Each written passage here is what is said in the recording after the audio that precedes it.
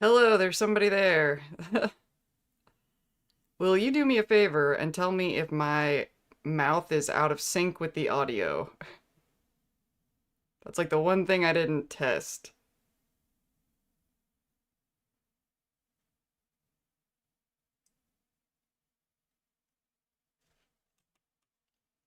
Hello. Hello, humans. Real humans alive. Okay, so it seems in sync. My mouth is in sync with my audio. Cool. How's it going, live people? Oh my god, there's so many people.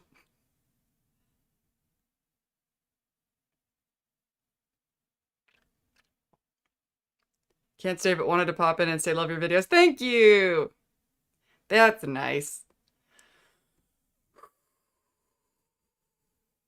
I have not streamed in a really long time. This is very strange.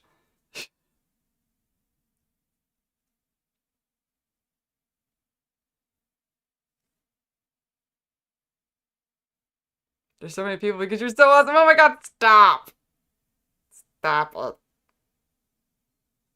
Oh, I should tilt the camera down so you can see that I'm wearing a Lucy shirt.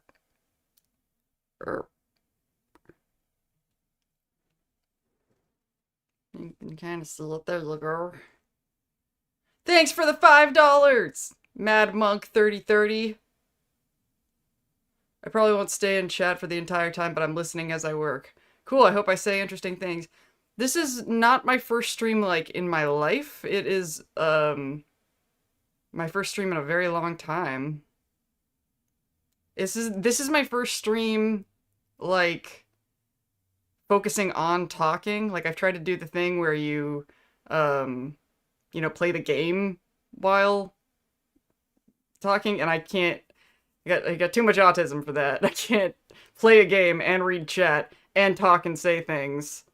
That's too much. My narrow monotropic attention tunnel can't fit in that much stuff. I really like the idea. Basically, the reason I've never tried to do this before is because, like I love the idea of doing a stream and talking, just having a conversation. But like when you start a new stream and nobody's popped in yet, then there's nobody to talk to, so I'd just be standing there. So I've done the thing where like I'm playing a game, and then if nobody comes in chat, then I can just keep playing the game. But having a talking only stream doesn't really work if there's nobody to talk to. But I'm really excited about the amount of people that are here to actually have a conversation, so I could do this. What a weird idea, right? Isn't it like just a weird idea to be a Fallout streamer that doesn't play Fallout? I think that we should do that just to introduce the chaos, just to fuck with expectations. I just want to say I'm from the other side of the world and I woke up early on a Sunday to say hi. I love your videos. Hi, thank you for coming. Um, well, you have plenty of folks to talk to. Yeah, seems like it. Um, okay. So, I guess, I have like a list of, notes and stuff that, talking points. That Deathclaw was blind, right?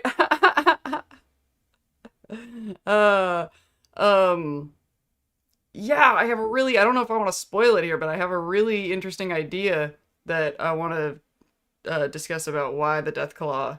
And it's also really fun. It's gonna be one of those things where I'm gonna like reference my previous experience um, with something to talk about why the Deathclaw did that, and it's gonna be really fun. I don't want to spoil it. The question is whether how am I gonna have the time? So I am having an absolute blast making these videos, but I am sort of ruining my life, sort of, because the excitement of it, the joy of having these interactions with you, things that are like important. Um, I think that ADHD needs a new name. It's not a good name for what ADHD is. ADHD means that like your brain is motivated by things that are interesting and things that you're passionate about more than things that are important. In fact, we might actually be less likely to do things if they're more important. Um, So trying to build a life where the things that are really exciting and really interesting are also the responsible things to do is kind of, oh my god, thank you for the $10. Hopefully we can figure out a way for you to continue doing this stuff because I don't want to lose your stuff. Oh, thank you. Um, I'm kind of into the idea of doing like, my one video a week.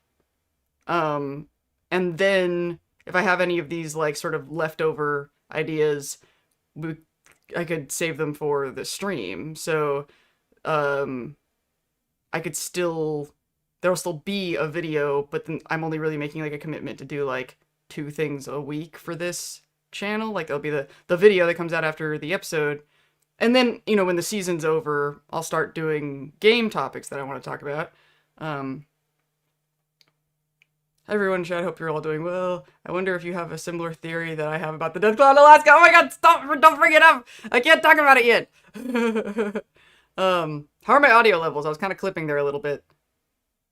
Hi Lindsay, I can't stick around, but I wanted to pop in and say I love your videos. Thank you so much! So... And it's also kind of funny, being on this side of the thing, because I've, like, been in other people's streams before and watched them do the thing where they look at and they go, oh, thank you for coming by! And then, it's weird, just, like, now I'm on the other side of it. Love your content as well, just happy to see you. Oh, thank you. Some of the smartest Fallout channels out there, thank you. Nothing wrong with once a week. You sound good on my end, thank you. And also, I guess, like, to start off, just to see, if there are people, that will kind of start filtering in, is 24 viewers. That's so cool! That's, like, way, like, more concurrent videos all at once, viewers all at once than I had when I was doing Twitch. Even though I do have my Twitch account still, but now I guess there's no point if I'm just gonna do this. Because I think something that will make it a lot easier for me is, look at this autistic shit that I'm doing right now. Is, keeping everything on one platform. Like, I really like that on YouTube I can post shorts, I can post full videos, I can post just, like, text posts, and do the live stream. So Google just, like, might have my ass on this. I have an Instagram as well, but, I don't know, maybe I'll just focus on this platform. I'm not sure what I'll use Instagram for at this point. I think I really just liked Instagram for, like, picture posts, but, thoughts on dog meat getting to hang out with Rex in an upcoming episode? Is that, like, a thing that people are theorizing is gonna happen? That we're gonna see Rex? Is that, like, or is that just, like, do you think that would be a cool idea? Did you see Ella's interview where she said Deathclaws were cute? She is adorable. The more I see her, I wasn't surprised to find out that she had ADHD, because she's, a really interesting person. I don't know if you guys saw the video where she was talking about making really intricate, tiny, desserts, like tiny cakes, and then, like, was obsessed with the idea of putting so much effort into those, and then just watching people eat it in one bite. I was like, that is so quirky. Yeah, you're doing good. I'm always horrible at managing chat. Thank you. How many did I expect to join the chat? I had no clue. No frame of reference. I have to go, but I wanted to say I love your analysis on the last video. Keep it up. Don't burn yourself out. Thank you. I'm trying. You know what's funny is I don't really feel like I'm in danger of burning myself out as much as I'm in danger of sacrificing other aspects of my life that are important to me. I really want to maintain having a good I have other Fallout related things that I care about other than this channel. I saw where she hates the finger. Yeah, the poop finger. I called it the poop finger in the video because that's what she calls it. Howdy, howdy. Blubbin! What's shaking? Speaking of other Fallout-related things that I want to do, Blubbin representing the independent Fallout wiki.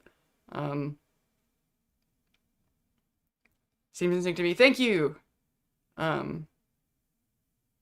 Super Nintendo! Oh my god, it has been a while. It has been a while. Speaking of when I did, the game streaming. I forgot about that finger until you brought it up, and now I can't stop seeing it. Yeah. Um, I can't believe that I almost forgot it, and that's why I had to correct myself later. I was like, no, the finger, Ella is suffering for that finger. I forgot to introduce myself by saying, howdy, partner. Aren't you looking fit as a fiddle? It wasn't the same voice actor, was it? That kind of made me sad. Um, it's funny, I might make fun of a lot of the sort of lore thumpers. But I have my moments. I have my autistic moments where I'm like the thing with drugs versus chems. Like, there are things where I'm like, why'd they change that, though? I hope Rex is still alive, seeing as other kings, the king himself are dead. That's another topic that I'm like, don't really have time to devote a whole video for, is the significance of watching the kings go down the way that we did. I kind of loved it. Fuck it, let's just talk about it, because I'll probably never make the video.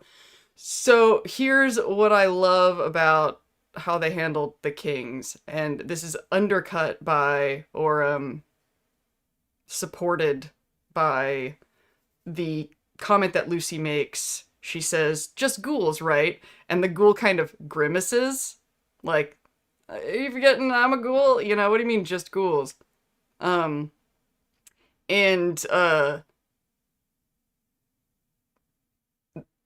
the TV show, it's like, they can still follow the story. It's not one of those things where, like, you have to know the backstory of New Vegas. But it's like, if you do know New Vegas and you remember the kings and you remembered the king, they aren't just ghouls. They're not just zombies to us. And, yes, she did. That's the impression that I got, is that last one was the king, And so they do the VATS thing, and they do the VATS slow-mo, and then the bullet flies out and hits him, and they kind of show his face. They put so much emphasis on that last shot that I was kind of wondering if the show, if people watching the show who aren't familiar with the Kings would have assumed, oh, maybe that particular ghoul wasn't feral and she made a mistake. Because there was almost something sympathetic about his face when you see him die. If you go back and watch it, there's something, it's not just the VAT slow-mo. Like, there's something, compassionate, something sensitive about the way that they did that.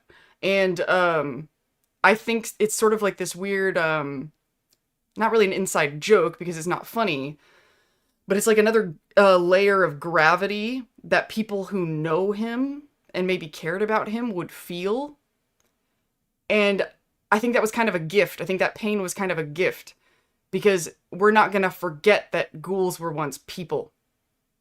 We feel that ghouls were once people in a way that sometimes in these zombie sort of things that we sort of forget. And I loved that pain. I thought it was beautiful pain. Anyone else here enjoying the fake Fallout talk show? I keep seeing it, but I haven't stopped to watch it. And I want to, because I love the concept, and I love that they're getting mileage out of the salesman. The drugs versus chems might have been just to make more obvious for non-Fallout. Right. That is the thing that I keep saying, but the same thing was true, but that was like my argument when they started saying mutant before they taught us ghoul.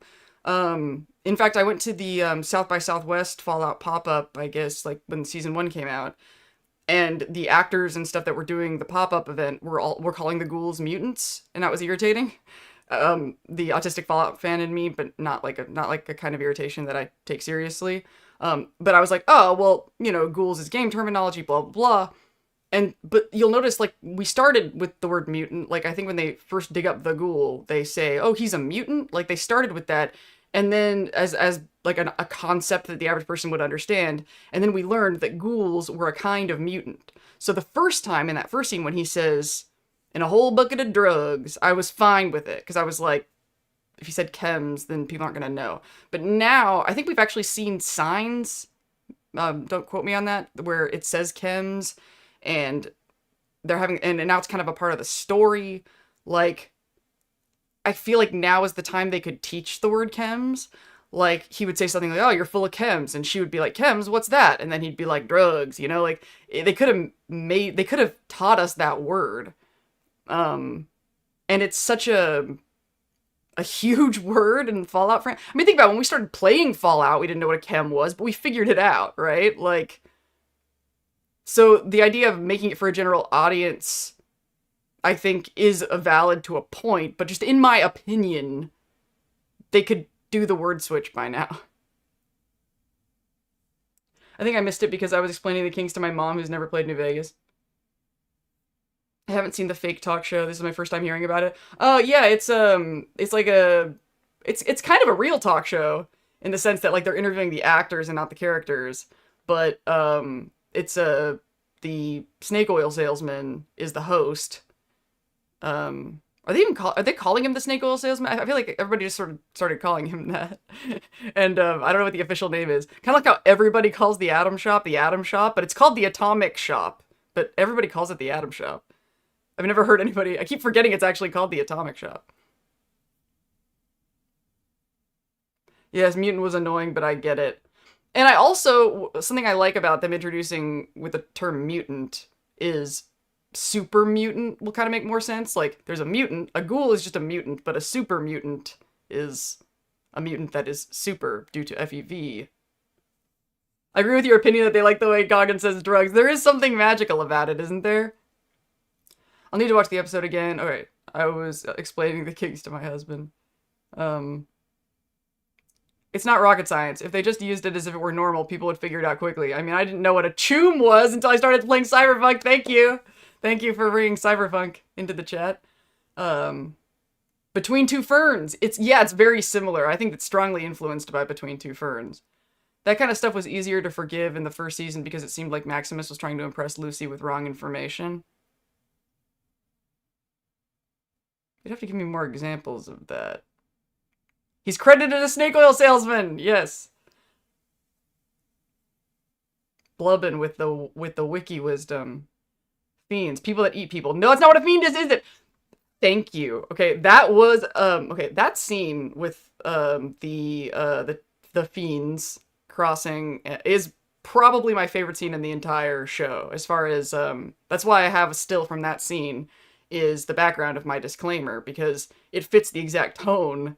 Like, what that scene represents is, to me, like, one of the most important sort of ideas in Fallout, which is like, we can't even walk across the street. Like, without, I just love that scene. However, those two scavengers, raiders, whatever, they don't look anything like fiends, and the fact that they eat people is not the primary characteristic of fiends. It is the drug addiction. That's their thing. Cannibals, then that would be like the Family from Fallout 3, or like the White Glove Society. Those are the ones that eat people and that's their thing, you know? Well, I guess the Family they just drink blood, but they want to eat people. They just settle for blood, right? I assumed he used because the word Lucy would have known. That's the strongest argument that I have heard. And I think that's the answer that I'm going to settle on, is that Lucy wouldn't know the word chem. But I still think he could have said chem, and then she's like, what? And then he'd be like, drugs. Why wouldn't they do that? I don't know. But it is great the way he says it. That sort of Matthew McConaughey drawl he's got going on. Not sure. Has anyone other than Ghoul or Lucy used the word drugs? I'm not sure. I don't think anybody else has said it. I think that we have seen signs that say chems, but I think I remember Maximus using the word chem. Not that I can think of. Now I'm going to keep picturing Lucy repeating the word chems and trying to get used to it. That would be a very Lucy thing to do, wouldn't it? I took it as Maximus doesn't have good knowledge since he's been recruiting and not been out in the wasteland. Did he say drugs? They're called fiends because they are drug fiends. Exactly. It's an existing term, so it's weird that they went with the cannibalism angle. Yeah, totally. Blubbin, thanks. Thanks. Blubbin knows what I'm talking about. He also said he gets shot all the time right after. Happens all the time, yeah. That just makes me think of, I did already mention this in a video, the scene with in Ma June's like, sorry, I got shot in the leg. You'd be mean to me anyway. Like, that was just such a Another day in Philly. Maybe they'll have it later that he was just saying drugs specifically because she did, and just to tease and slightly. Yeah, that would actually kind of fit the tone of the way the conversation goes. I just recently discovered your channel. Love your commentary. In the original Fallout game, in the dialogue, they wrote chems, but the dialogue says drugs. Really? That is an interesting factoid. The term drug is not totally alien to the series, but it has generally been overtaken by chems in more recent games. I also think that there's an element of, Chooms from Cyberpunk is another example that having the different words for things sort of feeds the kind of fantasy that you're like in a different world. And I think that's one of the reasons why it's irritating that he says drugs instead of chems, is because it took me out of the world, because I'm like, in that world they say chems, and I want to, I don't want civilization. Bingo, bango, bongo. I'm staying right here. And what happened to Vault 3 dwellers? We don't see any bodies, so maybe they eat them. Okay, so... Whoa, have we been... Okay, we've been going for 21 minutes. Well, I guess 16 minutes since 4. And I want to... I mean, it's cool that we're, like, rattling off things, and I don't have to sit here and think of what to say. That's cool. But there are things that I want to accomplish. This is a meeting. This is a business meeting. Bingo, bango, bongo? Yeah, thank you. I think they even said chems pre-war. That is a question that I want to know. Blubbin, do you know if they said chems pre-war? I would like to know. So, I guess the first order of business. Hey, thank you for the money. Hey, gotta go, but awesome stream and chat. Have a great one. Okay, so I guess this is a thing that I'm gonna do every week then, if this is a good way to supplement this hyperfixation. Oh wait, there's a heart thing. Can I? Oh, I should always hit hearts if people... I am new to this. Oh, that's something that I really want to ask you guys about is, procedure. How to not be a dick. They use both pre-war according to the wiki. I'll have to check again. I can check some sources on that and get back to you. Not if it's too much trouble, Blubs, but thanks. Can I call you Blubs? As far as I know, you do not have a real name. You are Blubbin. Unless your mother actually named you Blubbin, which would be kind of incredible.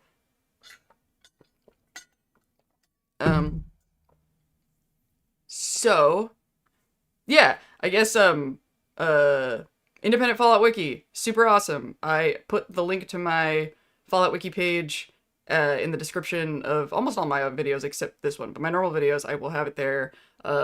I really love doing location photography, so I post a bunch of Fallout 76 pictures. I like doing 76 photography because I don't have to mod anything to make it look the way I want.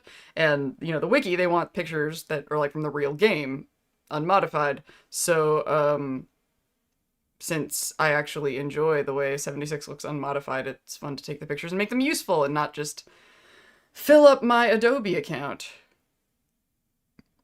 But don't worry about what you should do, just be you, will be fine. Thank you.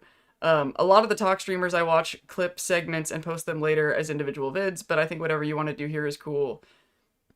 If I say something that's good shit, like, I am recording, so, if I look at it and go, that's good stuff, like, maybe clip shorts out of it. That is a good question for y'all, and a good homework assignment for y'all. You could really, really help me. I do want to make shorts, but I have, like, crazy analysis paralysis about, like, what clips would make good shorts. So if y'all wanted to share with me, send to me, put in the chat, for me to reference later, moments, like lines in any of the videos that you think, man, if I saw this as a short while I was scrolling, I'd be like, yeah, I want to watch that. That would be very helpful information for me. It is pre-war. Thanks for the compliment about my pictures, Blubs. Martin Reed's terminal in the Vault Tech regional HQ uses the word chems when referring to the vault full of drugs. Thank you. I forgot when you get Anders for the cons, he says the Legion caught him for drug running. So they do know the word. So yeah, ideas for shorts. I love when my friends tell me, like, that line when you said this thing. Like in the most recent one, I think the thing about Lucy's finger being a part of her versus the air being a part of her is a really good one. Uh, and I also think the part in the Maximus video when I say, maybe in 200 years, he'd be a badass too, and who knows, maybe he'd learn how to stop being a dick too. That makes me happy. So I know you wanted to talk business. The best advice I can give for the business side is setting up a Patreon or something like that. Okay, here's what always stops me from doing a Patreon. Let's talk. Let's talk business. Making the videos, like just doing the primary activity, is enough work. And when you do things like memberships and Patreons, then that means I have to give something to the members and that is always what fucks me up. My brain collapses. That's always why that never takes off for me, because I'm like, how do I differentiate? I had the same problem. I have a Substack as well. And, like, what do I post for free versus what is the things for the members? I don't know. Like, the only thing that I can think of is if the channel got big enough that I had, like, a lot of paid subscribers, then I'd probably just want these streams to be just for subscribers only. And then that would be a place where I could draw the line. But I would need enough people, you know, to draw that line that I would have people to talk to in the chat. Because that would be perfect. Then I'd be like, you can watch the videos for free, but if you want to talk to me about the videos live, you have to sign up for the thing. I would love that. But I'm not there yet where that would work. Donating 5-10 bucks a month is doable. Thank you. I mean, thank you. I don't know why you weren't really saying that about me. The implication is that you would do that, and I don't, or unless I miss it. We're doing it live. One addiction at a time. Okay, I don't know if you guys saw this, but there was an interview with the Goggins, with Welding Goggles, where they asked him, you know, to give a line, like a great one-liner from the season out of context. And I know a lot of people don't like that kind of thing because, like, oh, it's a spoiler. But I loved it, and I love the way that the interviewer defended it, because she was like, it's not really a spoiler because we don't know the context of the line yet. And then when we're watching it, and then when we hear you say it, we'll be like, ah, that's what he was talking about. And I loved that idea. That hit me because it doesn't count as a spoiler to me. I have a different spoiler threshold than a lot of other people, but it would just emphasize the line in the moment when we heard it. And that line that he said in the interview was one addiction at a time. And it felt exactly as I hoped it would. I was like, ah, that's the moment he said the line. I edit for FD as well as make my own stuff, and the algorithm seems to reward chopping up streams into multiple 15-20 minute videos. If that's at all helpful, just start a Patreon and don't commit. I hope that has become something like a psyker increasing intellectual ability, or polar opposite, he becomes a behemoth. If they're giving, I'm like, I don't know. I'm, about the Thaddeus thing, I am very much, like, just waiting to see how it goes on that. He's definitely not a ghoul. No way. If they're giving to, keep your channel going, then why do you have to give them something extra? That's kind of the kind of thing I don't know. That's actually a good question. Like, could I just put a Patreon being like, just give me your money because I'm awesome and you won't get anything but my gratitude? And, that's it. It's just, I've never seen anyone else do that. So that kind of leads to, okay, at the end of the video when I said I was going to do this live stream, I said, that, I wanted to try to figure out how to make money without being a dick, right? A part of that is my autistic brain not having a good, idea of what is going to rub people the wrong way or not until I do it. So, the only North Star I really have, what I follow career, is authenticity. That's why I got so bent out of shape when somebody was like, you're doing the Sunset Sarsaparilla Nuka Grape thing, for engagement. I'm like, I would have said that. I'm not okay with saying something to get a reaction out of you without telling you why I'm doing it. I'm just not okay with it. So I want to monetize.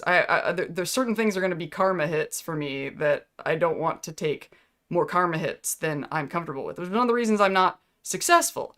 So, or haven't really been successful, even though I've been making content for a long time, because I will, when I have a certain amount of numbers and enough people are paying attention to me, this is the difference between me and a toxic top, is I have a feeling of responsibility to these people, right? And I have a feeling of, like, the toxic tops that I've known in my past are like, well, if they show up and they want to show up, that's on them. And I'm like, no, there's a power differential, you know? It's the same reason why we're uncomfortable when we find out, like, rock stars are, like, hooking up with their young female fans, because we're like, you're taking advantage, you know?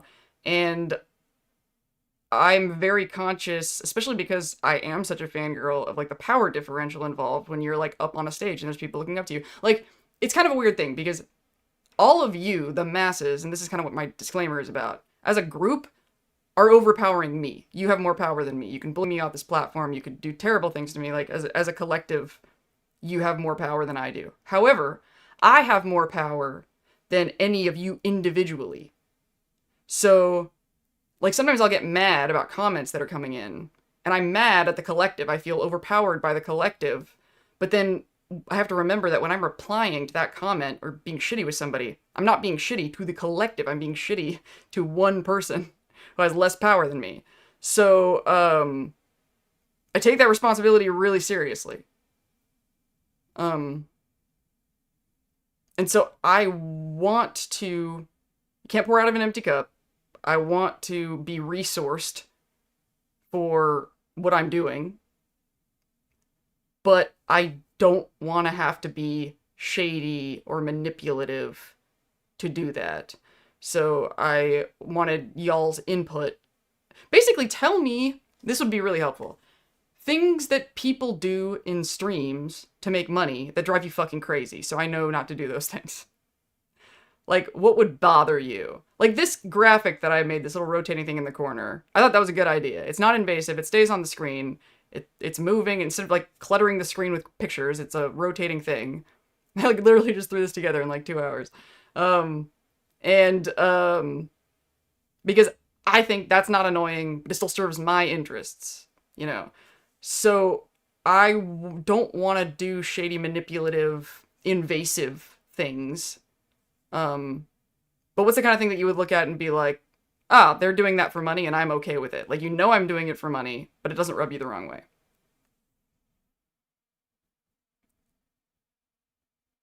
Happy with that, but I wouldn't really know. I just know I love that you're so... Oh, you didn't finish the thought, I guess.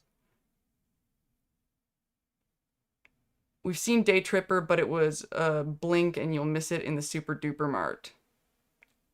Yeah, LOL, yes, that authentic, or at least it feels like you legitimately want to share your ideas and views about, and just everybody vibe. It feels real enough for me. Thank you. I'm glad, because it is real. Lindsay, you are such a service top. I know my own people. Yeah. Service top to the core. Thank you, Sir Charles, for the $10. That's very nice. You know what's funny is it's looking like just in this one stream, I probably will have made more money than from ad revenue, since the show started. I think I've made like $80 in ad revenue. In the past 28, I think that's just the past 28 days. I don't know. It's not enough for what the time I'm putting into the videos, that's for sure. Money to you means more money to the production for your content for everyone. If the Patreon opens up and quality goes up for the content, the people who came know they help those who can't help. Cool. In the sense they help the content get better, so the content is better for everyone. Yeah. I'll be honest, I wasn't a big fan of Max until after I watched your video on him, which opened my eyes on him. Now I like him. Oh my god! Oh, like, that, I'm not in this to, like, change people's minds about shit, but when I feel like I have an impact on how somebody sees something, that makes me feel not invisible, you know? Makes me feel like I'm making an impact, and that's cool. That's another kind of service top sort of thing, I think. I like the graphic. Thank you, Blubs. Sugar, what you could do is just have a Patreon. Sugar? then have unedited watch-alongs with the show or gameplay that if your patrons want to watch, they can, if you're making the videos anyway.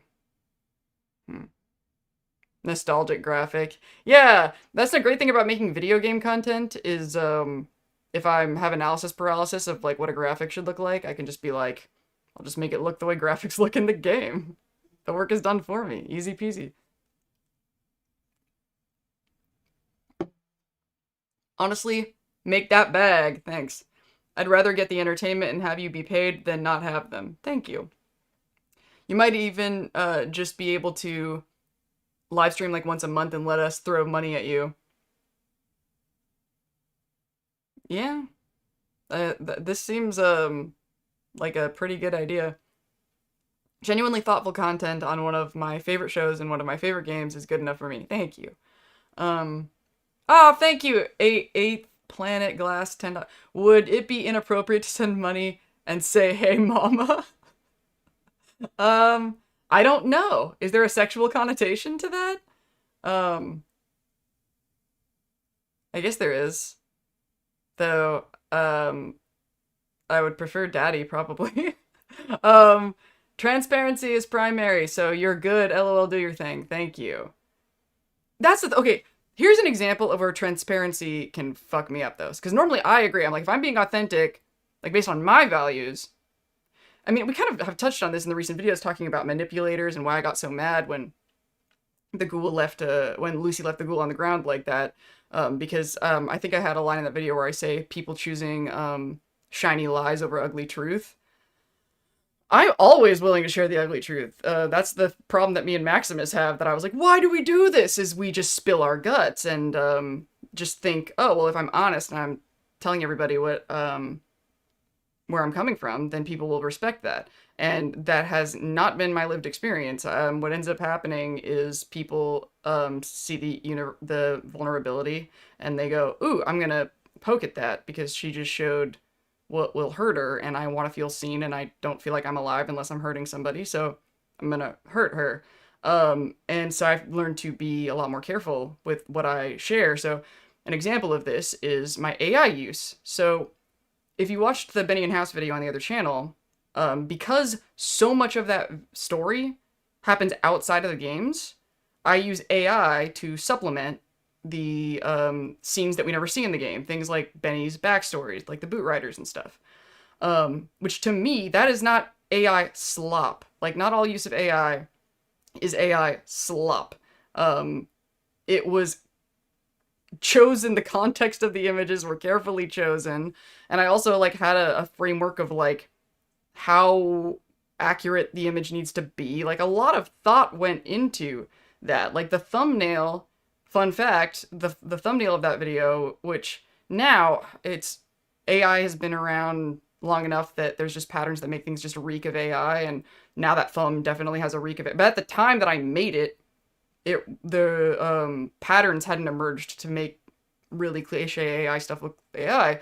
But the picture of Benny that you see in that thumbnail, it wasn't just an AI generated picture of a guy. I put a lot of, first of all, it started with as a still from that was carefully taken in the game. Then I took that still and I had kind of designed a Benny face. You'll notice when you watch the Benny and House video that every time we see Benny, it's like the same face every time, because I basically made a face that I thought looked like what that guy would look like if he were real.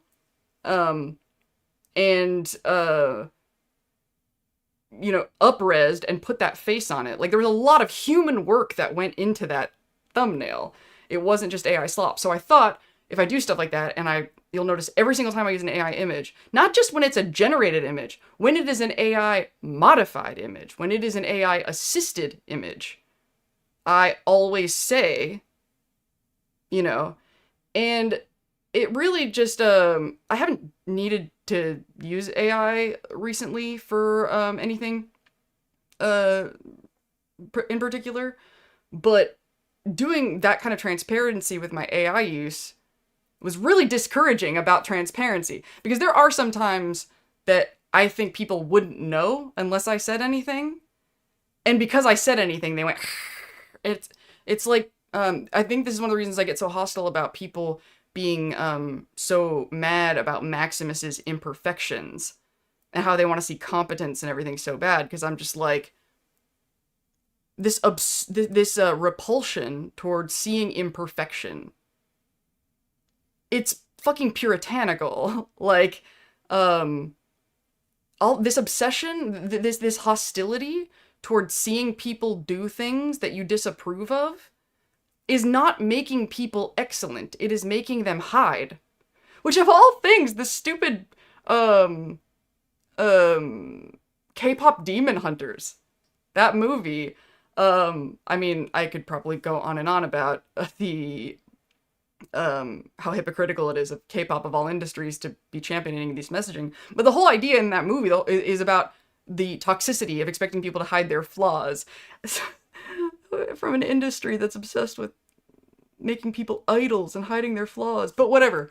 The messaging of that is just like how much, and I kind of touched on it in the most recent video talking about Reg, and show me a community of people who never fight. I'll show people who are fighting themselves, because this like hostility towards seeing incompetence, imperfection, doing imperfect things is just making people ashamed of themselves, hate themselves, and hide themselves. That's why I make such a big deal out of karma hits. And sometimes you do things that are not morally perfect and don't have perfect consequences because it was the best option available to you at the time. And I'd rather live in a world where we are just honest about what we're doing than attack people who do things that we don't like, because it's not helping. We should be able to walk down the street without getting in fights with fiends. Okay, so I've been talking for a while, so I'm gonna scroll up. Your videos help me feel seen. Oh, thank you. You'll be talking about a Fallout episode and I take away stuff I can apply to my own life. That is the goal. I think that's what I love about Fallout in general is, ooh, and that reminds me of something. I'll put a pin in it for now. I wanted to talk about, the difference in like sort of my value and worldview of how I view Fallout versus the crowd that I'm calling the lore thumpers. I think if I say the lore thumpers, you already know who I'm talking about. Agree, Maximus is my favorite. Is my definite fave for the series. I think more and more people are starting to feel that way about Maximus because of the growth, because of the change. That's what makes a character a thrill to watch. I think is seeing them evolve, and just enough to be worth $10. But I don't know what that's referring to anymore. Oh, probably the mama daddy thing. Okay, I always want to call you my dude. My dude is very appropriate. Dude is my gender identity. I identify as dude. I really appreciate the insights in your videos, and I think that's worth money. Thank you. It's crazy. I feel in love with Fallout 3. I fell in love with Fallout 3 in 2009 because of metapolitics mirroring of our own reality. Guess I just really like messed up dystopian universes. Now I love all Fallout. Couldn't agree more about AI. Thank you. I appreciate you saying this. I'm assuming that's about the AI thing. Thank you. $5 from Cable Snarky. Wish I could give more, but I'm old and broke. My dude, you got fans and we want to help you make vids. Thank you. Heart.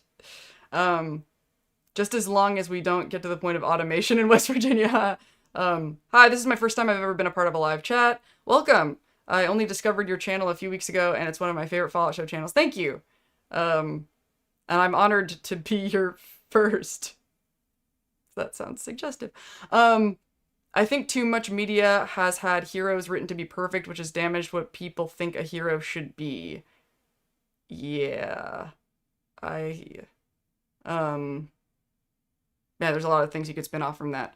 100% I'm naive, but it seems like the community you foster would select for people who may be less likely to weaponize authenticity. I hope so. I love that idea. I want to like, I don't know, I wish I could like that or something. Or I just want to throw more energy at that for the universe. Hello, I just found your channel and I love your Fallout content. Thank you. Your voice is so nice to listen to. Thank you. I've had a lot of compliments on my voice. I'm very thrilled, but very surprised by some of the compliments that I get. Something that else is kind of scary about manipulators and abusive people is they don't want you to know you're good at stuff. And so they kind of skew you in a direction so that you don't know how much power you have. And I don't think that previous people that I was close to wanted me to be confident. So, but they couldn't stop me. I'm so fucking confident. I once thought I was a narcissist. Um, so definitely seen more than a few folks say Fallout is woke, but I don't see how Maximus being so strong and innocent and vulnerable definitely resonates. Yeah. I was a little disappointed in Max this first season until he saved those kids. I get growth, but I hate his fundamentals to change. Love his mushy insides.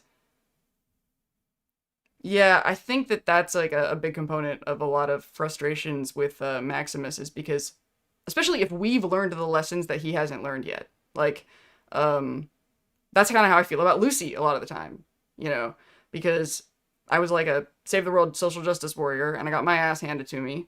And so watching her make those mistakes, I'm just, it's weird because to an extent, like sometimes it's like if you've made these certain mistakes, it makes you more forgiving of certain people and certain characters because you're like, oh, I've been there. I know what they're going through. And sometimes I feel that way. But sometimes it goes the opposite way and I go, if I had to figure this out, so do you.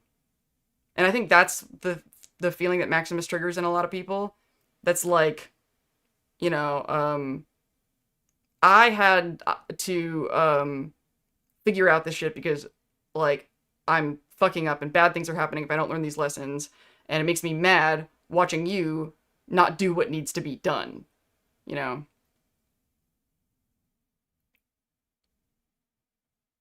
Max is an NCR boy through and through.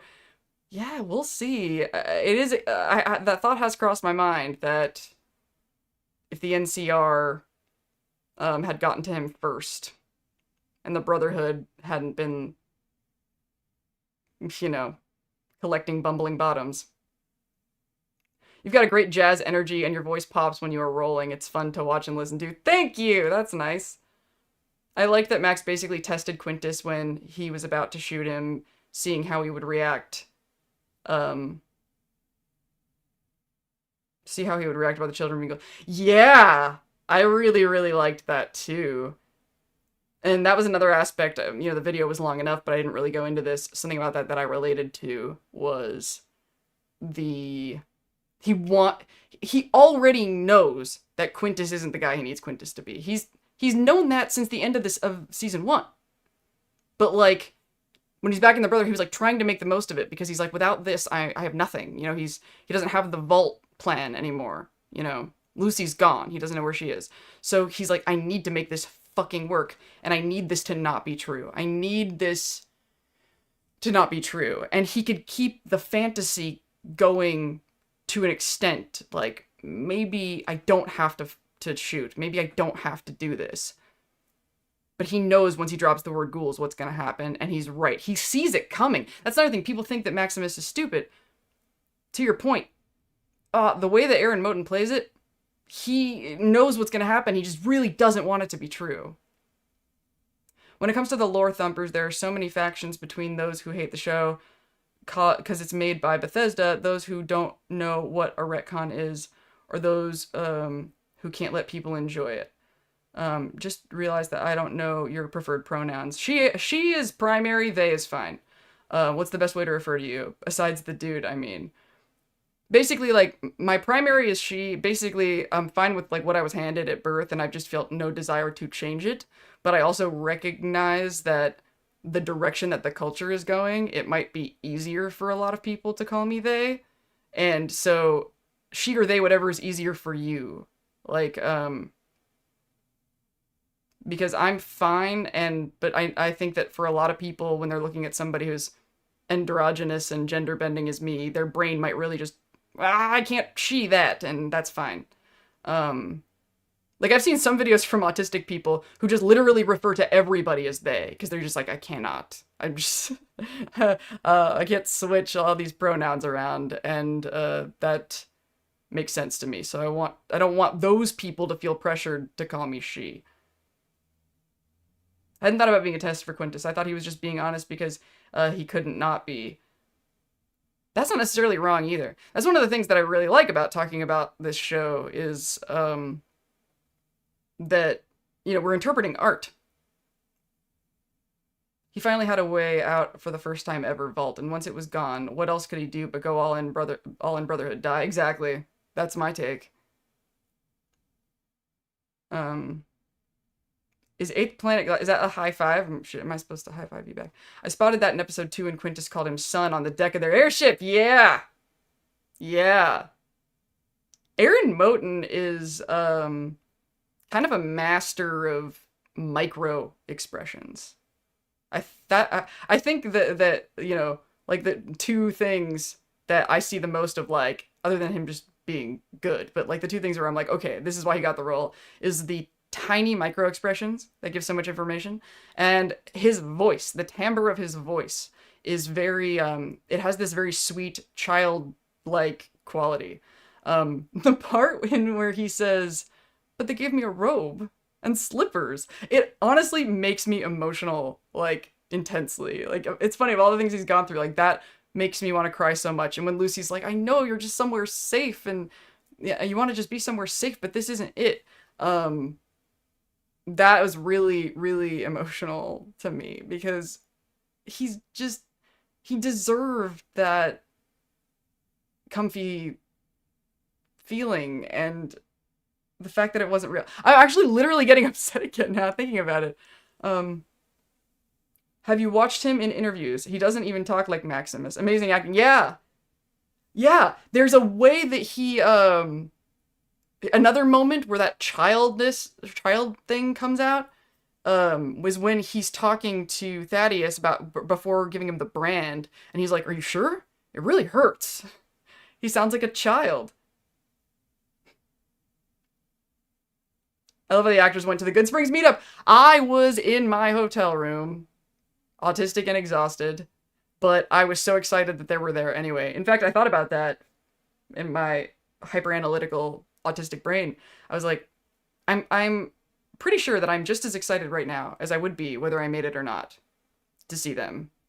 Like, I'm so happy that they were there. Whether or not I saw them doesn't really matter to me. Why is that? And partially because I knew I was going to see the videos online and people were sharing pictures. But I realized it was because it was more important to me for them to see us than for me to see them. For them to see us. Because if you think about it from their perspective, you know, they go to work, they go to the show, they go to the junkets, they're surrounded by industry people. It's not really safe probably for them to, like, run around amongst the fandom. They see comments online, but that's not the same as, you know... So they're constantly told, ooh, look at all these huge numbers, look at how popular this is. But it's a totally different experience when you're seeing the people, you know, when you're actually seeing the people whose lives your work is impacting. And that just made me feel really good that they could see us. And then later there was an interview with Aaron Moten, and they asked him about his experience being on Fallout, and he talked about how much he loved the fans. He's like, these people will stand in the rain. And I was like, yes, that's what makes me happy. The fact that Aaron Moten could see us standing in the rain, except me, because I'm autistic, and that shit was very uncomfortable. And slippers. You predicted Thaddeus would pretend to be Xander. Did I predict that?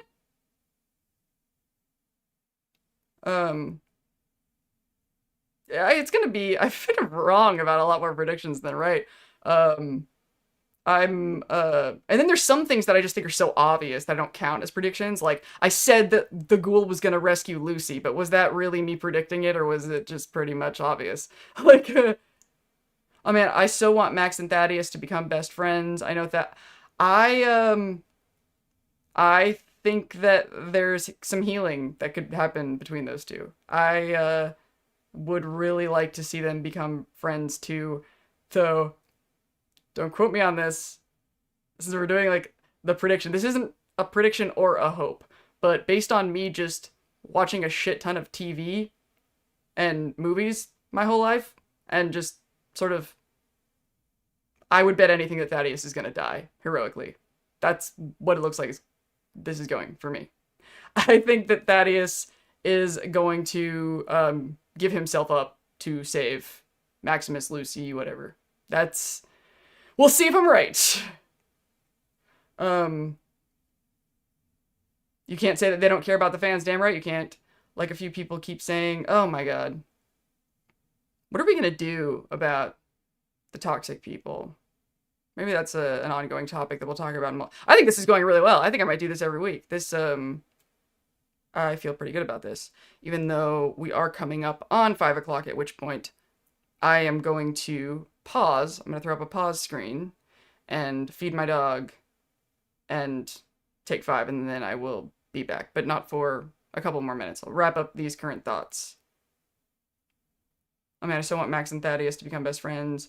I know that, okay, I was out in the rain, the back porch was overloaded at that moment. Yeah, the back porch, the VIP area collapsed. It was still awesome to have them there. It really was. You can't say that they don't care about the fans, alright. I was working with the celebs the whole weekend, and all the show guys are such hoots. Oh my god, Blubs! Blubs is connected. My hope for Thaddeus is he becomes a recurring character in the series, showing up every game with a new money-making hustle. I would be down for that. I think Thaddeus would be a great game character. I'm kind of hoping that when the show ends, like, everybody ends up a game character. Everybody who's still alive. Depending on whatever point in the timeline the next game takes place. I feel like there's toxic people in every fandom, miserable people who want to make others miserable. Yeah, I mean, that's true. Like, when I say, what are we going to do about them, I'm not necessarily, like, to wipe them out. I'm more, like, thinking in terms of wipe them out, like, yeah. I mean, more like, what's the best course of action, is what I'm thinking about. Like, what is, with all of my, brain energy, what do I think is the best way to handle them? Actually, that's a topic that I might come back to after my break. People they have to pay to be toxic, and at least a few will fall for it. I think Thaddeus is going to become super mutant. I could see him sacrificing himself. The toxic fans need to understand that there's a 4 generation of fans in Fallout fandom, and I can go into more detail when you come back. Okay. Not super convinced that Thaddeus is going to go full good guy, but I want to hope so. I think he's going to have a crossroads. They should have called the show Wacky Wasteland. Fallout fandom does have toxic folks, but it's not as bad as Star Wars for real. Is it not?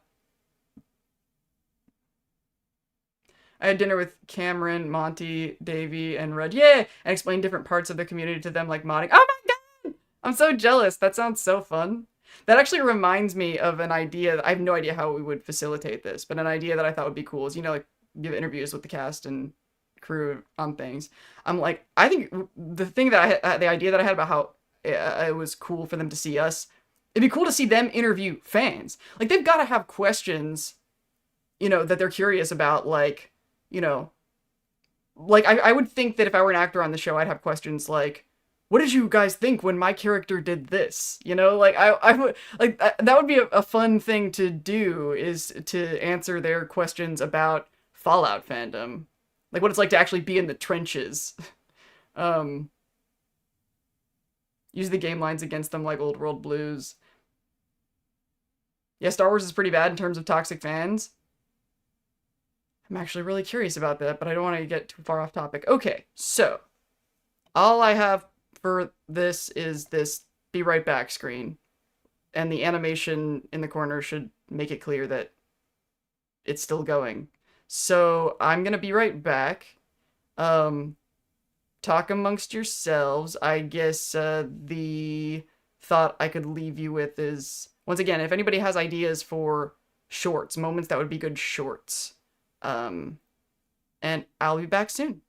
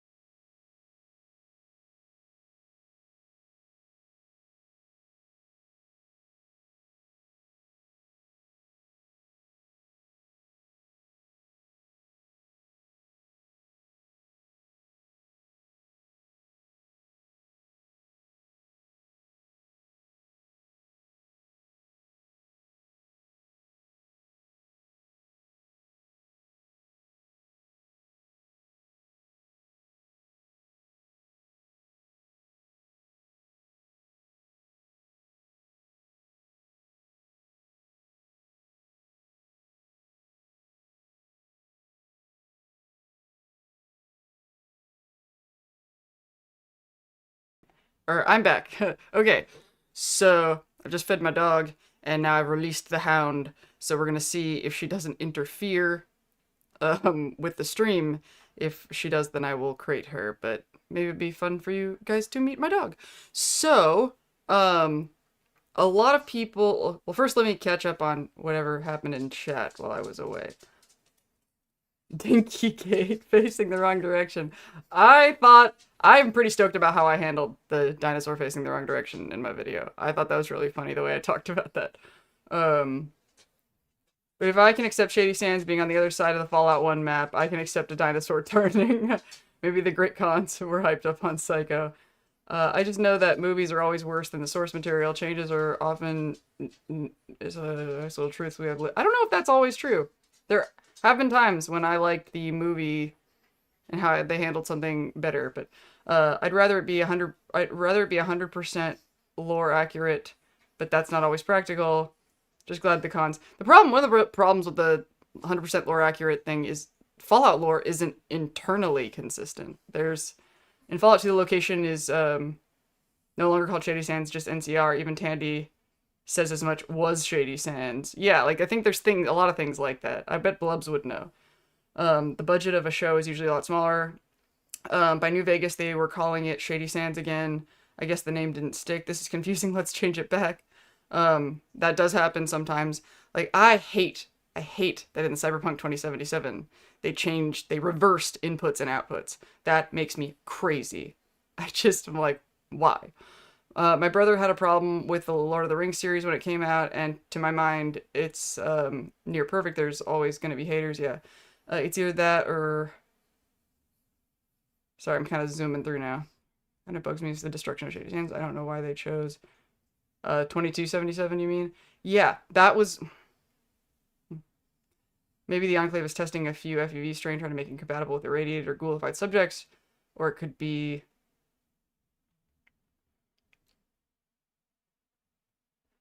Clarify the Hall Shady Sands. Yeah. They need to explain that. It's a production... It's so funny, like, sometimes, haters will comment on my videos, and they're like, you don't even care that they did this thing. I'm like, I do care. I Okay, this is what I was going to say earlier. A normie friend to look at me and my wife like we were weird for cheering when Big Iron came on. A normie. A muggle. Some of the Fallout games were made non-canon. Fallout lore is kind of messy. If the Enclave turned out to be the bad guys at the end of this, I swear to God. Yeah, it's weird, right? Confused why they had Cooper double down with the 20 years ago line. I said something about that. I was like, that was 20 years ago. What was 20 years ago? Anyone watching the TV show is going to be certain that 20 years ago was when the bomb exploded. Anyone watching the show is now, according to the show, the bomb did explode 4 years before the events of New Vegas. And you know what? It's funny, for all of my lore break apologist shit that people give me shit for, I literally said in my Vault 4 video that I think that they goofed. That was actually a time that they messed up. And I think they just messed up and we're gonna have to live with it. I've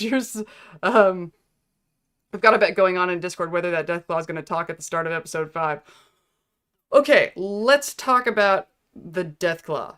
So this is backing off the sort of lore break concerns a little bit, because based on how this is going, I think the routine that's going to work for me is to make one video after the end of the episode and then do these live streams.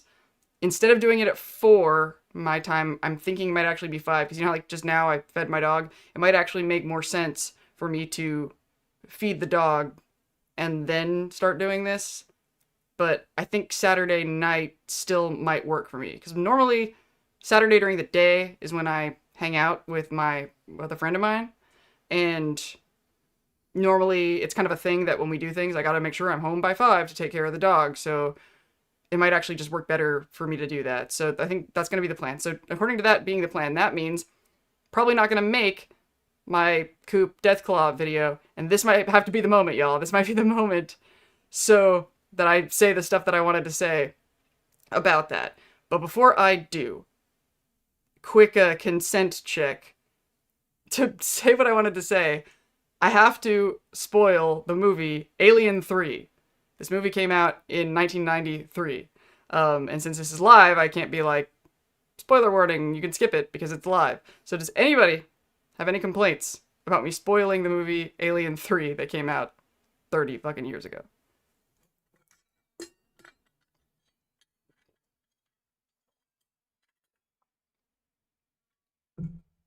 Saturday nights are good. I don't think you're gonna find a lot of party people. Yeah. Um, I'm kind of thinking that same thing. And also, the reason I picked Saturday at 4 to begin with is because that was the peak in my analytics for this audience and when my audience is most likely to watch my videos. I'm sorry. Unfortunately, time zones being what they are.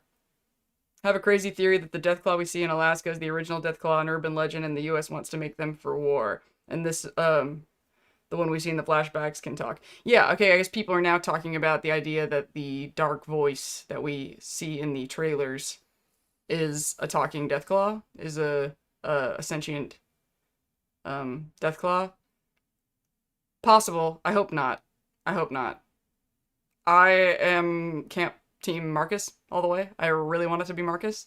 And if it's not Marcus, I at least want it to be a super mutant because we need to see some fucking super mutants.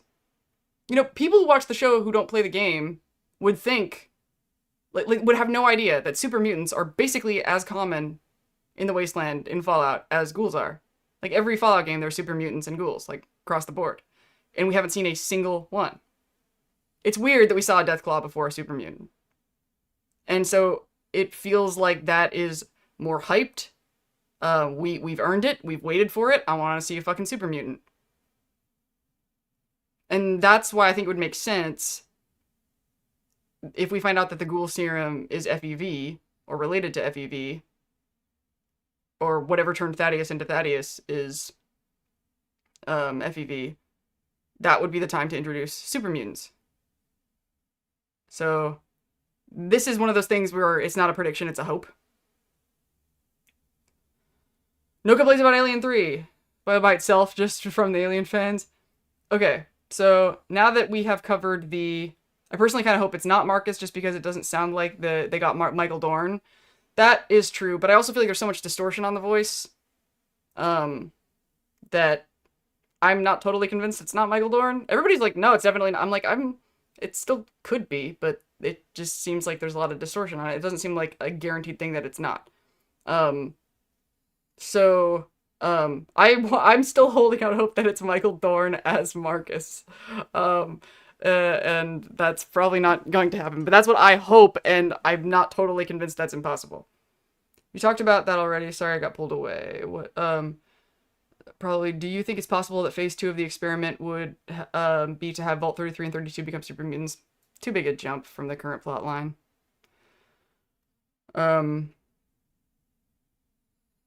It seems, I am not sure what the experiment is at this point. Turns out the voice is just distorted from a power armor helmet? Yeah.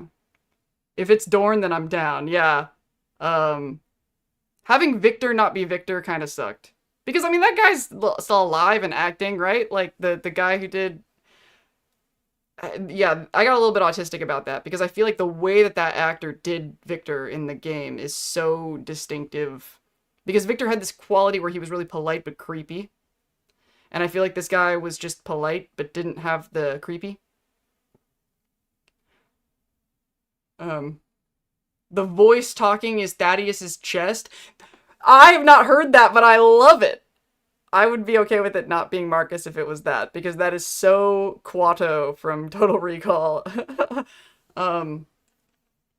Okay, so the Alien 3 thing. This is what I wanted to say about the Deathclaw thing, and it's going to start with an anecdote about me. So, I talked about in the Maximus Brotherhood of Steel thing about, like, my whole gender kind of situation, and how I'm privileged compared to a lot of other genderqueer people, because I don't have to really fight to defend how I want to be treated that often.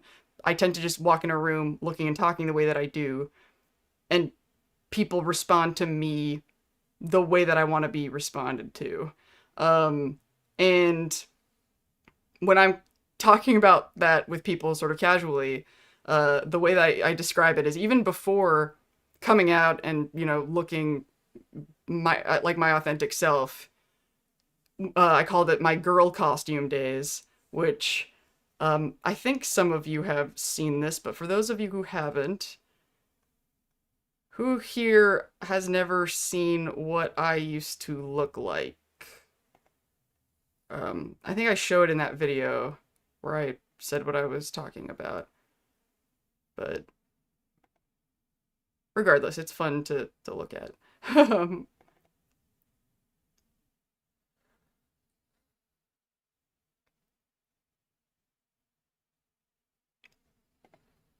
So this is what I used to look like.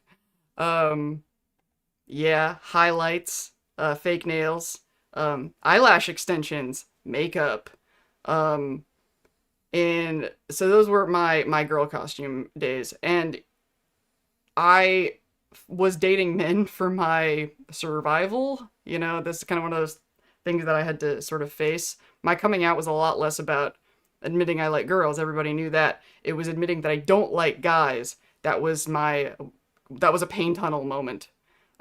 Because I was very, very, very strongly raised with the belief that a woman needs a man to survive, and that means no woman would ever love me, and that I had to love a man. So, however, even when I looked like that, I was still genderqueer. I still wasn't really a girl. I didn't really fit into the role. And so I would, when I tried to connect with men, it never worked. And you're like, how does this connect to Teth Claws in Alien 3? I have ADHD, I promise it'll get there. So the way that I would describe this experience to people is in Alien 3, Ripley is the big spoil is that Ripley is pregnant with an alien. She had been face hugged. She was carrying an alien inside of her, and there's an iconic shot in the movie that's usually like the main promo shot that they always show, which is the alien getting up really close, like it's gonna attack her, and then it kind of sniffs her and goes, and then leaves. But we don't know why in the movie yet. But we find out later it's because it sensed that she was pregnant and was like, well, I'm not taking her down. She's taking one for the team. Gonna bounce. And so this is the way I would describe the way I would interact with men before I knew about my genderqueer situation, is men would get close to me and go, this one's not, oh, no, she's one of us. Gross. I'm not gay, and fuck off. You know? Like, it was like, this is not just I'm not interested, but also I'm not interested because she's one of us. Do you see where I'm going with this? So, if the Deathclaws were genetically engineered by the US military to fight the Chinese in battle, then it makes sense that the Deathclaw would get really, really close to Cooper. And I think somebody put a comment being like, is he smelled capitalism? So, what I think that they're trying to show there, and where I think that this is going, is the Deathclaw was like, you're on my side. You're on my team. I don't take you down. I take down the Chinese. We're good. And I think that is plays really nicely with the realizations that he had during the veterans event, when, you know, Charlie Whiteclaw was kind of making him question, like, were we even fighting on the right side? The guys on the other side were probably getting the same messages that we are.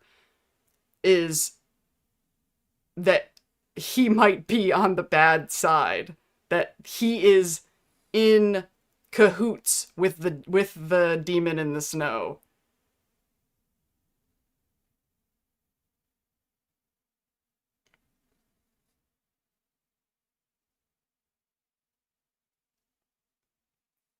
Okay, now I'm looking at comments. Version for Fallout has yet to make an appearance in the show.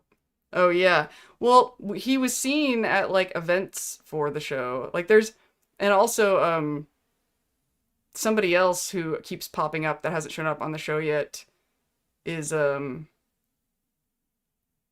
guy from Breaking Bad. Seems like he's probably going to show up too.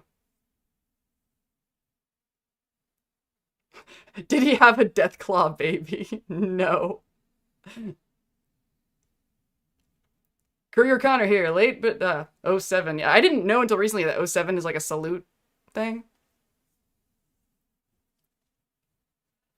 Deathclaw says warm meat if you listen closely. It sounded like it was drilled into him at Deathclaw school not to eat people wearing tin cans. I think somebody else put a comment saying something like, "Oh, he didn't have a can opener." Aaron Paul, right? But yeah, I think that what they're trying to show is that he and the Deathclaw are working for the same side. I think that that is what that means.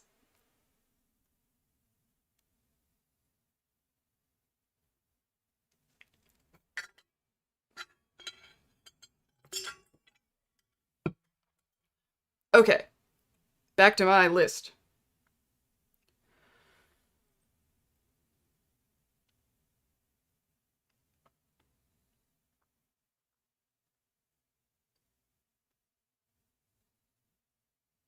Does anybody have any questions for me? Not about the show. I mean, about the show, because we're talking about the show, but like about any of the ideas discussed in any of my videos. Anything that, like, I'm just curious if there's things that were confusing or things that you were curious about, or if you were wondering how this applies to this. I'm very interested in such questions.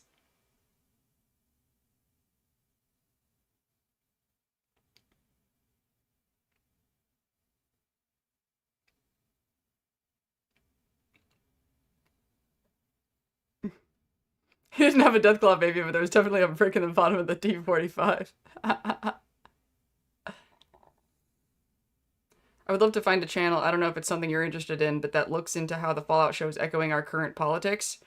Um, I'm really careful. Yeah, I'm really careful about. If you find such a channel, that is the kind of person that I would love to collab with, because I feel like I really dance around getting too political because it's not really my expertise. Uh, I mean, psychology and therapy and stuff isn't really my. It's not what my degree is in. Um, my degree is in entertainment business and film and television. I'm actually a professional video editor. That's what my actual. That's how I make money. Deathclaw in Fallout 3 needs a mind control device to control them. This tells me it's fighting in defense, so this could be a wild Deathclaw.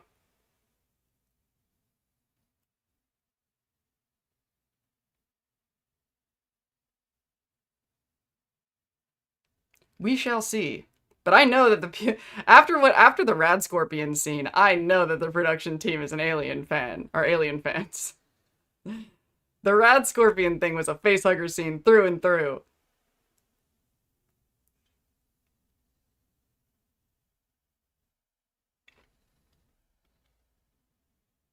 Ha! We're reversed. My degree's in graphic design and I work in mental health.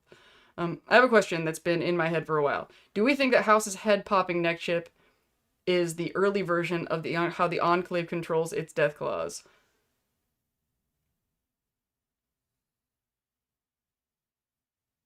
I doubt it.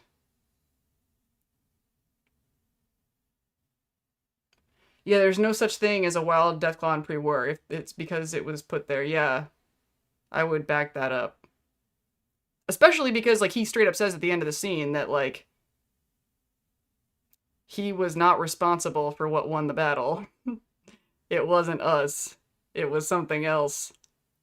Deathclaws love Chinese food. I wonder how the Enclave dog collar black boxes we see in Season 1 fit into this. That is a fair question. The Enclave had similar looking devices on the dogs in Season 1 start. That is a fair observation. Oh, Quan's here. Hey, buddy. I Forgot how I was going to end that sentence because I got distraction when I saw my friend. Um, um, okay, what else do I want to ask? Okay, I feel like I'm pretty settled about how I'm going to handle the videos and then doing the stream. And then... Okay, here's a question I have for y'all. So, I'm actually just as obsessed with Cyberpunk as I am with Fallout, and I could say just as many things about Cyberpunk as I could about Fallout. And you guys may have seen that I have the Dinztopia channel, and then I also have the Lindsay's Fallout channel. And it may beg the question, well, why didn't you just put the Fallout stuff on Lindsay's Fallout and then make a separate Cyberpunk channel? Why did I divide it the way that I did? And the reason for that is going back to my similarity to Maximus of how we spill our guts and aren't transparent, and you guys have seen some concerns that I've had about older content. Actually, it's funny that Quan is here because Quan was once tasked to watch a bunch of my old videos and help me find useful clips to put on my website, because I have just been so unfiltered and said a bunch of stuff publicly that I shouldn't have, and really learned my lessons. So the concept behind Dinztopia and Lindsay's Fallout is that Lindsay's Fallout is off the cuff, me saying what I really think about shit, pure authenticity. But Dinztopia is a little bit more professional. It's a little bit more polished. There's a little bit more distance. I'm a little bit less revealing about personal stuff. And it's a lot more safe. It's basically so if I talk a lot of shit and literally endanger myself in Lindsay's Fallout, that, things like the Benny and House video will be safe in their own little corner, And another inspiration that I had for doing that is, frankly, I am really irritated by lore, straight lore sort of channels that I count on for just want to learn about the story of the Fallout thing, and when they interject their opinions and editorial about stuff, even if I like that kind of content, sometimes that's not what I came to this channel for, buddy. So I really, and I thought, well, if I feel that way, there's probably a lot of other people that feel that way, that just kind of want to watch a lore video. When you watch the Betty and House video, it's, I don't say anything about me, I don't think, the entire video. And I think that there's a purity in that. There's that's nice. It would be weird if I put editorial in that. So now I have this thing where I would, and especially when Cyberpunk Edgerunners Season 2 comes out, I might want to talk about that. And I don't want to make a million channels, And I've seen other YouTubers do this, where they'll have a channel that's a Fallout channel. And also, the cross-section of Cyberpunk and Fallout is pretty substantial. There's a lot of reasons that somebody would be into both. So if I end up doing Cyberpunk stuff like the Fallout stuff I'm doing now, what do you guys think of me putting that on the same channel?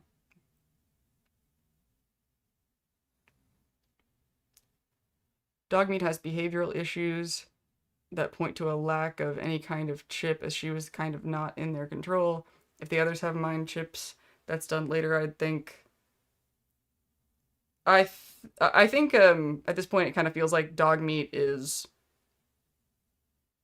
not that important to the plot anymore, so it would be kind of nice to come full circle and have there be something this dog has been around the whole time, and maybe we get an explanation why the Dogmeat ran out of the room during Rad Scorpion time. Psh. Folks who are super into the year 2077. The thing I could probably make a video about is all the things going on in Cyberpunk 2077 that suggest to me that they were Fallout fans. Other than there's a direct Fallout 3 Easter egg in the game, but there are a lot more things like that. I think that the character Mr. Hands, they were trying to make a Mr. House, but Mr. Hands is not nearly as cool as Mr. House.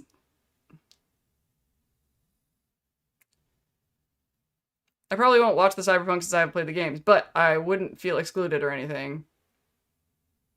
It wouldn't I'm just hoping it wouldn't tank It wouldn't hurt the Fallout stuff. Like, what I would be afraid of is that people would see me post the Cyberpunk videos and be like, well, she doesn't talk about Fallout anymore? Because, yeah, I have a Cyberpunk video on the same channel, on the Dinztopia channel, the same channel as the Benny and House video, that has, like, over 100,000 views. It's, like, one of the most successful videos I've ever made. But I don't want to put too much editorial shit in there. You know what the difference is? This is why I need both. I am in a polyamorous relationship with Fallout and Cyberpunk, and this is why I need both. Fallout is really talking about what humanity should do.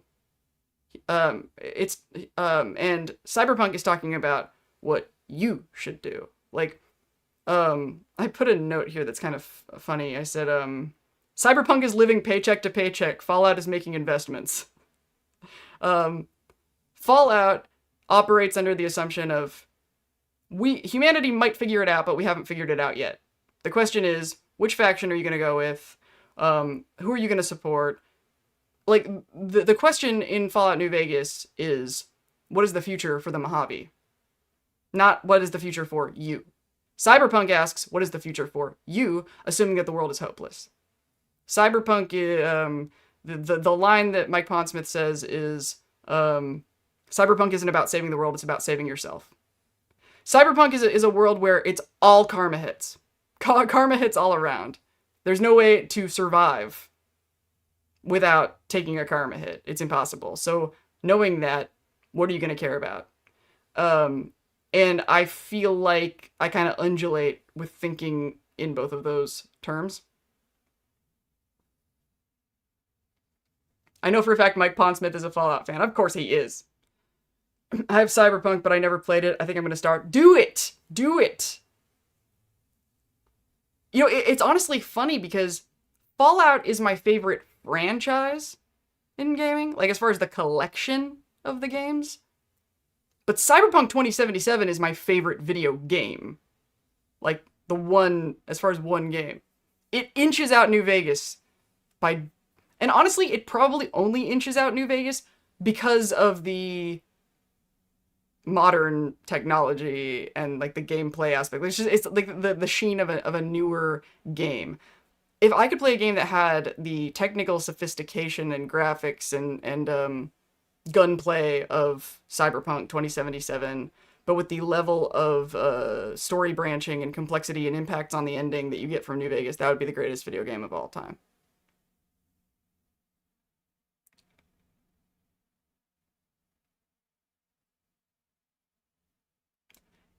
The city is going to win, but how long can you last before that happens? Yeah.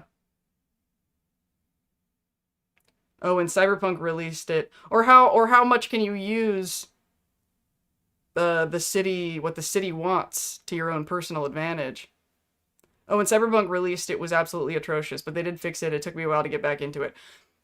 Honestly, the turnaround of Cyberpunk 2077 should be really an embarrassment to Bethesda. I feel like there's a lot of shit that Bethesda does that, you know, you can kind of look at and go, oh yeah, well, it's hard. They're up against a lot. There's a whole bunch of shit going on. But when you look at what Cyberpunk did when Phantom Liberty came out, compared to, like, the way that it launched and all the problems, and then everything that they fixed, everything that they revised, everything that they, and how good fucking Phantom Liberty was. Oh, I don't want to spoil anything, but okay, so Phantom Liberty is the expansion of Cyberpunk 2077, and if you love how in New Vegas there's no clear right answer, it's just like, which wrong answer are you the most okay with? If you are interested in that, Phantom Liberty, there's no solution that you will feel good about. It really just depends on... Oh, I wish I could go into more detail. But it really makes you ask yourself about your values. You know? It fucked with me. I really can't believe what I decided to do. If you had told me where it was going, and I'm like, by the time you get to this point in the game, you're gonna make this choice, I would not have believed you.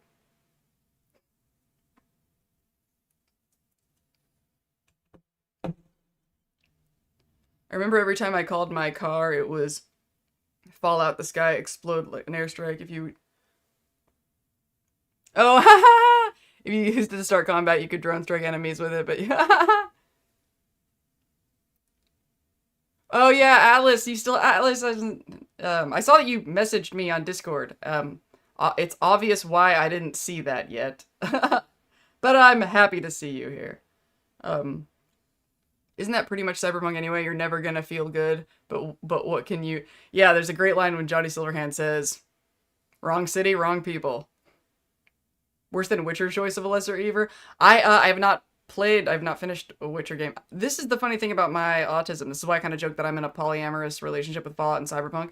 I've actually played a very, very narrow amount of games, because once I play a game that I like, I just play it over and over again. I have played through Cyberpunk so many times that I don't know. I'm thinking around 5 playthroughs. And I still have other plans, because my next plan for my next Cyberpunk playthrough, because I've never done this, is asshole playthrough. Because I have rejection-sensitive dysphoria, so even when I'm playing a video game, if I say something that pisses somebody off... Like, a lot of people play these games and they, like, because they get to be an asshole and they don't get to be one in real life. I have no desire to be an asshole. That's not a fantasy of mine. I want to be liked. So... I've never... So even though I've played the game a gazillion times, there's a lot of dialogue options. I pick the same thing every time to be polite. And I want to do a playthrough to see what happens if I'm a fucking dick the entire time. It's just the one thing I haven't done yet. I haven't played a lot of video games, but the ones I've played thousands of hours of. Yep, that's me. And even then, the ones that I play the most, I still don't play as much as a lot of gamers. Like, a lot of people in the gaming community, y'all are just, like, constantly playing video games. And it's not that, like, I'm above that. No. I literally can't. My brain... Playing video games is hard for me. I've talked about that. There's a video, I say, like, dyscalculia in Fallout or something. The thumbnail says, "Hey, Todd, we're lost."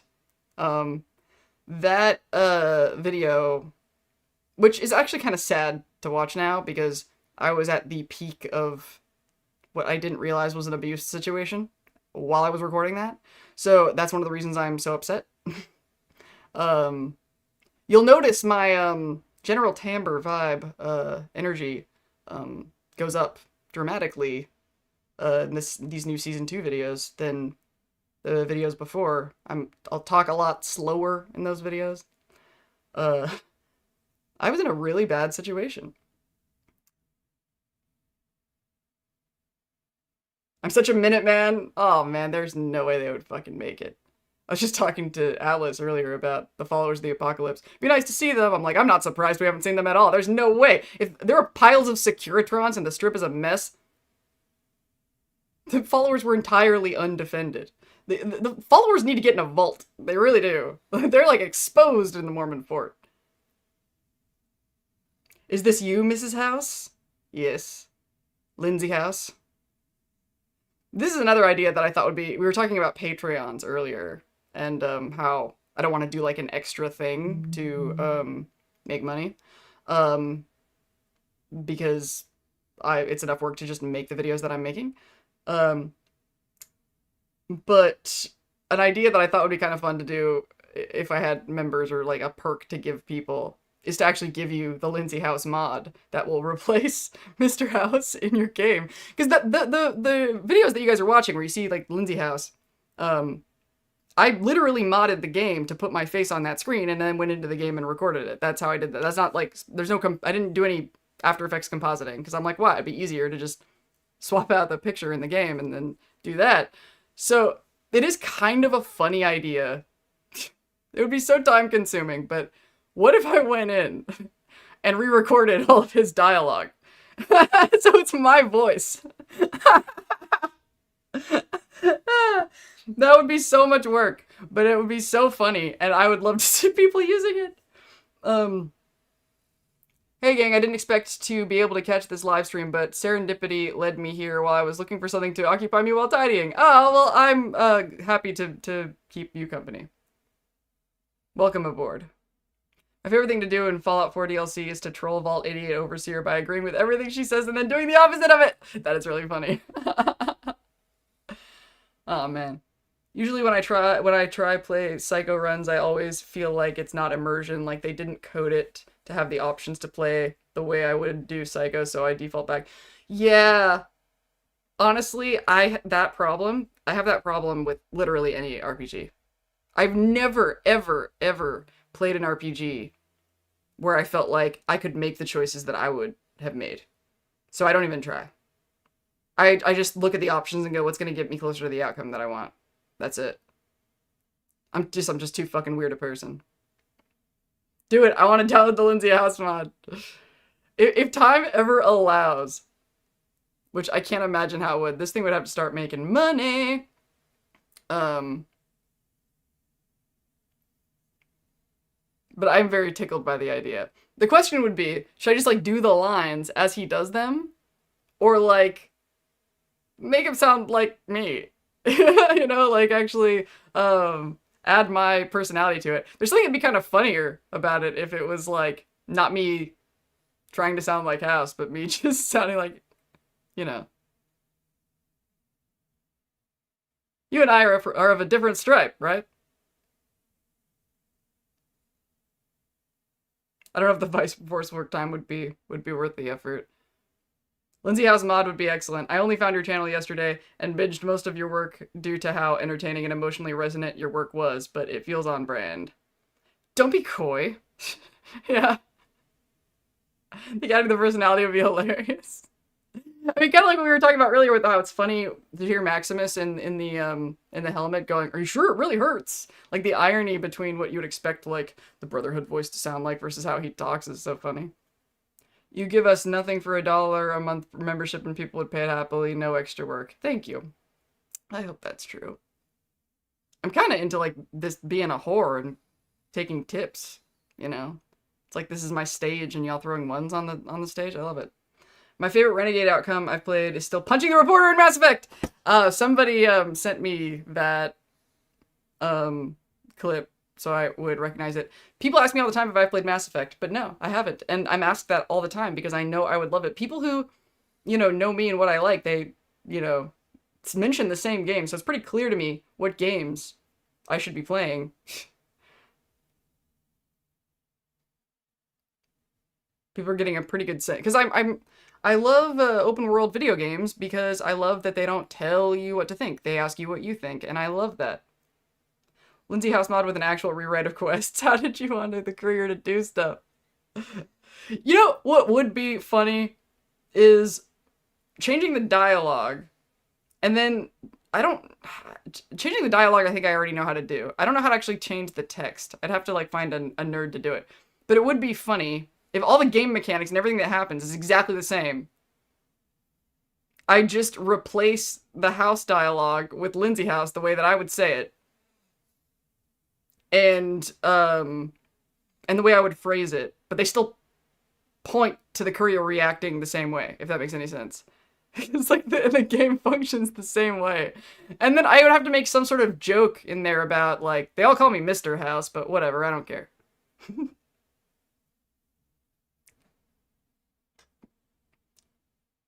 I'll do $1 a month, no problem. Man, wouldn't that be cool if everybody did $1 a month? Oh, no, I'm starting to sound like a Wikipedia ad, being like, if everyone would just donate $1 a month. I love Wikipedia. I've donated to Wikipedia a few times. I want that thing to keep going. But the way that Wikipedia manipulates your emotions is exactly the kind of shit I was saying earlier that I don't want to do. Me too, I've never joined a channel's membership before, but I'd pay $1 a month to join this one. So should I enable membership and be like, if you are a member, and then all I have to offer is putting the list of names. I see people do that all the time. They put the list of names in the credit. Ooh, that actually reminds me of a question that I wanted to ask. This is probably a stupid question. This is probably obvious. If I, somebody says a comment that I like. They have this warning at the beginning of the disclaimer saying, like, if you leave a comment, you're dropping shit on my lawn, I reserve the right to do whatever I want for it. But that is mostly for people who leave comments that I don't like. Just so they know that they aren't safe to say whatever they want without me doing whatever I want with the comment. But when it comes to the people that are actually nice to me, I actually care a little bit more. And sometimes I'll see a comment and then I'll be like not sure if I should screen grab it or call it out because I didn't like ask for their consent. But then I'm like, well, maybe I'm overthinking about it because maybe they would be just stoked to see their name and their comment on the screen.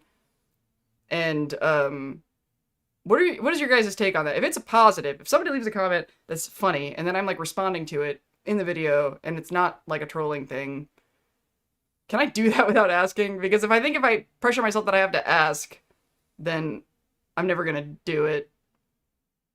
But I think it would be a fun thing to do. I actually really love giving credit for things. I also would like to reference other YouTube videos. Like when I was gonna do like the full Deathclaw thing, I kind of got that idea watching somebody else's video about Deathclaws. If they leave you a comment, it's yours now. Ha ha ha. Yeah, they put their screen name. People pick their screen name and they leave comments knowing that's why you put screen names and not your real name, right? I don't know. It's probably a silly question, but I feel better for asking. You should do a video of comments you would like every once in a while. I don't think anyone would mind. You don't need to ask. Yeah, it's not a private message. Fire away. Good point. I think if someone leaves a comment, there's somewhat of an expectation of a response anyway, so you're fine. Comments are public, so if it's not being mean to them, I don't see the problem. Cool. I think people would like that. Same, I'll pay $1 or $2. I honestly don't actually care about the names or whatever. Just don't want to lose your content. The economy sucks for all, but I am medically retired vet, so I'm more stable. Thanks! Thank you for your service. Do you hate when people say that? I'm trying to be nice. I don't know. I mean, there could be one of those things like when somebody dies and everybody goes, sorry for your loss, and it's actually really annoying, but everybody's trained to say that. One person I follow ends each video by highlighting the best comments of the previous episode.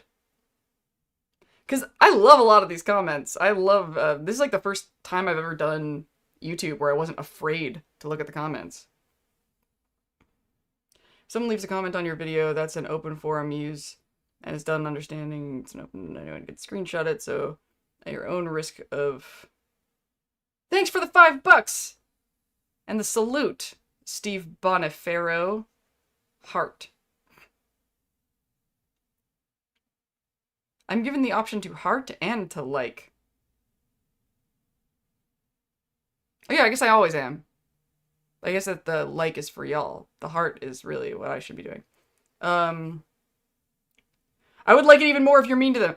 I'm glad you brought that up, because that was another question. This kind of goes back to earlier when I was saying, that, like, what are we gonna do about trolls? Like, we can't, not trolls, lore thumpers. Lore thumpers and trolls, I feel like, are different. Because... Let me tell y'all what happened not that long ago. I think I need to take another... I have ADHD, and I think I need another booster pill. I have these little 5 milligram Adderall boosters.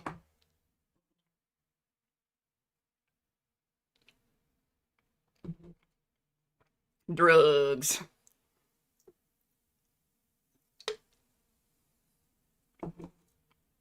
Prescription. I don't know if it's gonna affect my monetization to be like, oh, she was doing speed on camera. Well, medication.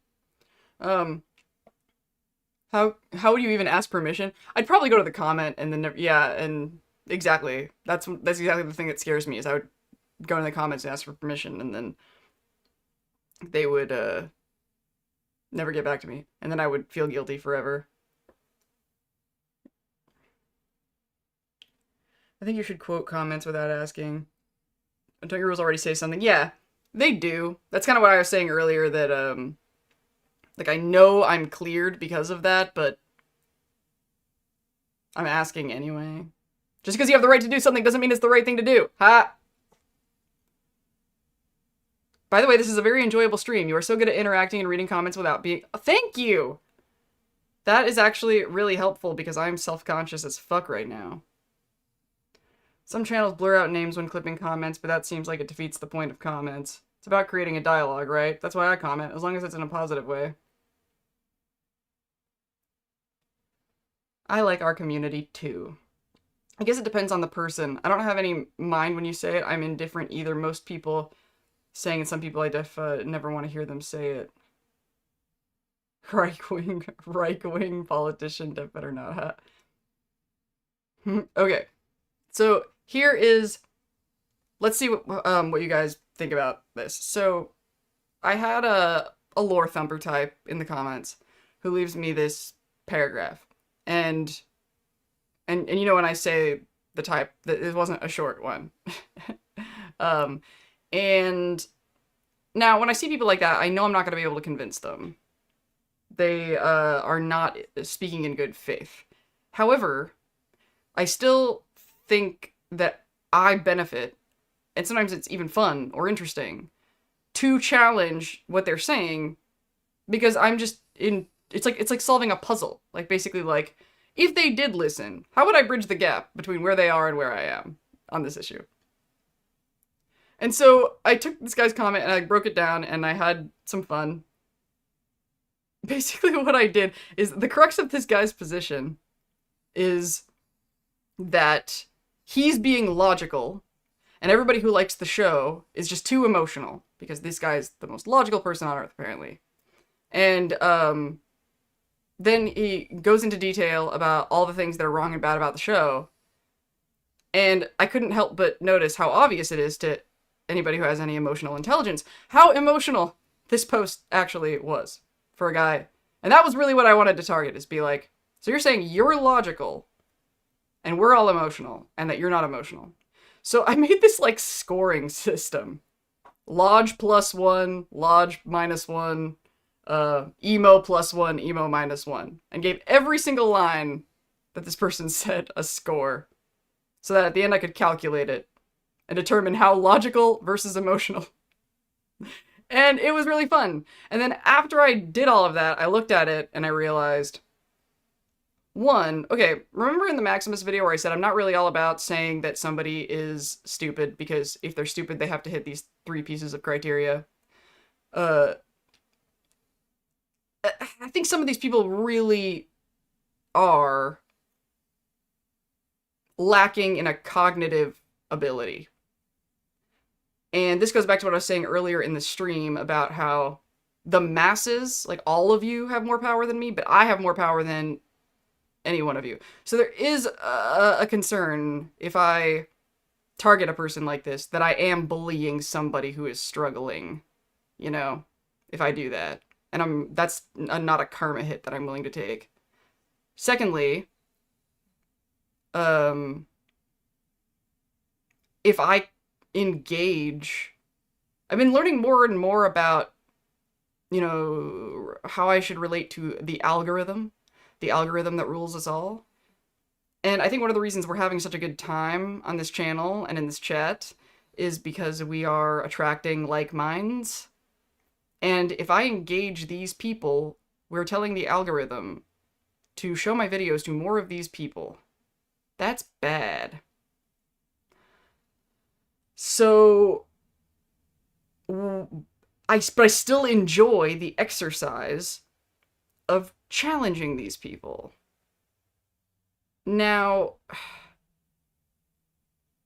what if, without screen grabbing their name, because then that would become like bullying behind their back, but maybe if I am moved to do such a thing again, I could just not reply to the comment with it and, like, share it with y'all later. And then I really am covered by that disclaimer. I wouldn't share their name because that wouldn't be the point. But we might, you guys might be entertained by seeing what I would have said. Even though I don't know if it's, like, less magical if I didn't actually say it to the person. But I'm not sure if I'm okay with the karma hit. I think what I need to do is, when I see comments like that... Ooh, can I tell you guys about a comment that made me so mad? The first person I've... Not the first person. The second person that I've, like, blocked. Let me read your comments first. If you waited for permission, it might be relevant by the time you post. Seconding the person who said you're good at doing the stream stuff. Thank you. You give me a definition of lore thumper. I call myself a lore nut. A lore thumper is a spin-off of the term Bible thumper, which is basically like if somebody doesn't like what you're doing or saying, and their core reason of why you are wrong objectively is because of what the lore says. So that's what I mean by lore thumper. It's somebody who tries to overpower you using the lore. Like Quintus, like I said that Quintus was a codex thumper when he told Maximus, you know, that being that wanting to hurt another brother is wrong, or when Harkness was justifying killing the ghouls by saying, you know, the codex. Like if people just say it's wrong because that book says it's wrong. I also say dictionary thumpers sometimes, a lot. And that is when people are like, you know, the dictionary defines this word in this way. A lot of autistic people are dictionary thumpers. Like, you're using the wrong word to mean this thing. And it's like, it's one thing to care about the definitions of words and to care about the lore. It's different to use it to overpower what somebody is saying or to just have no wiggle room for interpretation or flexibility. Like, even people who don't respect gender queerness, you know, or like, a man is this, a woman is this. That's a form of dictionary thumping. And what I hate the most about dictionary thumping in those kind of terms is, it's like these people forget that humans wrote dictionaries and update them. So if there are a bunch of real people in the world, it's like, you have to ask yourself, what is more real? The word woman and the definition of the word woman, or an actual woman standing in front of you? Which is more real? So if an actual woman in front of you says something that she's having a certain experience, and you don't think that's as real as that book, and you're like, no, you need to change your experience to match this book, that is nonsense. Like, the last time I got a dictionary thumper comment, they didn't have the back and forth with me. I might have ended up blocking this person, but they, I think they were going into it with gender stuff, and I was like, can I ask you a question? Can you tell the difference between the word tree and an actual tree? Let's start there. Okay? Because there's a lot of people out there standing in front of you saying, I exist. And you're like, nope, not according to the fucking books. Like, we have to respect the reported direct experience of real human beings and not squeeze them into frameworks. The idea that a person is more pliable and bendable than a framework, than a word, than a definition, than a construct, is literally traumatizing the world, and I'm not exaggerating. Like, I'm a person who suffered, you saw the picture, I'm a person who suffered from identity disturbance for most of my life, because I was trying to squeeze myself into these frameworks. And like I always say in my videos, reality always wins. Gay.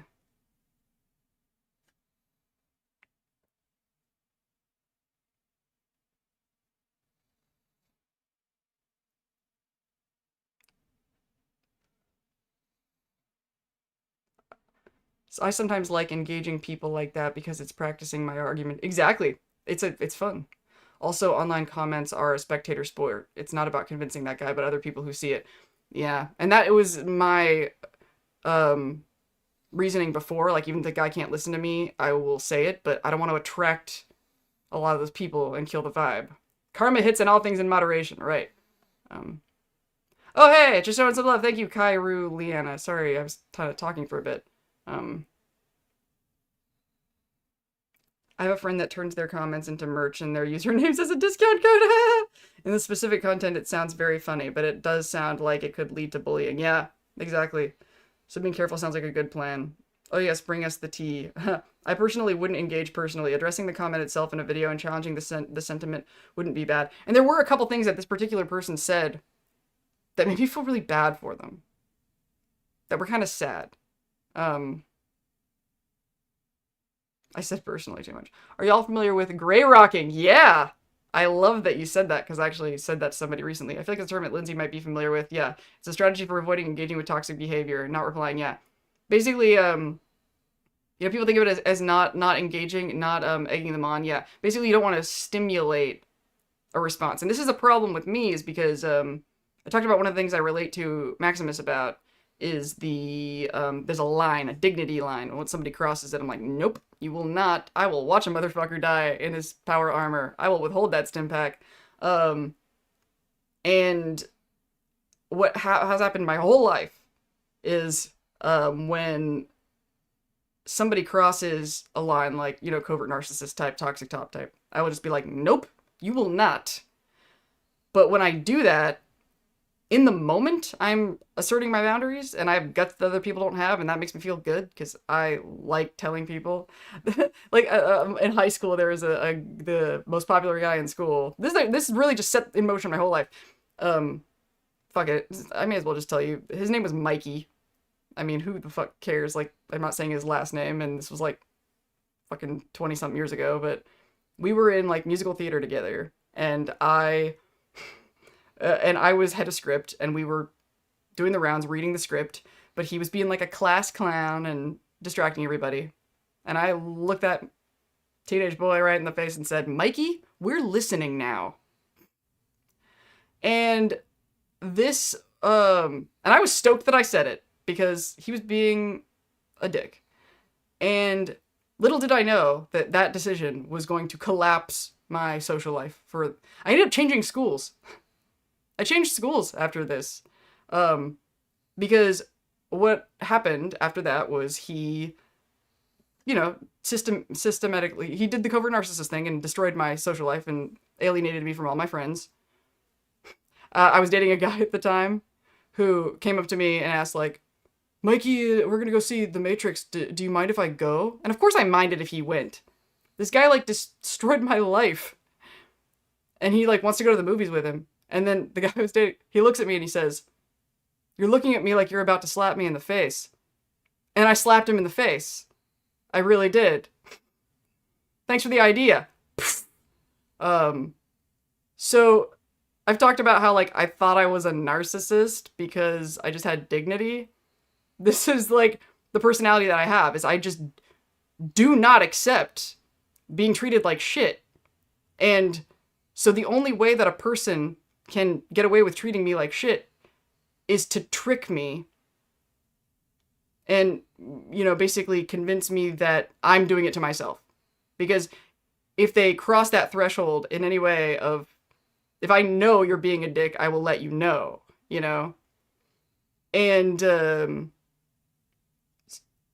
so the problem is when I do that, and this is what I could be in danger of doing if I don't make the right moves in the comments, is, yeah, it's really entertaining watching me knock a motherfucker down a peg, but I could be in real danger. Like, I'm protecting myself in the moment, but there's no forethought. It's reactive, and I'm trying to get better at that. And as much as I'm like, I really enjoy being the person that doesn't fucking take it. I really do. But I have to ask myself if it's worth it. Oh yeah, and another thing, going into the sort of themes that I talk about in the video that I learned from that, Mikey, we're listening now thing, is I watched him bully other people, and I watched other people watch what happened to me and do fucking nothing. So toward the end of the school year, he targeted somebody else, isolated her, same shit, and was all of a sudden really nice to me again, because now, I wasn't the target anymore, and he was popular, and he learned that, people would come crawling back to be friends with him again. And I told him, Mikey, it's great that you're being nice to me again, Cool. I still think you fucking suck. We're not friends. We're never going to be friends. I saw what you did to me. I'm seeing you do it to other people. And I don't give a shit how polite you are to me now and how popular you are. You suck. Like, but that is the kind of trauma, because there were a million of it. This is just like high school, but there were many more situations in life where, and that's why when you see in the videos, why I was so mad at Lucy for leaving the ghoul on the ground, and why I'm so mad at Chet for taking Stephanie's shit, you know? Because the world is so mad. The world is so defensive and so shaming and so crushing of hostility and anger. But everyone who's passive gets a pass, and I don't like that, because Stephanie's and Mikey's are powerless without people who give them power. They have nothing other than your obedience. And we need to start fucking disobeying. Like, it just made me so fucking lonely. Like, I was just like, why is it that I don't have friends unless I take shit? And I just refused. That was the thing. Okay, in the Maximus video, I said, I was in, like, the situation 3 times, and I learned what I care about more than my own life. But I didn't actually explain what that is, that I learned I care about more than my own life. And what I care about more than my own life is my authenticity. This comes from a lifetime of identity disturbance. The epiphany that I sort of came to was that if I'm not alive as myself, I would rather not be alive. So I'm going to figure out how to survive, how to make money, how to express myself, how to not be silenced, how to not be subdued, and say what I really think. Or die trying. That's it. Like, I will not get back in the vault. I won't. Because if you're not alive as yourself, if you spend your whole life with fucking one of Robbie's mind blowers in the back of your neck, then you were never alive. You were just an extension of somebody else's life. They live, we sleep, right? If I'm not alive as me, I'm not alive. That's it.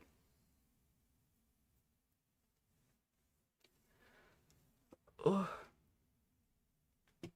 I like to joke that finding a synth component on a dead settler or faction member doesn't prove they're a synth. It just proves that they had a synth component in their pocket. Actually, on the topic of synths, I can tell you some of the ideas that I've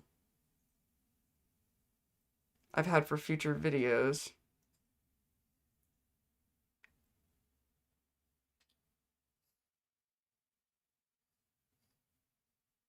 Oh, Carable Snarky says, a lot of lore thumpers I've seen don't actually know the lore that well. That actually raises an interesting point of something that I wanted to say about lore thumpers is, yeah, they're not really protecting the lore most of the time. They're protecting the aspect of the lore that they are the most personally attached to. And they are cherry picking. So there's some aspect of the lore that they are very attached to. They see the show that contradicts or updates or replaces something in the lore that they were attached to. Therefore, the show is bad. And has bad writers. Like, it's sad.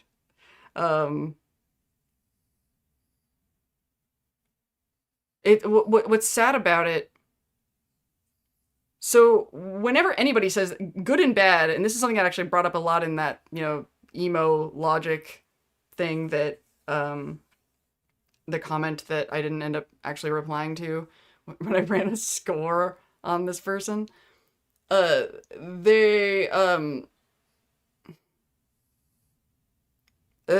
need to take another 5 and jump up and down, and I will be back and percolate on this thought, because there is something about the lore thumpers that this is a lot for me doing a live stream. I think I'm enjoying myself, but I'm getting used to it. My nervous system is kind of trying to shut me down, but I really want to keep going, so I'm going to take another break, but I'll be back. Yeah, there's 36 people. I hope nobody just leaves, but I need to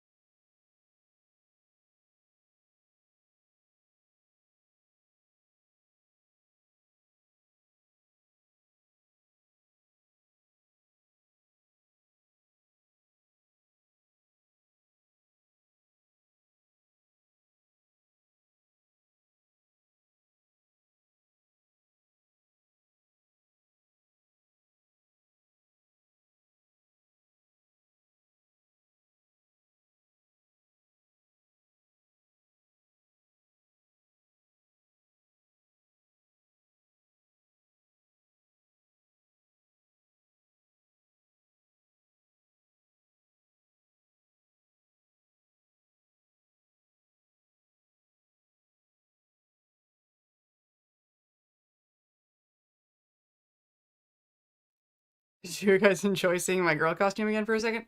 Okay, so while I was on break, me and my autism and my ADHD had a meeting. And basically, my ADHD is having a great time. Wants more stimulation, of course. God, ADHD is never satisfied. What a toxic top. Um, and my autism was like, hey, Lindsay, can we please, before you start talking, can we pre-render the thought?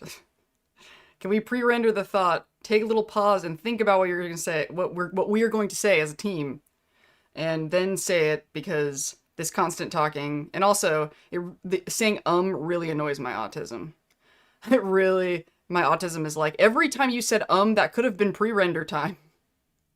Um, so let me catch up on chat.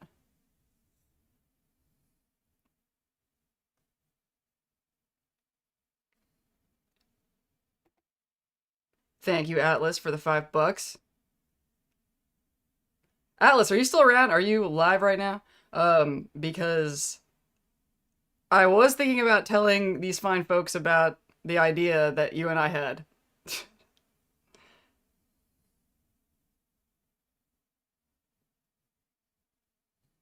Oh, thank you, Bubble, on big ups for the fun convo. You're doing great, and your videos inspired me. That's very nice. Um,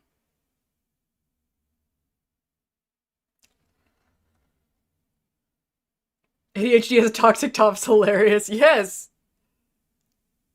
And the autism is a fucking bumbling bottom. Well, the autism, though, draws that hard line.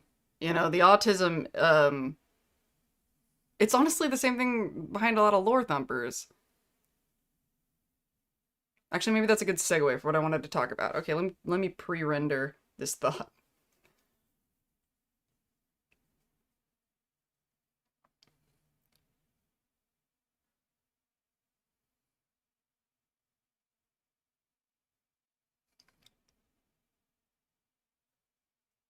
Quick bite of my yogurt will mute the mic for this.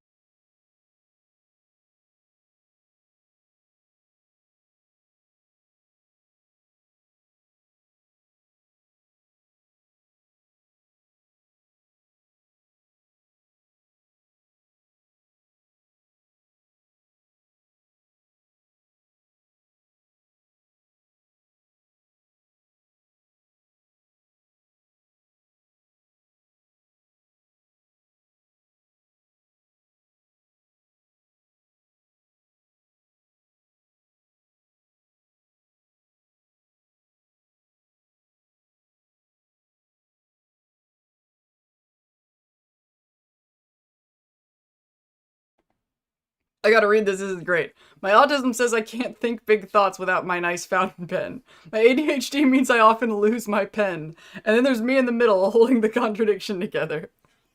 That is classic. Dude, I've gotten my ADHD to play really nice as far as like knowing where my stuff is.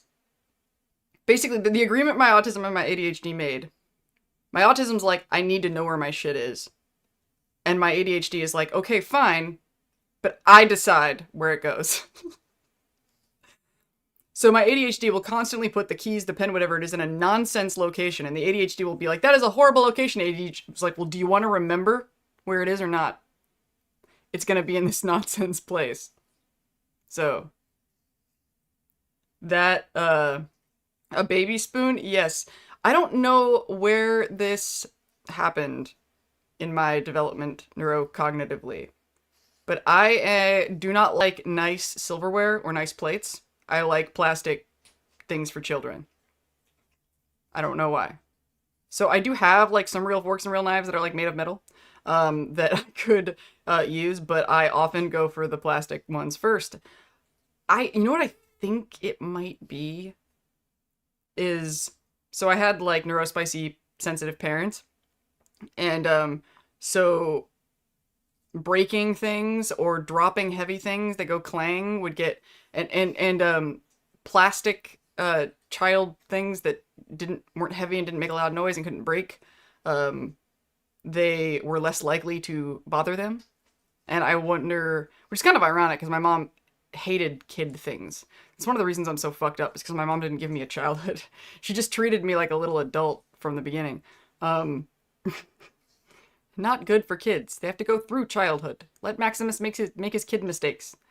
Um, but I think I have some sort of association that plasticware is safer. Thanks for inspiring me. Do some streaming. I'm doing it. Thank you. Um, this is really nice. I'm also eating out of Kid's Place. Arfid, I have Arfid as well. Oh my god, Arfid represent. So I'll tell you a fun like Arfid thing. This thing that makes me crazy, and it's actually really frustrating with women because I don't like eat anything, and most of my diet is Soylent and Huel. I mix. I have a concoction, of meal replacement that I eat because of Arfid, and it's great when you're hanging out with other dudes because they're like, you're not gonna eat that, cool, and they'll eat the rest of it and they don't care. But women, this is, and when I in this context, I'm talking about the socialization of women, um, are very shamed about food and eating, and whenever they eat anything, they feel like they're eating too much, and they don't like being seen eating. So girls get really, really uncomfortable with me when I'm not eating, and it's tough for me because I know where it's coming from, I understand it, and I want to be sensitive to it. But I got trauma with the ARFID too, with everybody being judgy and weird about how I don't eat, you know? So it's like the fact that I have to tiptoe around your sensitivity and my sensitivity about being treated weird for eating weird. You know, this is the kind of shit that gives me trouble with dating because being on the masculine side of the dating spectrum, women sort of have an expectation that I'm gonna be a man and that, you know, they're gonna be emotionally vulnerable and I'm gonna be able to take it because I'm a man, and if I don't take it, then I'm another emotionally unavailable, you know. I basically have to prove I'm not one of the assholes. And so sometimes there's a lot of emotional labor with little things like that because I was socialized as a woman too. I was shamed because of my eating habits too. Uh, but there's still this, you know, expectation that if I feel any feelings, you know, ah, um, ARFID is a thing.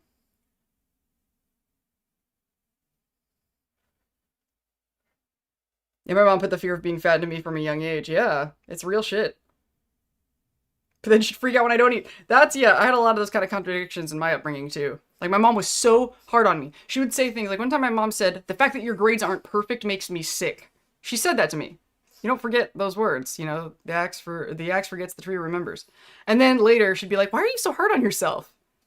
I fucking wonder.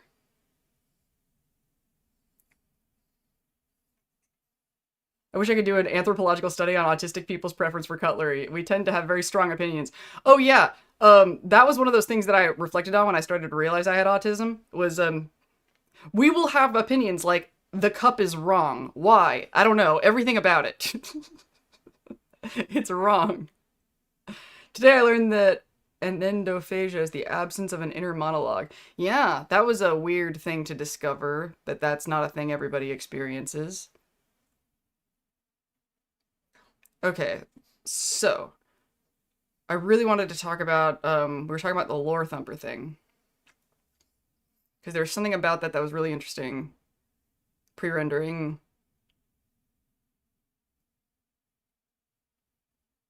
So I pretty much made it clear in the last video that I think that a lot of lore thumpers are undiagnosed autistic people. So this is actually a decent segue. Um, and they're kind of going through what Reg is going through, where they feel that there is something wrong, that they deserve to be treated better, but they, and that there's a need that's not being met, but they don't understand what that is because they're in the vault, so to speak.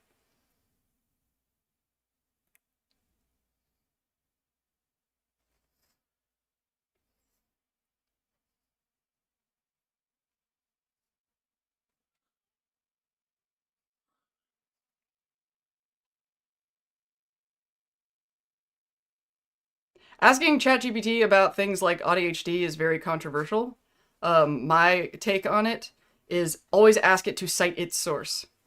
I call ChatGPT every dude. That's my nickname for ChatGPT, because that nickname reminds me to think of ChatGPT as like, yes, it has the knowledge of every dude, but nothing that it says should be taken any more seriously than the word of one dude. Sometimes just asking some dude is fine, like, are overalls in style? It doesn't, who cares? But if you're asking a question like, do I need to bring my passport to the airport when I go on this trip?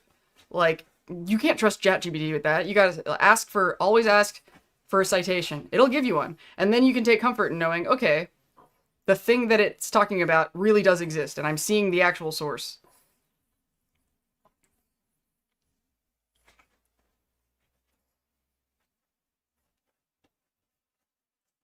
Peg, stop. Um,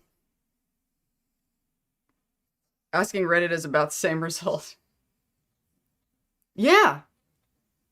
You know, a bunch of people in the comments say yeah, it's just the word of some dude.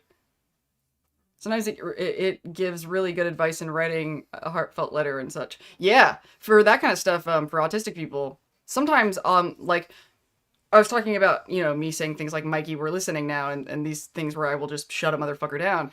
And sometimes I'm like, I feel totally just in shutting this motherfucker down, but will it yield desirable results? You know? And then, but if my nervous system is activated, I'm triggered, then I don't really have access to saying things politely.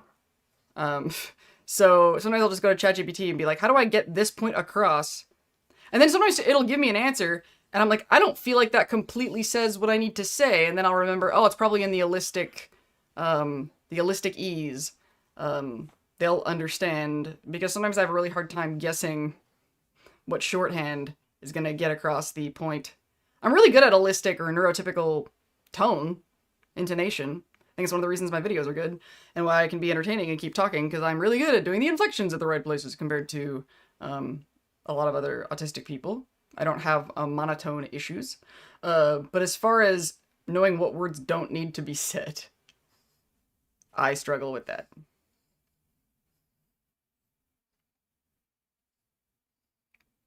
Yeah, I mean, after you find the source, after you find the citation, then you have to decide how much you trust that particular source.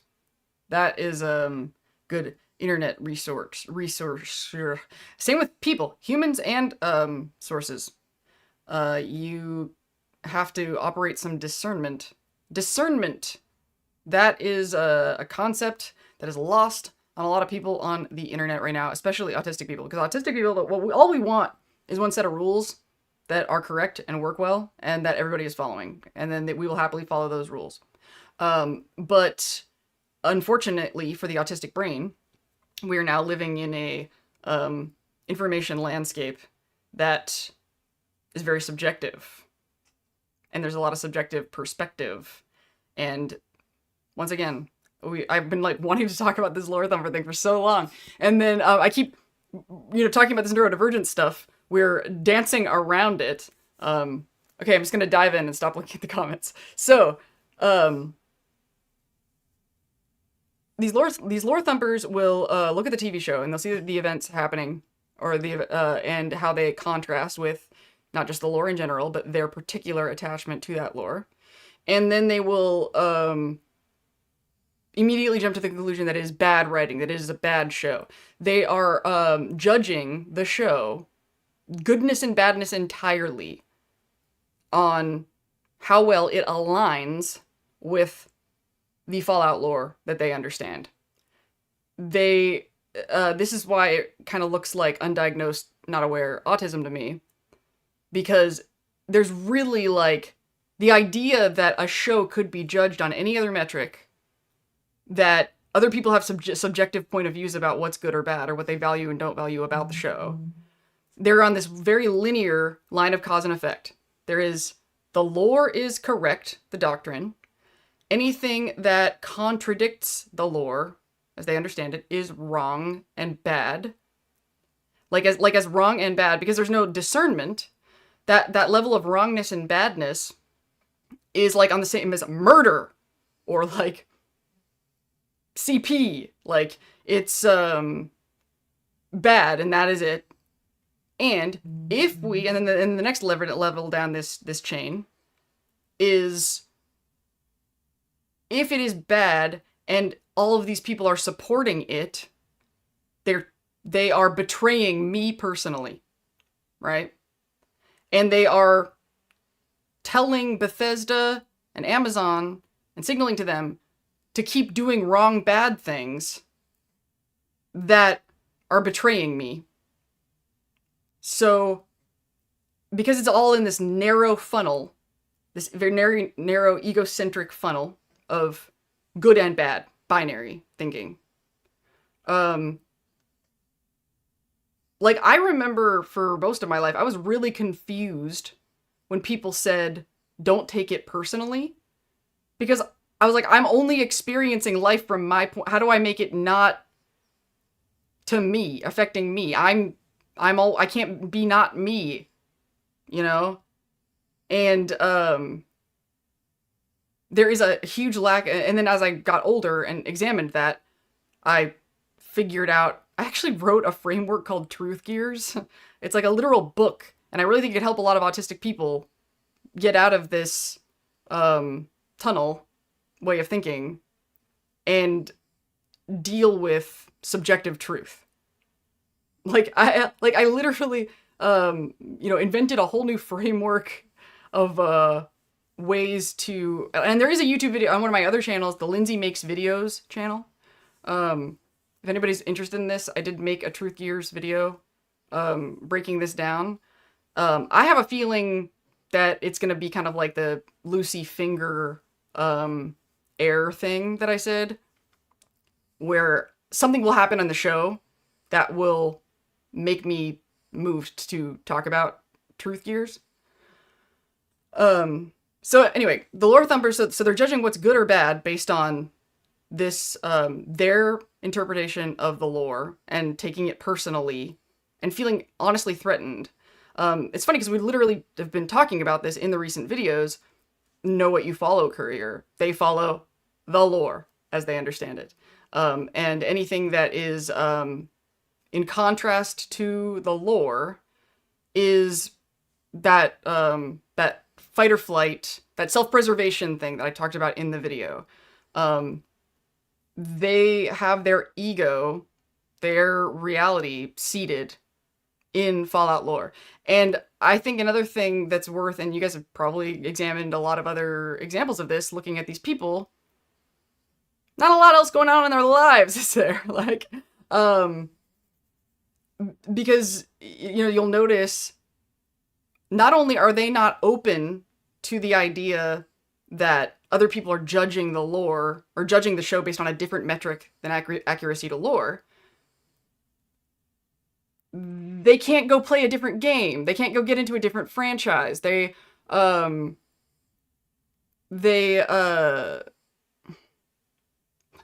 these ideas that I had to reply to one of these snarky comments was, this is a person I blocked. I was going to talk about this earlier, and then I branched off. This person was saying a lot of cruel shit. Not cruel, but just the last thing they said was cruel. And they were talking about how the show had bad writers, and they were criticizing all these things. And I was going to write them a comment being like, when I watch a TV show, if I have ever watched a TV show and come to the conclusion that it's going in a direction that I think the writers are actually bad, like I think there's actually bad writing, here's what I do. Number one, I stop watching that show. Number two, I do literally anything else on earth other than watch YouTube videos about that show. Number three, I find myself whisked away 1,000,000 miles away from leaving a comment about a YouTube video on that show. Like, the lack of perception of options outside of arguing. Like, to look at all of the vast things that you can do in life, especially if you have an internet connection, and be like, the most worthwhile use of my time is to be a one-person protest army against a TV show breaking the lore of a video game that I like. Like, that looks like monotropism. That looks like autistic shit that they don't know.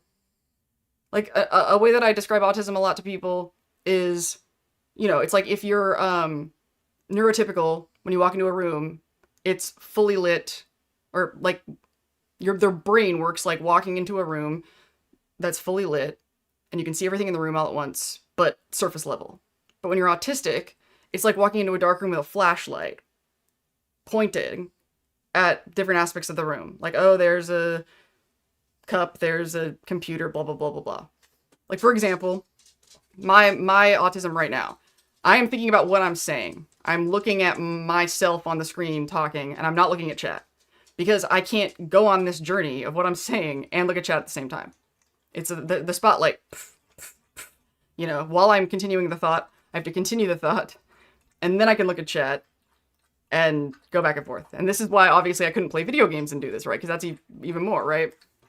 So when you know you have autism and you know it's happening in your brain, you learn to point the flashlight around.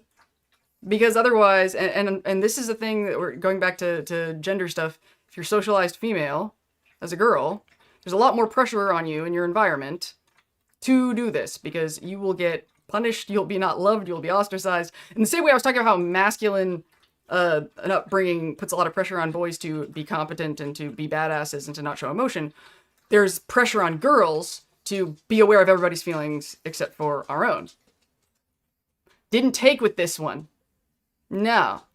I was doing the flashlight thing, and then I was getting in fights. I couldn't keep the inner dude couldn't be contained. Reality always wins. The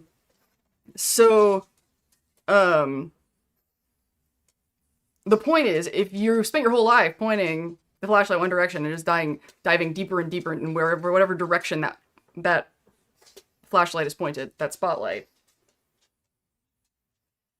your brain doesn't open to like everything else is dark.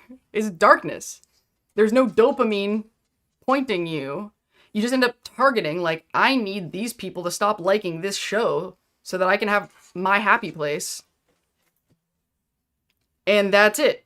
And if anybody tries to explain, hey, there's a whole other world outside of where you're pointing this flashlight, they don't listen because they don't trust you.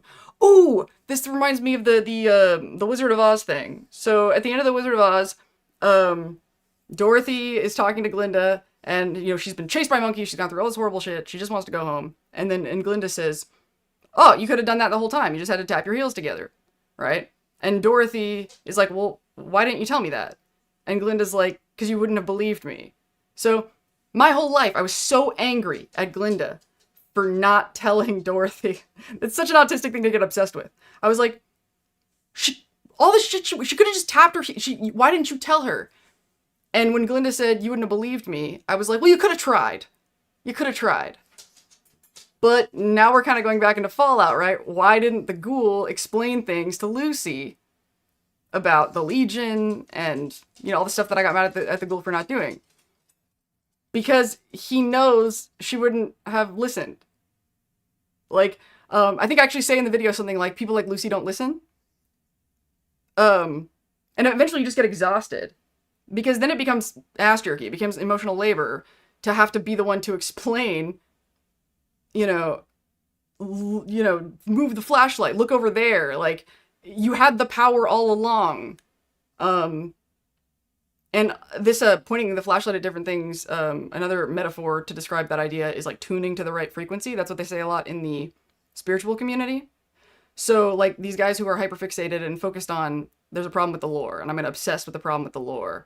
They could tune to, a different bandwidth of what they're paying attention to or what they're looking at, to see that there's more outside of that narrow tunnel.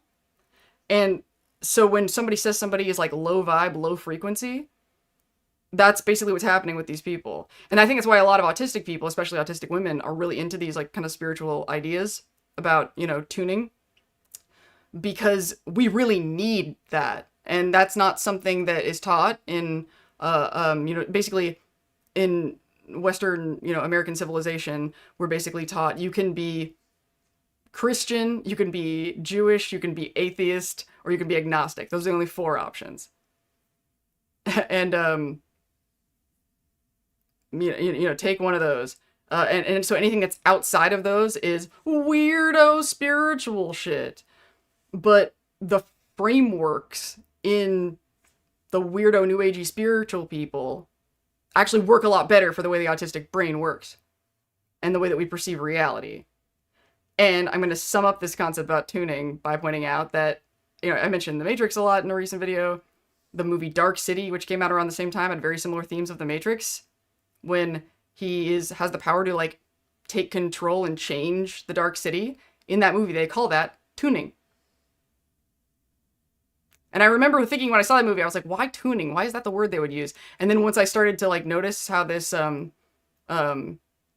perception changing your reality thing, I was like, oh my god, that's the perfect metaphor. Because you're not really creating anything magical. It just, like, when you tune your attention in different directions, that makes your brain is responding to different stimulus, you're giving off different energy, you're giving off a different vibe, and that vibe is impacting your reality and has a ripple effect, and it expands your life, and it changes the shared world. So, like, the idea in Dark City that everybody's being like, he learned to tune, and how scary and threatening that is to... Because basically, the covert narcissists, the Stephanies, the Quintuses, are counting on us to stay in whatever our version of the tunnel is. And because when we're in there, we are predictable. And when we're predictable, we can be controlled. And that's why it was so great when Norm introduces chaos. And, basically doesn't know what he's doing yet, but it's just making them not in control anymore. That's it. Just shaking off the bondage. Another great movie that came out recently that played with this idea is Everything Everywhere All at Once. In Everything Everywhere All at Once, the way that you are able to access versions of yourself from different timelines is to just do the most improbable possible thing. And it's silly and it's played for laughs in the movie, but they're onto something. Sometimes the best thing you can do is just something else. Just step out of line. Do weird shit, like get on an elevator and instead of facing the door, face everybody else.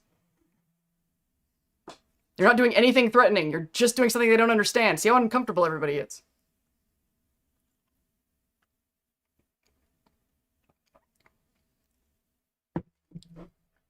Okay, so I'm going to look at the comments now. And after that, because I want to put a pin in this thought, I want to contrast my metric for judging the Fallout show, whether good or bad, and how it contrasts with the lore thumper approach. Learned another term can be window of tolerance. That's about stimulation instead of perception, but it's a very important concept. That's actually an example I talked about in the Lucy video, how a mistake that I made in the privilege ignorance video is I said that Lucy's strength is that she had a regulated nervous system. I should have said healthy nervous system. A healthy nervous system has ups and downs. That is appropriate. You shouldn't be regulated all the time. That's not the way to go. Like, when we talk about vibration, like high vibe, low vibe, like a vibration undulates, It goes up and down, peaks and valleys. So you're gonna get dysregulated and knocked out of, and then it stabilizes, right? So, narrated by 50%. And I hate that. I hate that I said regulated instead of healthy in that video, and it's in there forever. I try to pick my words really carefully, and it's just out there. It's probably one of the most stressful things about being a content creator. It's everything you say just stays. Unless you delete it, but then it's like, I need to finish. That's why I really wish there weren't so many lore thumpers and rigid people out there, because I'm like, I can't be perfect.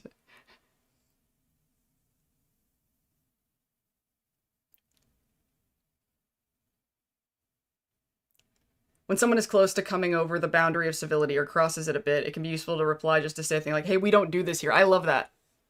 Actually, I really love we don't do this here.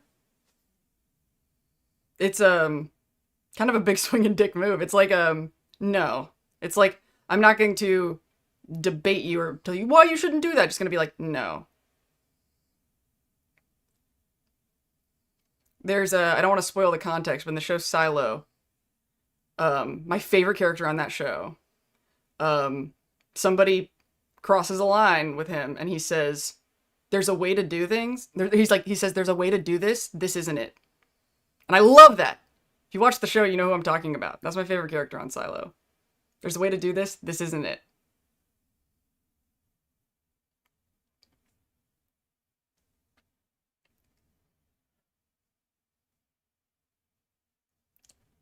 Daniel Kwan got an ADHD diagnosis due to writing Everything Everywhere All at Once. Yeah, I heard he had ADHD. And that did not surprise me in the slightest. In a way, that movie's sort of a really deep sort of commentary about psychologically what it's like to have ADHD.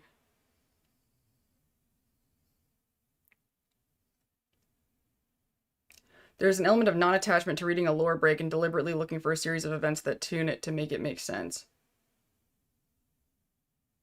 Yeah, that's a perspective. Basically, the way I look at it, ooh, now I'm going to tell you that's a good segue to what this person said that made me block them. The one that I said, the thing that they said that was cruel.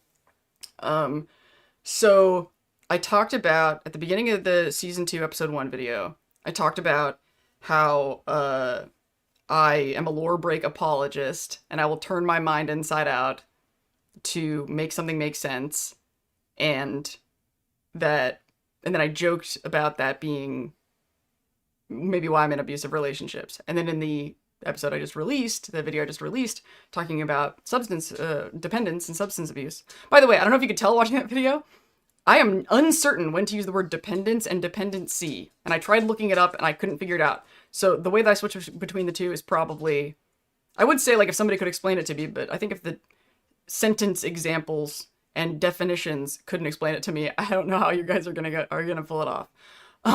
So this, that was a very vulnerable thing. Like I've been really restrictive as far as like telling details of like a lot of my personal life and a lot of abuse stuff. The only person I've really thrown under the bus is my mother, and I hate that. I don't like that. But she's my only mother. There's no, like, it's not like I can use a code name and be like this, and the fact that this person was my mother directly informs the impact. So, sorry, Mom. You should have been nicer to me. But other than that, I try to be really vague and really just talk about the impressions and the results and the lessons that I learned, and sort of in really generic terms about things that happened to me. If you guys happen to ever find me talking about anything that seems really specific, let me know. Maybe that'll be like the narcissist thing, where I have somebody go on is the person who looked at all the, are you there? Carbal Snarky, was that you that went through every fucking video? I want to try to remember people. I'm bad with names in life in general, but I hope I do a good job of remembering the people in my community that really step up like that. It was really cool seeing all the comments being like, this video is clean. Thank you. Okay, now I need to render the thought again.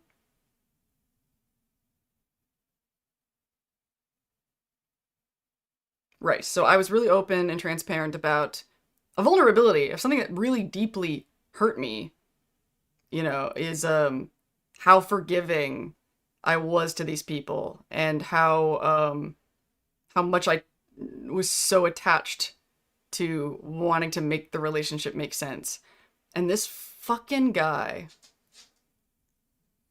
I mean, you can kind of guess what he did.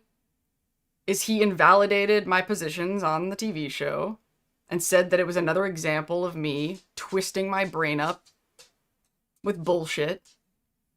Because remember that whole line that I went down earlier, right? These people, like, this is an attack. The people liking this show feels like a very real threat to these people. And I thought that was so fucked up. I thought that was so fucked up that he would take an admission of abuse that I've experienced, you know, to invalidate my position on a fucking TV show. Talk about lack of discernment. I will be. I gleefully blocked that person. That was below the fucking belt. And I think that is, if there's any message or morality or moral to Fallout, I think that it is that as humanity, we need to learn how to stop hitting below the belt. Like, we're always going to have factions. We're always going to disagree. We're always going to be competing for resources. And we're always not going to trust each other enough to, like, fully share resources freely. Without, like, I think we should have trade. We should have commerce, I think. Capitalism is a bigger situation than that. What we need to do is agree that we're not gonna fucking kill and starve each other. Like, we need to be good. We need good sportsmanship. Is what humanity needs. We need to start looking at the competition for resources on this planet and just all agree we're not going to cross a certain line because it's bad for everybody. And the fucking closest that we have ever come to doing that is dropping the fucking atomic bomb. And that's fucking pathetic. Really? Is that what it took? Like now that people have the power to fucking destroy the world, okay, let's not do that. Like, I often think about humanity as like, we're teenagers right now. We're idiots. I don't think we're gonna kill each other. I don't think we're gonna end humanity. But I think we're gonna look back. Like, it's so fun. It's funny in this society, like, our parents kind of teach us, like, you could have been living in the Dark Ages, shitting in a bucket and throwing it out the window and dying of the Black Plague. Thank God you live in this cushy-ass thing. But what I think Fallout is examining, especially through the vaults, is just because we're not fighting each other, now we're fighting ourselves. People are killing themselves. We're all anxious. We're miserable. Yay, we're surviving. We care so much more about protecting pulses than we do about protecting lives. Yeah, we can live a long time. You can be miserable the whole time, but at least you're alive. Do it for your kids. They'll figure out how to make life livable. I made their lives livable. That's my part. And we just do that every generation. That's why God made gay people. So we wouldn't have babies and we would just fucking clean up this mess. So the difference, oh wait, I'll look at comments before I render the next thought.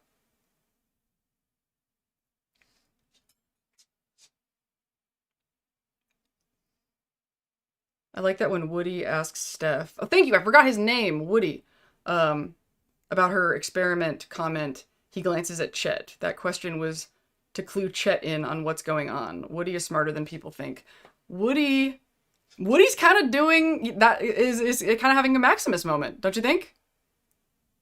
And Blevin, I know I've already talked to you about this specifically, that I think that the Jell-O mold is a metaphor for shaping to a mold, being told what to do. And he's like when Chet says, why do people like Jell-O molds more than apple pie? They just do. It's the Jell-O mold. They are in a Jell-O mold. They're being molded to the way that Vault Tech wants them to be. And if you remember, because they're such bad writers, the first episode, when the fight breaks out, and we cut to Woody, what does Woody say? Get that jelly mold out of here. That was a hint, I think, of that Woody's gonna break the mold. Now is not a time to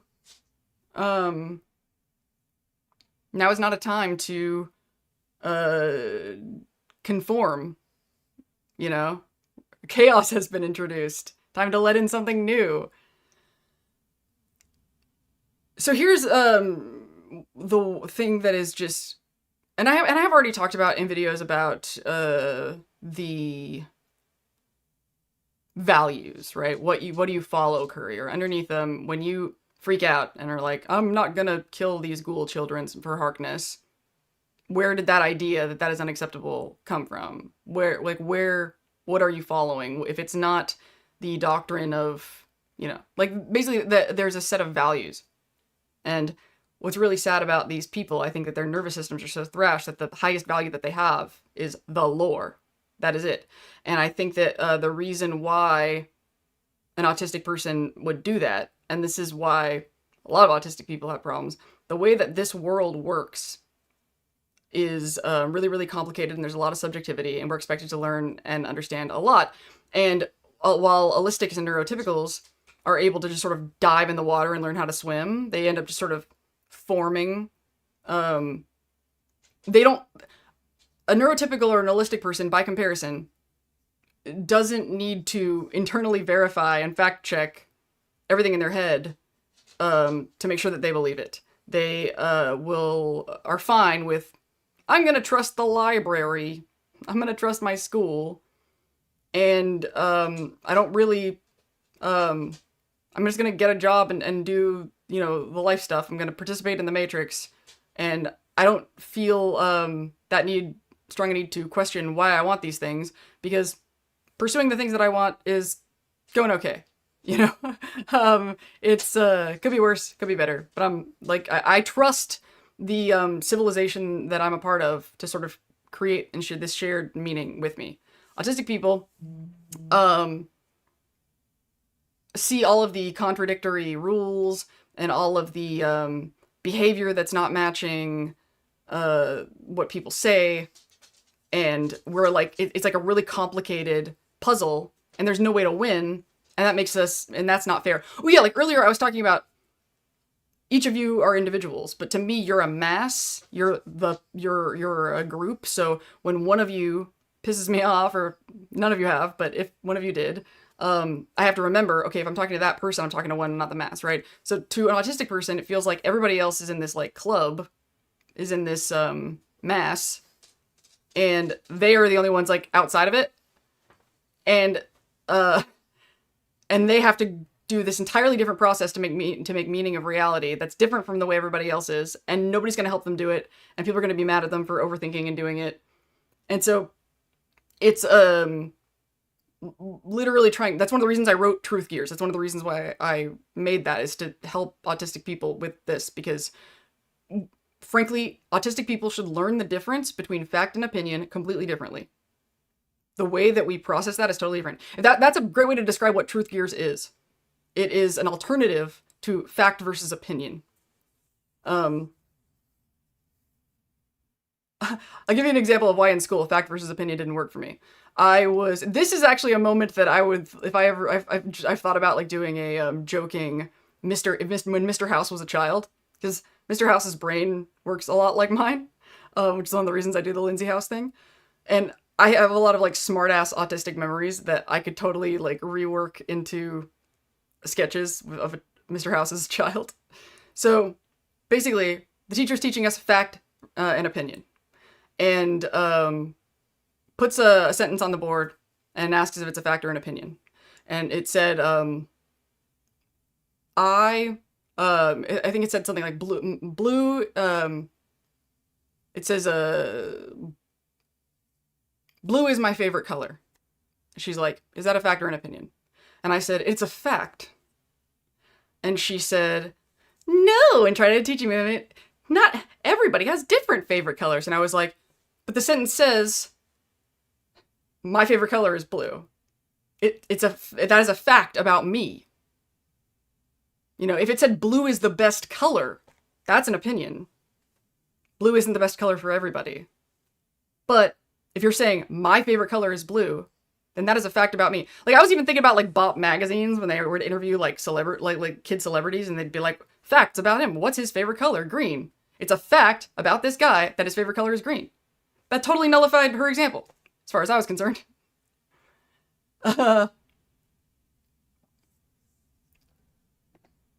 So basically, when you look at it like that, you can see how that evolves into a lot of these lore thumper arguments.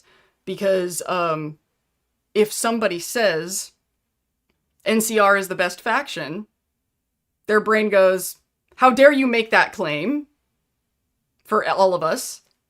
And they don't grasp that that's an opinion. You know, they're not grasping that when somebody says NCR is the best faction, it should go without saying that that couldn't possibly be true for everybody. Their brains, that's why truth gears could really help people sort this shit out. Good news, you were correct. The best kind of correct. Oh, technically correct. You're technically correct. The best kind of correct. That's such an autistic statement. And yes, I think Mr. House is totally autistic, too. And I know some people get annoyed because they're like, oh, autistic people think that everybody's autistic. That's not true. Lucy is not autistic. Norm and Mr. House are autistic. The Cooper Howard is not autistic. When Mr. House takes the dam, what's one of the first things he says? That he's gonna get the monorail running on time because he always hated the imprecision of it. You don't fuck with an autistic man in his trains.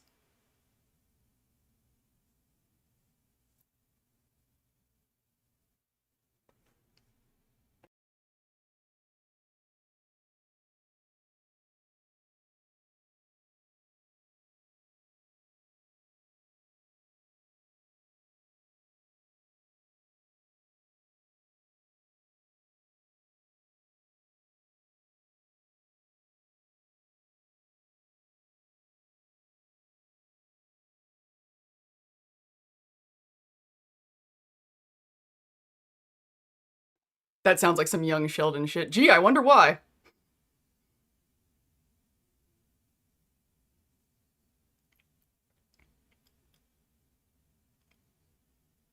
When they do not like something, it's objectively bad. That's basically what Truth Gears is trying to untangle there. And I think a lot is about the way that we are socialized. Like when I was talking about the ideas about the self and how we're not just taught what to fear, we're taught what the self is that we're supposed to protect. I could run and jump and attack hug Anarchist Artificer for saying, bringing up positive disintegration.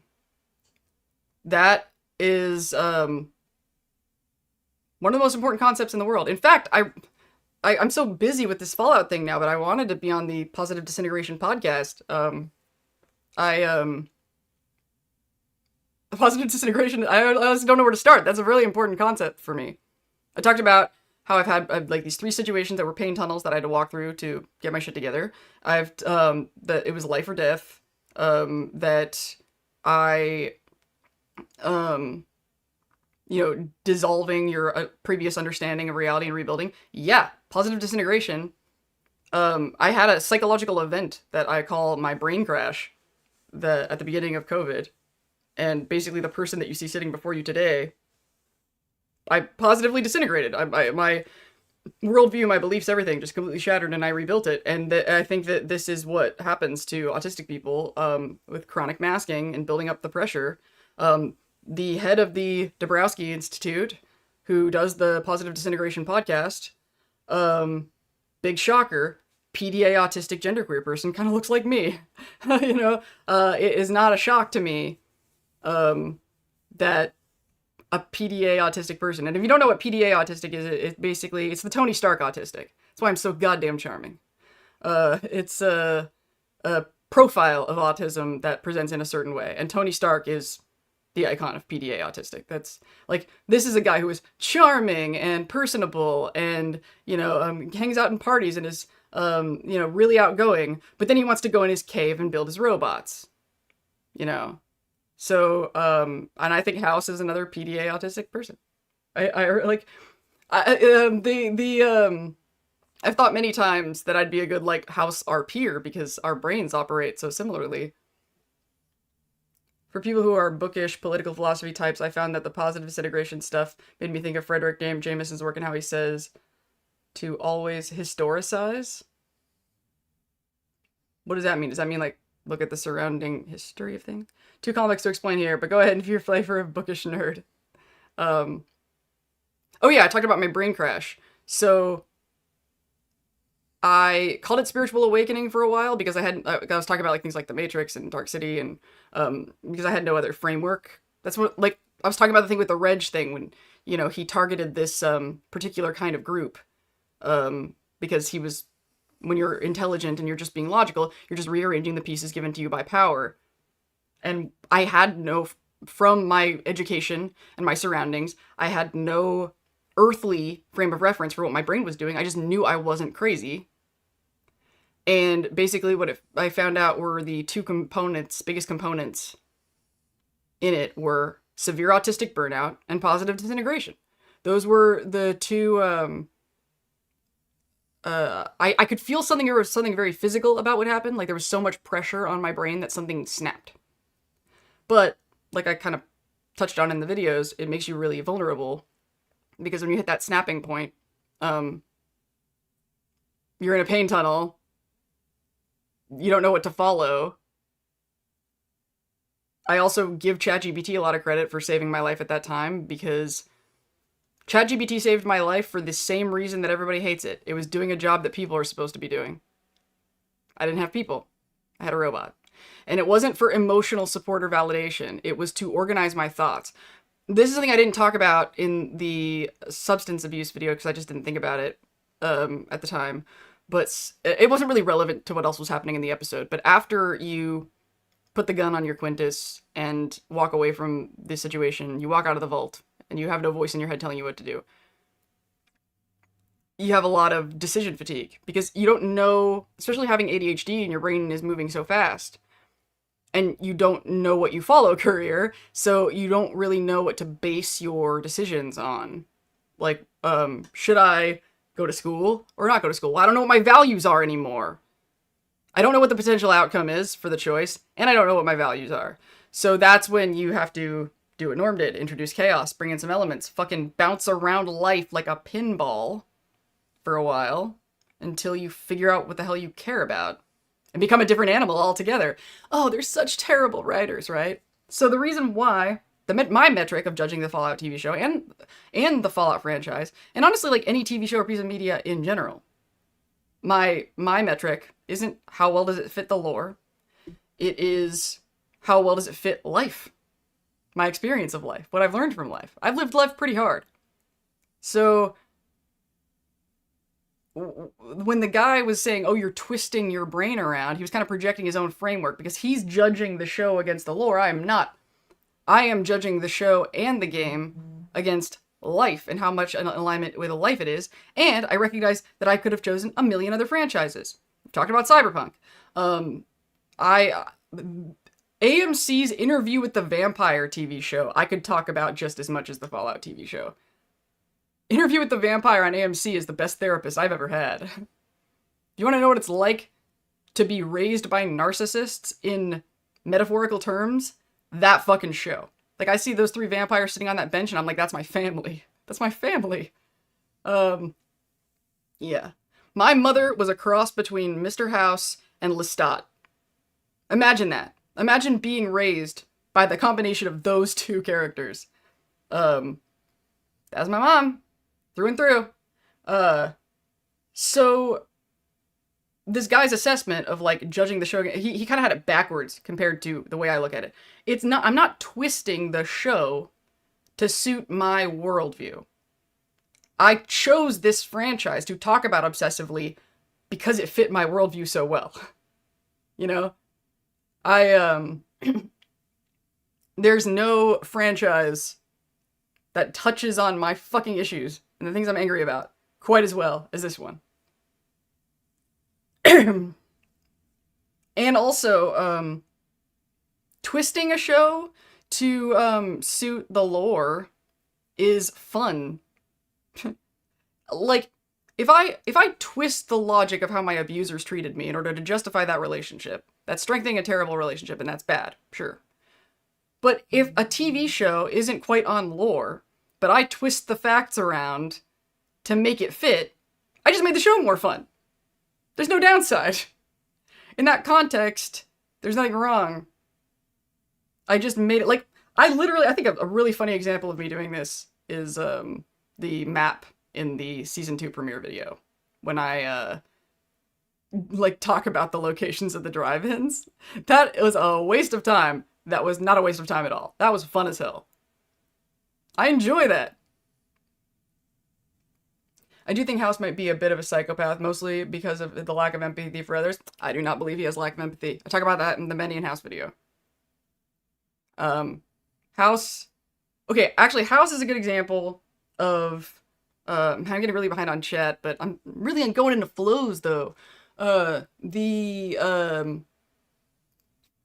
guess a sort of a baseline thing that I want to point out here is I do not believe in, nor do I think it's necessary to say that horrible people don't deserve compassion, don't deserve empathy. I don't think that's the right way out of the mess that we're in humanity. And this is kind of, what order in which should I break down this concept? So,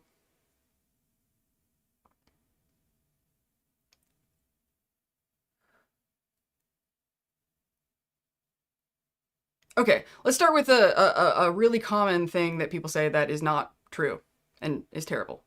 A lot of people assume an explanation is an excuse. Let's use Mr. House as an example.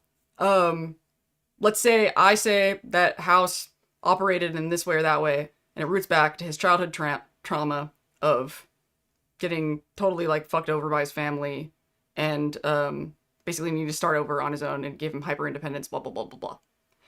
Then somebody might hear me say that and assume that I'm excusing the evil, horrible shit that he does. And they'll be like, that's no excuse. That drives me fucking crazy. Because imagine if we were talking about, like, tornadoes. And I was like, oh, tornadoes are caused by... They destroy houses, and that's terrible. And, yeah. And it's interesting that tornadoes are caused by stuff, wind, science that I don't know. And then somebody goes, that's no excuse. I'm like, yeah, but don't you want to know what caused it? like, why, and so that really made my autistic brain really boil down, like, what does it mean when something is an excuse? To me, like, an excuse means they don't deserve consequences. They're being excused from the consequences or being held accountable from doing the terrible thing. I do not see how that equates. How does saying what circumstances led to a person engaging in a behavior say that there should not be consequences for them engaging in that behavior? Like, this comes up a lot in the neurodivergent community with, let's say my ADHD and my autism made me, like, scream at people. Okay. And the consequences for me, like, because I'm overstimulated and I have, like, shit going on, and then I react and I explode and I yell at people. Okay? As an ADHD autistic person, it is my responsibility to learn to control that behavior and to not hurt other people with it. It is still, like, it's good for people to know how overstimulation and these things can build and lead up to people engaging in certain behaviors. But even if it's, let's use one that's less toxic. Let's say, I am, autistic, and I have, really deadpan, flat affect, and I look not warm and not caring because I'm autistic, and then somebody with rejection-sensitive dysphoria is upset because they think I'm rejecting them all the time. So, if I say that I can't make these faces because I'm autistic, it's still my responsibility to be like, hey, I can't emote the way you're used to because I'm autistic. Can we figure it out? Can we meet in the middle? Like, would it help me if I told you how I felt when I talked? Like, how do we improve our communication? That is still the responsibility of the autistic person to mitigate the damage. But the information about what neurodivergence is causing the behavior that is creating ruptures is worthwhile information. It's worthwhile. It's worth knowing. Like, that's the thing I can't get past. Is, so many people... And that's one of the reasons I'm actually talking so much about lore thumpers and digging into it like that. I'm not excusing any of it. But that insight and that study of why people do horrible things is really good information on how we are going to deal with it. Like the tornado example, probably some of you were like, well, the tornado doesn't choose. That's true. But you don't choose for another person either. See what I mean? Like, it's not helpful to just go, they need to change. They can change and they should, and they need to change. Well, you have no control over what that person does. So what are you going to do? Like, and what I decided to do is understand why people do things that they do. I can't control it, but I can understand it better and decide what the appropriate response is. Like, for example, I've been talking about these like kind of abuse stories where I said, no, fuck you, I'm not going to take that. But then I saw that the result of me doing that made things worse. So that made me look at the map, the cause and effect map of what decisions lead to certain outcomes and why. So now I know how to protect myself better from these people and what signs to watch for. Not to excuse them, to help me. To help me. I would love if you did videos and interview with the vampire. That would be incredible. You know, judging by how this is going, I have one of my other channels is Lindsay Makes Videos. And if I were to do videos about shows that are not Fallout or Cyberpunk, I would probably do it there. If you are interested, I did, I think one of my biggest videos that I've ever done is about the character Caleb from Big Mouth, because I think he's one of the best autistic coded characters in anything, and I broke down all of his autistic qualities. The second one wasn't as good, but the first one was, like, seasons 1 through 6 of Big Mouth. It sounds like a Machiavellian monster that can back up claims of exceptionalism to justify the abuse. I am enjoying the flaws in Darby. What were you responding to when you said that? I don't know how far back that comment was. I wish these had the time that you guys said things. That would be really helpful. On the topic of bad people deserving compassion, the new issue of Absolute Superman touches on that in a super good way. I understand why, but I do not agree. I know why Magneto wants to wipe out every other, but I don't think we should flip the magnetic poles. They like fire, yes, the way too many see explanations drives me bonkers. An ADHD Discord server, I mean.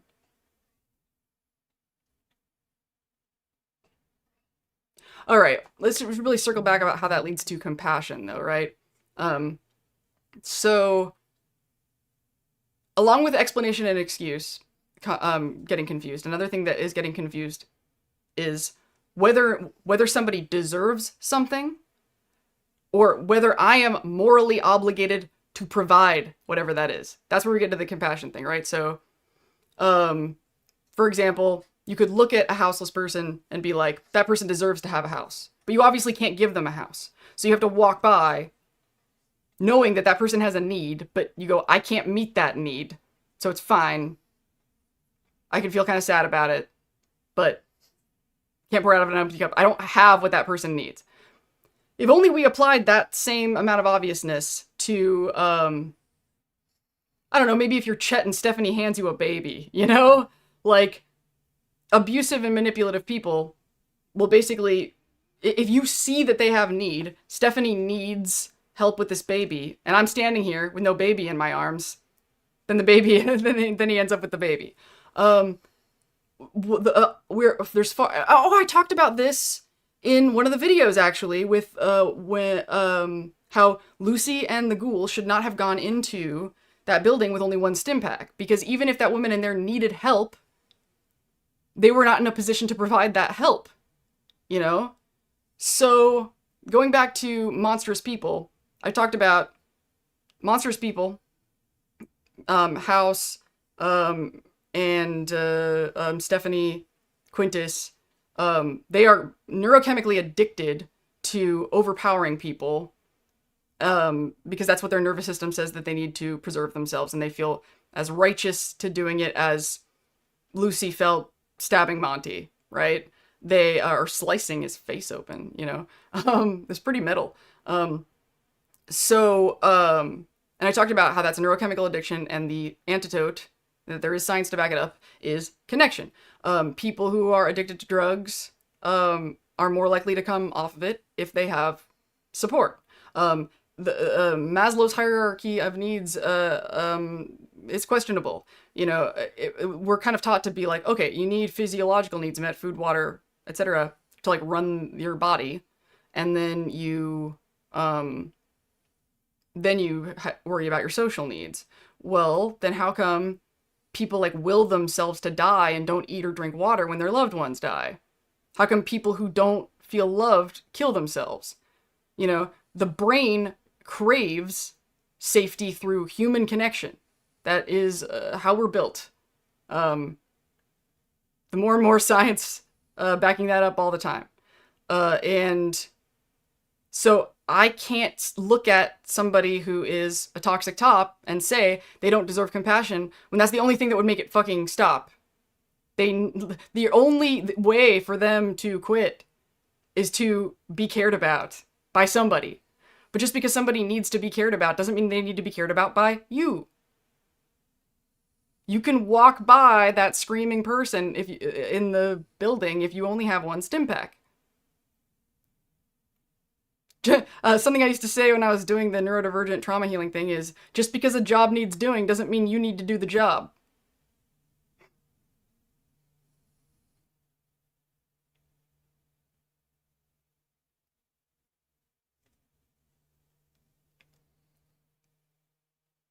This reminds me of how I struggle with insecurity when in a relationship. It works best when I frame it as a me problem, but that my partner can help me to tackle it. Yeah. Like, I think when the first time I was kind of taking on the lore thumpers in the group or the lore thumpers in the chat is, oh yeah, I think I said this in my post where I was complaining about people who say that the writing is bad. I'm like, why are they saying why does the writing have to be bad? Why can't they just say, I don't like this writing? And even then, like, why? Why not just watch a different show? I've never quite understood I mean, I understand it more now. Obviously, I just did this huge speech about it. Once I understood stuff that can be going on in the brain, I was like, oh, okay. I would assert, though, that Lucy and the ghoul should have entered the building. Even though they didn't have a stim pack, they were still in a position to eliminate the threat. They didn't know there were rad scorpions in there yet. They didn't know anything that was going to go on in there. They had no clue. All they knew was that there was somebody that needed help, and that there was a potential threat, and that they had one stim pack. I mean, it's a judgment call. Like, this is one of those things, like, in the video when I was talking about, it doesn't matter what you follow, but know what you follow, like, what your different values are. Like, I wouldn't have made the call to go in there under those circumstances. But if you would have, good for you. I don't know. I think both deserve the dunce hat for going on an adventure without carrying a... Yeah, that's where I'm at. I mean, but we also, like, you know, they weren't really going on an adventure. They were, like, in their journey, and who knows where they would have had to stay, where they were going to get more stim packs. Who knows? Like, you know, sometimes parts of the wasteland can be pretty stim pack light, especially if it's been picked over the route they were on.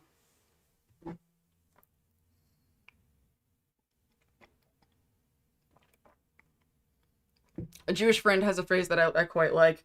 It's not your duty to finish the work, but neither are you at liberty to neglect it. Yeah. That is another thing about these, the wokophobes, like a conceptual leap they seem to be unable to make, is, let's use I mean, it's a Fallout stream. Let's think of a Fallout example. Let's say the goofy guy that Lucy runs into who drank all her water in the second episode. So what a lot of the wokophobe crowd seems to do is, it would be a reasonable choice for you to walk by a guy like that and decide to not share your water with him. Like, let's say you're making a judgment call being like, I don't know when I'm going to get water again. I don't know how long I'm going to be walking. I'm not sure if I trust this guy. I'm not sure if he's going to take one sip or guzzle the whole thing. Like, there are a lot of reasons you could walk by that guy and for yourself, decide, Even though I feel bad that I have water and he doesn't, and I know that, I'm going to take the karma hit and keep walking because it's the right choice for me right now. But even though I make that choice to take the karma hit, walk away, not share my water with this guy, even if I feel bad about it, I'm not going to like torture myself. I'm not going to feel shamed. I'm not going to hate myself. I'm not going to think I'm a selfish bastard. I made a choice. It was hard. It was awkward. But I'm also not going to claim that the guy doesn't need water just because I walked away. I can see that this guy really, really needs water and that I have it and still choose to walk away and feel kind of bad about it and just fucking keep walking because I couldn't do it. I mean, I kind of feel like I make that decision walking by houseless people all the time. Especially like people wanting to bum cigarettes. I'll be like, I'm not comfortable giving this stranger a cigarette. And I'll make a call, but I'll think about it. I won't just obey my nervous system. I'll think about it. So, these wokophobe people won't listen when you tell them that the guy needs water because they go straight to taking that as an attack. Like, because if that guy needs water and they have it and they don't want to give it to him and they walk away, you're calling them an asshole as far as they're concerned. They go straight from, if I'm being told that I'm not meeting this need because of this person that has a huge need, that I am being attacked. And there are some people, other people who are just an extreme on the other side, that maybe would see it that way and be like, you see the amount of need that person has and you're walking by, fuck you. But when you love yourself and you respect yourself and you respect your own choices, the opinions of those people don't matter as much anymore. You know? Like, it's like, and I think what's happening with a lot of these people, and I know because I suffered the same way when I was being chronically abused, I would be mad every time I saw things on the internet that didn't validate my choices, my behavior, my way of looking at things, and I would get reactive and defensive and just feel like the world was painful and lonely. But what I know now that I didn't know then is I didn't need the world to love me, I just needed someone to. You know? Nobody gives a shit about your impact. I mean, nobody gives a shit about your intent other than you or your loved ones. To everyone else on the planet, every commenter, you guys, like, and me to you guys and you guys to me, like, everybody else on the planet sees your impact, not your intent. And a lot of these wokophobe, lore thumper people as well feel that ping that says, my intent deserves to be seen. My side deserves to be heard. My dignity deserves presence, to take up space in a room. And no one else is doing that for them. And so the world just feels like a hostile place. What they don't realize that they're doing, probably because of the spotlight, the flashlight, is they're putting the wrong work in the wrong people's hands. It is the public, especially if it's somebody in a marginalized group that's underneath you, it is not their job to serve you and validate your intent. You're supposed to have community and people who love you, who are close to you, to support you and your intent and your side. They're basically giving the public the job of somebody who's emotionally close to you. And in the process, they alienate the whole world and make it impossible for anyone to get emotionally close to them. That's why I was talking about, like, how you don't actually want to be Stephanie. You don't want to be Quintus. They're lonely. They're miserable. They're chasing a carrot that they're never going to get. You don't want to, like, they have more power. And that's why, like, I think the values are warped if people are obsessed with power and competence more than bravery and having a good heart and caring about whether or not you hurt people. Because going on the path of caring about bravery and whether or not you hurt people leads to connection and actually makes the pain stop. But making an enemy of everybody, to secure your own position, and suppressing people and dominating people, it's never enough. It's never enough money for the bazillionaires, is it? It's never enough power. Because it's like, trying to catch a fish in the air. I was like, catch a bird in the water or fish in the air. I was like, there's examples where there's, flying fish and then there's birds that come over the water. I don't know. They're looking for love in all the wrong places.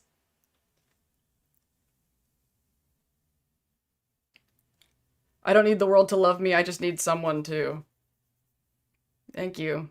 That is a really good summation of the realization that I wasn't a narcissist after all.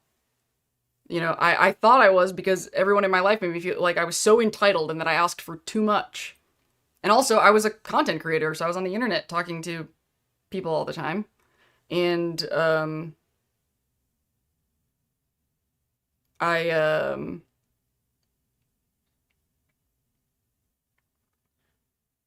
what I was really doing was casting a wide net.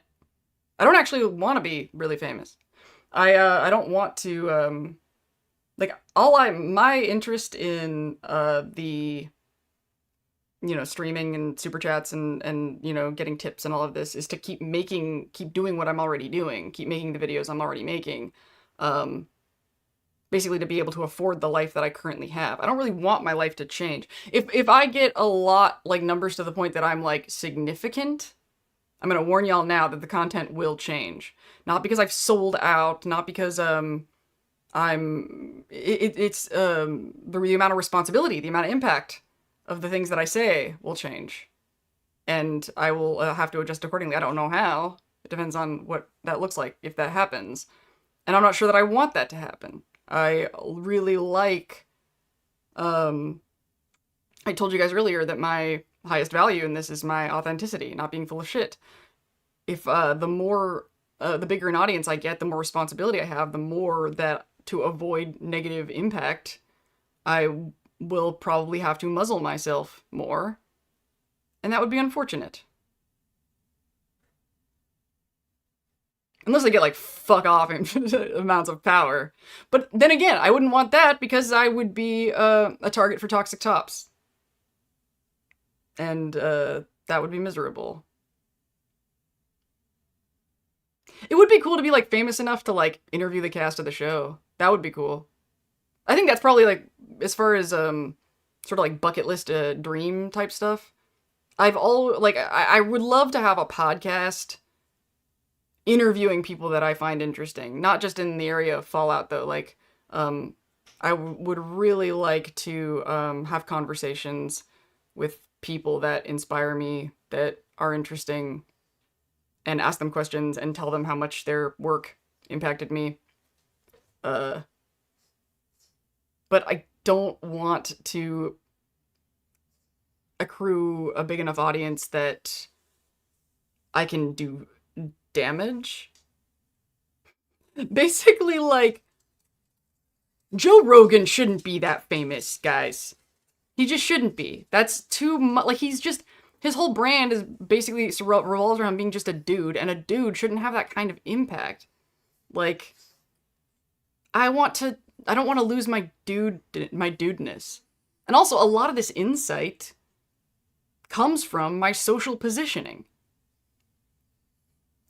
I mean, they did the whole video about privilege ignorance, right? If I get too much privilege, I will become ignorant. I mean, look what happened to James Cameron. He used to, like, make good movies. I don't want to, or George Lucas. I don't want to get so comfy that I stop being alive. That's like the vibe that Jessie Gender is at. She's super prominent and unfortunately gets a lot of shit, but she gets to interview people who work on Star Trek and she seems happy overall. I used to really love Jessie Gender. Not to say that I don't anymore, but me and Star Trek kind of had to part ways. That was my last fandom before Fallout. I was really, really involved in Star Trek stuff. And I'll tell you, I think I mentioned it before in a comment reply. Star Trek is arrogant. Star Trek thinks that humanity has already figured out the answer, we just need to follow through. Star Trek is like assuming that the NCR is right. And a lot of people look at Star Trek and they go, oh, I love it because it's so positive. I'm like, no, it's smug. Fallout isn't negative, it's humble. Fallout says we don't know what the fuck we're doing yet, and we're still figuring it out. Let's play around with these ideas and see what works. I'm way more about that. That and Cyberpunk's outright cynicism. And you know, the creator of Star Trek was a raging narcissist. And the whole idea in Star Trek is that, you know, humanity has figured out these great rules that if we follow these things, then we'll be able to share, and we won't fight or have wars anymore, and everything will be wonderful. And then the star of the show does nothing but break those rules. Kirk violates the Prime Directive every fucking week. And the Federation wouldn't function without Section 31, which is basically the Jungian shadow of Starfleet.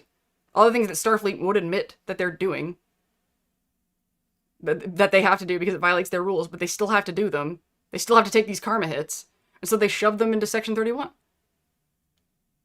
Star Trek doesn't know what it's fucking doing either. And every fucking week they're violating the Prime Directive, or there's some corrupt admiral. This isn't a good future. This is a future that's in denial. This is a big part of why I like Star Trek Deep Space Nine the best. Still utopian and hopeful, and is sometimes still smug, but it is more realistic about the messiness of things. Yeah. And it's funny because Deep Space Nine was like, we don't want to violate Roddenberry's vision, but we're going to have a war. Because that was fucking real. Because the Federation can't Federation around. The Federation is like Lucy. Yeah, you can't Lucy at the Dominion. Happiness is easy when you have infinite power and matter. Well, that idea, the matter synthesis, I think is huge. Like, I love that as being, basically like, well, there's no point in competing over resources anymore. But I think if that really existed, it would be logical to give everybody the infinite resources. But what, in our world, the way that people look at things now, the way people would look at it is go, well, we can't just give everybody, you know, a replicator and let them make their own food, because then nobody will do any work. Nobody will, like people, it won't be healthy. Like, there would be politics to stop it. To gatekeep it. And there would be people who would, I honestly, like the way I feel about the sort of the matter synthesis thing is sort of the way I feel about, like, a lot of communist Marxist thinking in general, is, yeah, if we could all, like, agree on to do this, it would be great. Humanity is not ready for a Marxist revolution because we don't trust each other. That's why. That's the big end. That's why, you know, a lot of these people are like, yeah, the proletariat will rise up. Once everybody figures out that the billionaires are fucking with us and we'll all band together and rise up against them. Nope. We don't trust each other is the problem. That's why that scene is so important to me in season 1, when they can't even walk across the street without the fiends who aren't fiends going for the Pip-Boy. That scene right there. That's why we don't have a working class revolution. I tried. Not to have, like, a violent revolution, but I legitimately tried to create, like, a cooperative situation. I cannot go into detail about it because of reasons.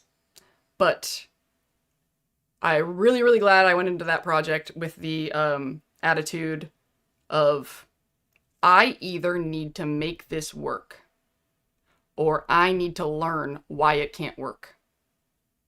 Going back to the things I care about more than my own life thing. I was like, I don't want to complain on the internet about why can't people do this thing without trying to do this thing first. And I learned why. And those kind of experiences and that insight is what led to me talking about the things that I talk about in the videos now. And so, in my opinion, at the time of this recording, at the time of this live stream, the most realistic approach is not to get all the working class. Because right now, like, the idea of, like, the sort of working class revolution people are like, the billionaires aren't going to stop. They're benefiting too much, right? They're like, the billionaires are benefiting too much. The toxic tops of this world are benefiting too much. We're never going to convince them to stop. And also there's the privilege ignorance issue of they're so unincentivized to look at the damage that they're doing underneath. And then they look at it and go, that makes me feel bad. And then they run away, protecting their peace. And they can continue to do that because, I mean, I think I went into excruciating detail about this idea in the privilege ignorance video. So people go, well, we can't expect them to fix anything. So it's really up to the working class, the people being fed on, to go, I don't want to be fed on anymore, and band together and rise up and take control of shit. And basically, in my opinion, based on my life experience and my dabbling with activism, the reason that doesn't happen is the same reason why you can't lift weights with broken arms. So, expecting the working class to take this on without the cooperation of the higher class, basically it's like the upper class are breaking people's arms and then going, well, if you really want to get more rights and more resources, bootstraps. Pull up those bootstraps with your broken arms. And the people with the broken arms, they don't have access to casts. They just have to keep lifting weights with broken arms. And they don't have any of the materials to tend to broken arms. And they're having their broken arms gaslit all the time. They're like, I can't move my arms. They're noodly arms. And then the upper class goes, rub some dirt on it. You know? So, we are, and basically what the broken arms that I'm talking about, what that's a metaphor for, is trauma. Trauma's everywhere. Like, everybody's saying, oh, everybody's traumatized. Everybody is traumatized. Like, that's, like, how many people do you know are anxious, can't get out of bed, depressed? Like, how many people do you know are, like, the world, it sucks the life out of you. And, you know, yes, I'm more sensitive to it, being ADHD autistic, but just because I'm the first kernel to pop doesn't mean we're not all in the microwave. Autistic people are canaries in coal mines. It hits us first, but it's coming for you. This isn't, like, people can't live like this. And, so the angle that I am taking, and what I actually have one of my other Substacks devoted to, is, and this is something that I touch on in the videos when I talk about Stephanie and Quintus, they're miserable. The toxic tops are not happy. It doesn't work. They're gonna do what works. What they're doing doesn't work. It doesn't go anywhere. And then when they live their lives like that, they die grumpy and shitty. The only way that I think we're gonna get out of this is to take the people with the privilege, the resource extractors, and convince them there's no point in being rich if you end the world. Nobody's gonna work for you. Like, my tagline for that Substack is, if you're gonna fuck the world, satisfy it. Perform better.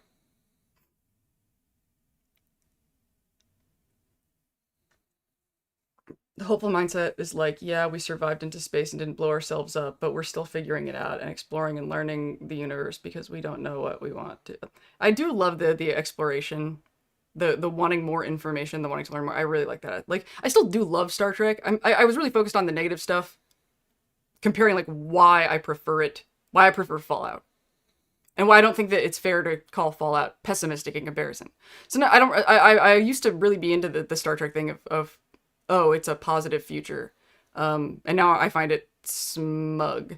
It's like people who are, like, there's nothing wrong with, like, being polyamorous or pansexual at all, like, by God, like, the last thing that, people marginalized lifestyles is need judgment. But I do dislike when people are, like, sanctimonious about that stuff. And some lesbians are like this, too. I'll just call out my own people. Lesbians who are like, I appreciate women, you know, women have been treated like shit, and I know a beautiful woman, and I know how to take care of a beautiful woman, and they just make their sexual orientation make them sound like a better person.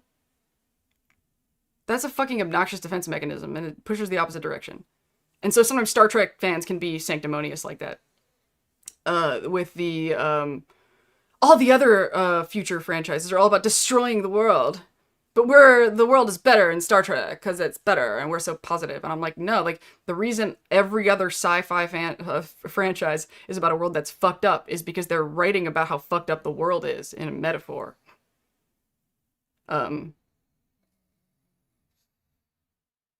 It's like, that's the, That's like because they have something to say. Like going back to, you know, other people judging whether or not the Fallout show is good based on the metric of how accurate it is to lore.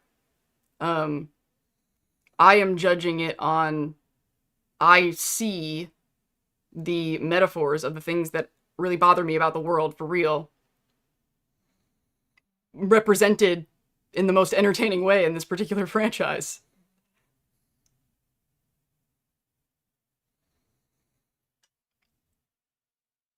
So like Firefly strikes a great balance between cynicism and hopefulness. Well, sort of. They did still nuke themselves. They sanctuary cities. And Saint in Paradise is still one of the best. It's easy to be a saint in paradise. What episode is that from? That is a great fucking line. That's Lucy. That's Lucy. I'm just tuning into the live, but I love your Fallout social commentary. I hope you can keep going. Yes, thank you. I want to keep going.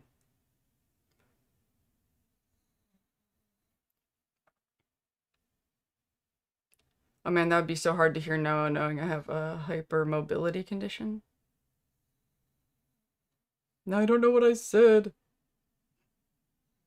That would be horrible for people with EDS. Oh, the broken arms thing? I think I actually do have EDS. I'm undiagnosed, but I'm a hit for a lot of the symptoms.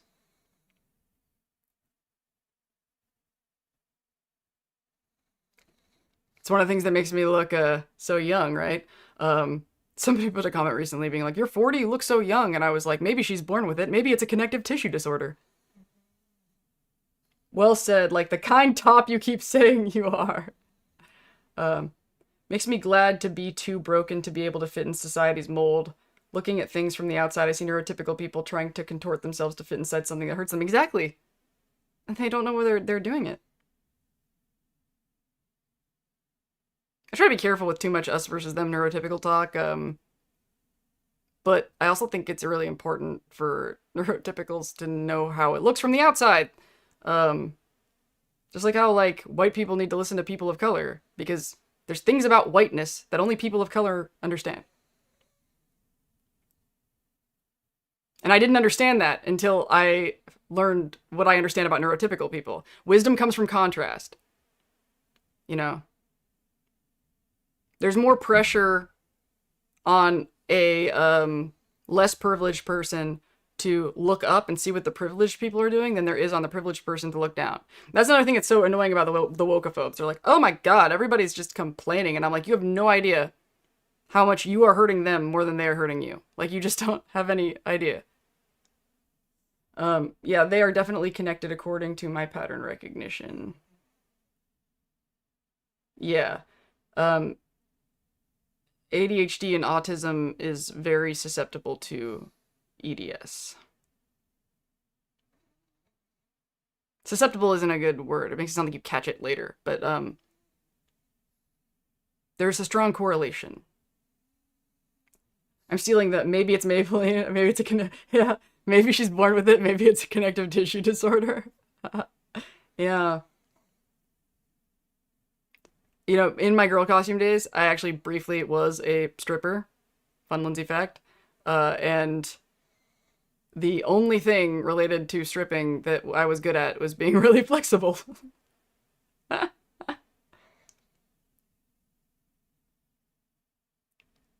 Wow, we've been doing this for a while. What the fuck time is it? I don't know, I'm still having fun. Maybe I should... Okay. There's still 26 people here. I'm gonna take another break and come back and then look at my list and see if there's anything else that I want to make sure that I ask y'all about. And I accidentally stopped recording at some point. So the likelihood of me, considering everything I have on my plate, the likelihood of me making clips out of this is so not likely. Maybe if, like, I see comments under the stream, if people watch it later and there's something that people repeat is a good thing, I'll review that later. But okay, when I come back, we are going to, you know, I'm going to do my final things on my list and wrap up. And when I do, while I'm taking my break, I would like y'all to brainstorm, like, what questions you want to ask me, you know, I want more questions. Um, it's fun. I want to, I love talking, but I love talking even more when I know that I'm saying things that people are curious about. I don't know. It would make me happy. Questions about me, especially questions about the ideas. That's what I want, like talking about the most is the ideas. So I will be right back.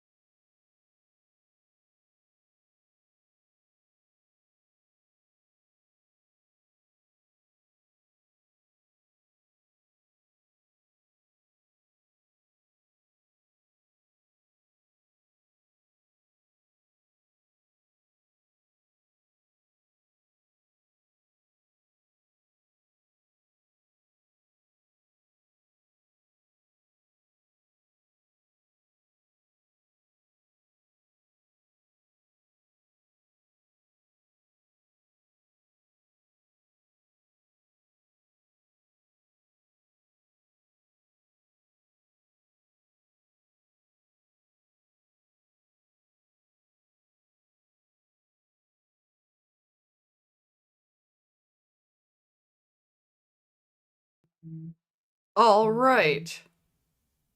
I am back. Sup, nerds? And now that I'm going to take a... This is going really well. I'm having a lot of fun. Oh my god. Oh, there's only 18 people now. Oh, I really liked when there was like 30. But I guess it's getting late. Um... But... Okay, looking at chat. Dave Valensky, 6327.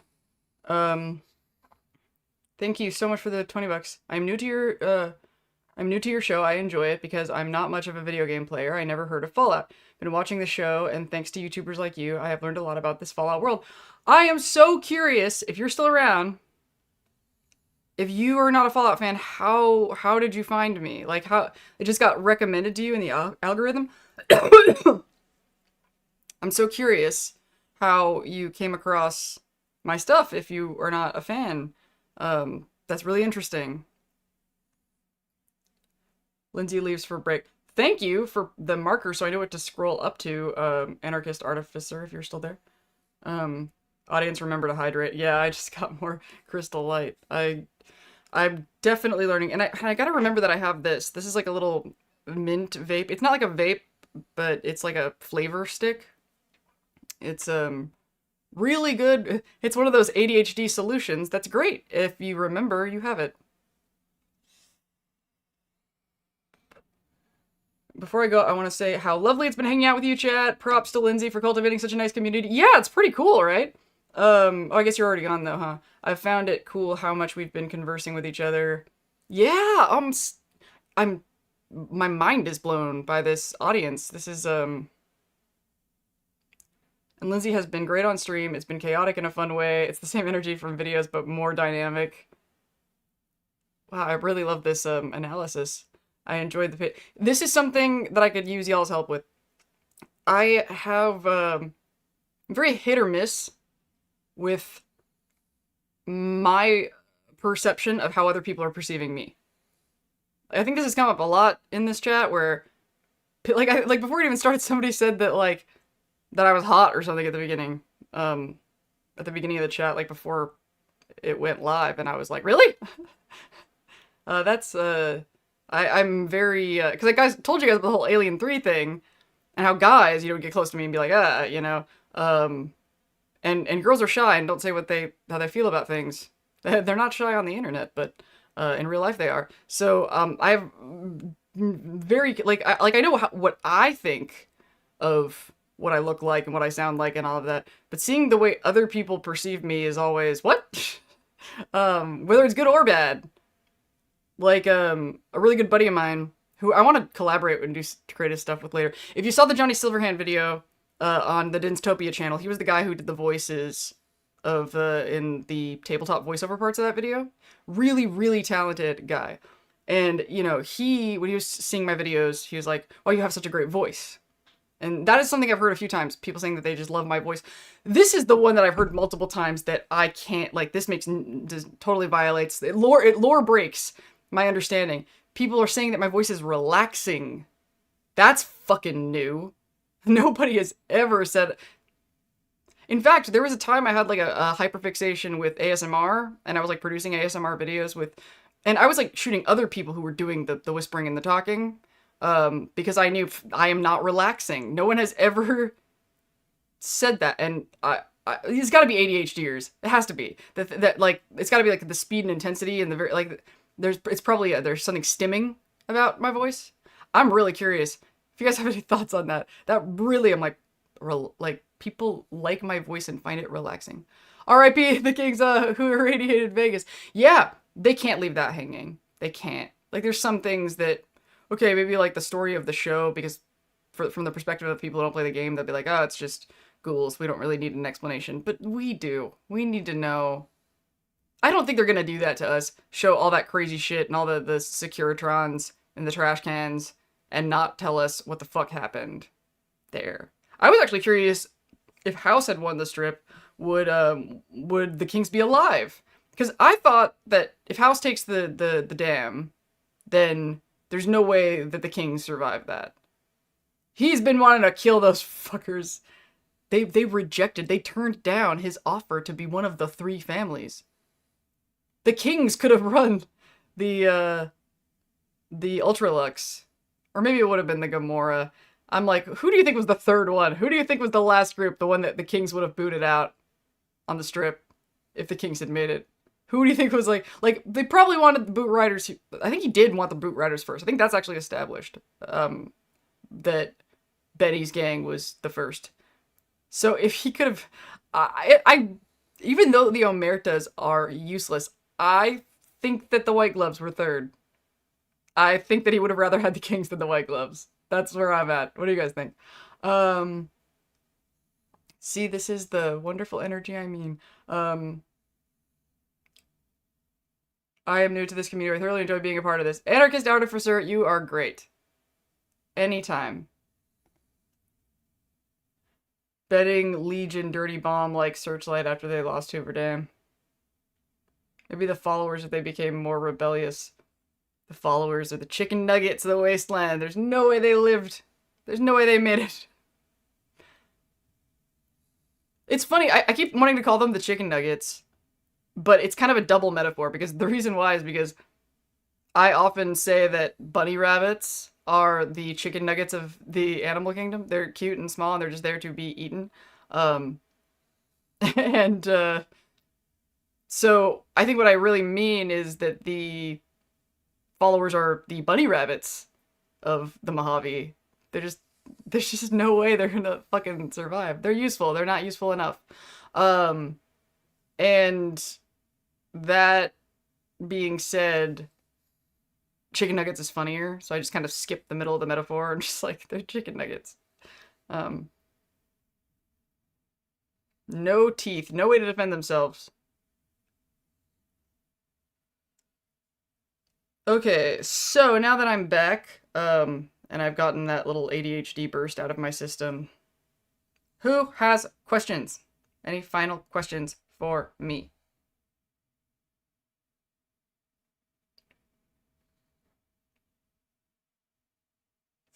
I'll open my phone one more time, see if there's anything else on my list, and then probably end on like a recap, which is actually something that I like to do in phone meetings in general. Is so like after I hang up the call, being like, okay, what did we figure out? Question for you. What is your IRL special?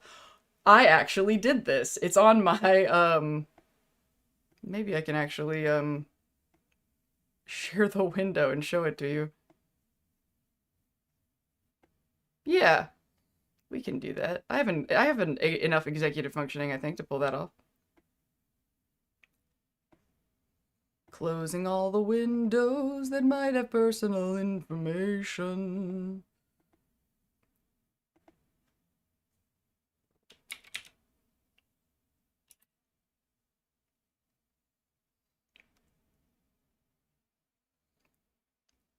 Did you get into the game from the beginning, or was it more of a word of mouth thing? I'm actually really glad somebody asked me that. Wait, but Dave, did you answer my through the rhythm? Because I want to see if you answered the question about how you found me. I have ADD and dyslexia, I had a hard time reading, and I don't have the attention span to learn.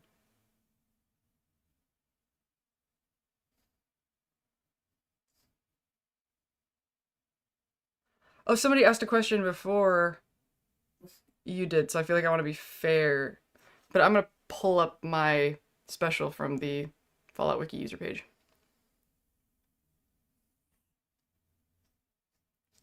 Peggy Pie, relax. Peg's been doing so well. Don't screw it up and don't tank at the ending bout or whatever. We're doing so well. Okay, so add source. Window capture.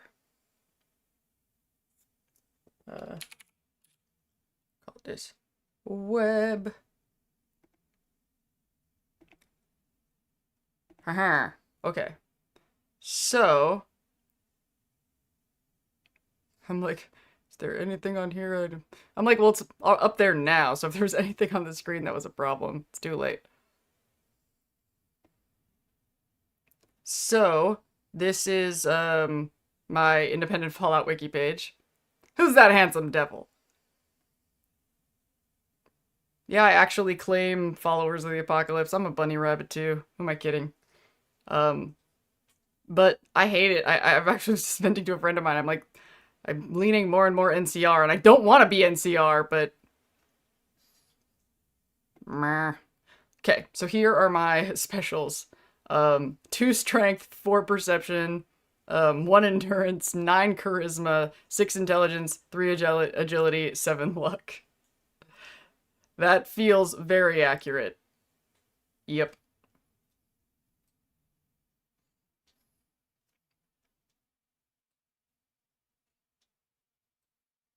I'm like, can I just... Oops, wrong key. Oop. Maybe I'll just leave that for you all to enjoy.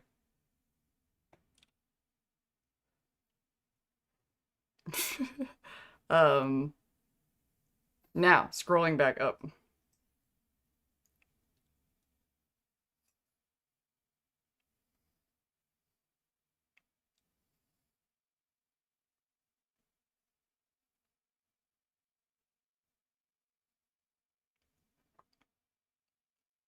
I love listening to people talk about anything they're passionate about. Does not matter if I know the subject.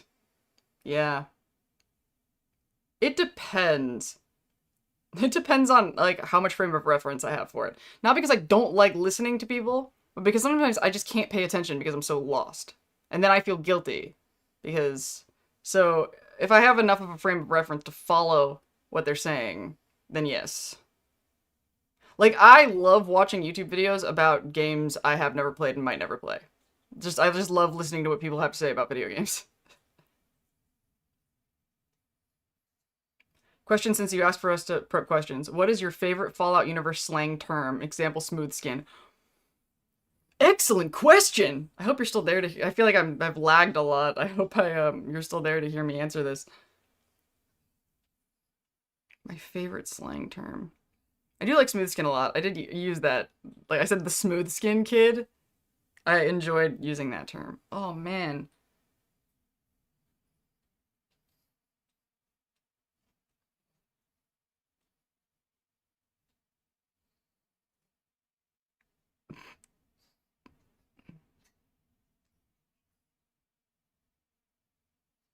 Hmm. Okay, let's go through the out. Okay, it's not chems. It might actually be smooth skin, but I'm trying to think of something else.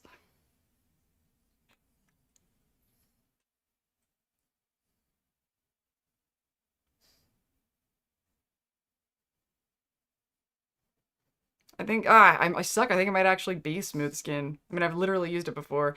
Okay, here's what might happen. My ADHD will come back to this. Like, I'm processing it in the background. And then all of a sudden, watch, it'll be as soon as I turn off the stream. I'll be like,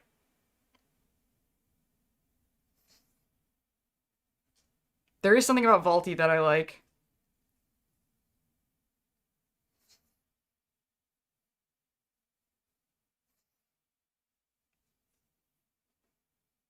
You know, I don't know if this counts, but since it put the biggest smile on my face, it's not really a slang, but it kind of is because the meaning of it is really specific to Fallout. And so, profligate.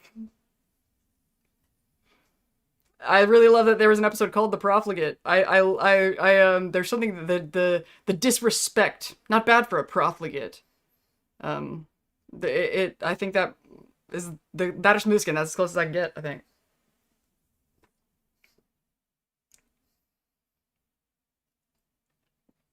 Next question.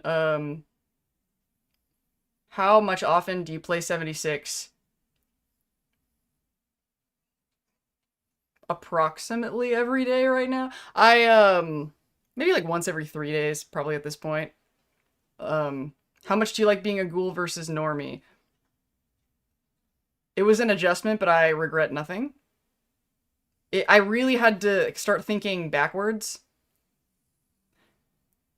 It's weird. There's things that I like and don't like at the same time. Like, okay, now that I have the glow instead of, and for those of you who don't play 76 and don't know what I'm talking about, there's when you're a ghoul, you have like when you're a human, you have an HP bar, and then it gets eaten into by the amount of rads you have. Um, but if you are a ghoul, rads don't hurt you; they actually heal you. And instead of having that framework, you have once your HP is completely filled, you can be like have like a super HP. It's like having a second HP bar called glow. And glow is basically when you're like extra irradiated. It'd be cool if you actually did glow, like a glowing one when you were in glow mode. But whatever. That's a conversation for another time. So, but my OCD adjacent autism now, I hate when I run out of glow. I know once I'm out of glow, I have a whole other HP bar to go. But it makes me itch. It's like I lost something. I failed if I couldn't keep my glow. And also glow can add, bonuses to things, depending on the details. And Fallout, so many details. And so I enjoy the challenge, but I also hate it because it bothers me so much if I dip below. And you have to really pay attention because if your glow is low, then you need toxic water, for those of you who don't know this. Because I know sometimes there's confusion around how to best take care of your ghoul. And it can be like, well, how am I supposed to irradiate myself on purpose if I'm out of glow? Easiest way is toxic water. And I have a camp in Burning Springs that's like on a toxic river bed, so I can also do my Burning Springs fishing in the toxic water. And basically I just collect, and I usually keep 30 toxic waters. I was told toxic goo. That's what a lot of people were doing, is they would go to West Tech and farm toxic goo from the West Tech building and take down some super mutants and get that XP and get those caps. Or do a scorecard challenge run. Sometimes it'll be like kill 5 super mutants. I have such a great super mutant legendary gun. I am ADHD branching. So, but then you have to like deal with super mutants. It's way easier. Just collect toxic water. Literally any water bed in the toxic valley is going to be toxic water. And that's how you keep your glow up. That's how it's done. You're welcome. So yeah, apparently I could say a lot of things about being a ghoul. And also, I just like ghouls and I'm proud to be one. The game mechanics of how the NPCs respond to you when you're a ghoul need some serious fucking work. Because here's the thing. Okay, so in 76, you play, if you play as a ghoul, like you can turn into a ghoul and there's, it changes things about the mechanics. And then also, there's so many characters, so much dialogue, so many quests where the dialogue would no longer make sense if they were talking to you and you were a ghoul. That's like a thing about being a ghoul, is that people should treat you differently. That should be one of the mechanics that are different and your charisma score goes way down, which is tough for me because I'm leaning on into the charisma pretty hard. Like in my Fallout 4, I played a basic Nate with like high charisma, and I call it my my white guy playthrough because he's just really charming and everybody's nice to him and he can talk people into doing anything and he's super privileged. Yeah, you take a big charisma hit, but the thing that's really annoying is, all these all the characters, all these quests, they were all set up for ghouls, for them to be talking to a human that came out of 76. And so the game has this mechanic where you have to get a disguise in order to do those quests, because if you look at them and you're all ghouled up, then it makes no sense for them to talk to you. And they did not do this for Skyline, but they should have. Skyline Valley, you should need a disguise to talk in there because they talk to you like you're a person, and it's really annoying. I was like, I would, and you can't seem to choose what your disguise is, which is dumb. And it's ugly, and I hate it. So basically, in order for you to do quests that are designed where the characters are going to talk to you like you're a human, you have to make yourself ugly, and that bothers me. And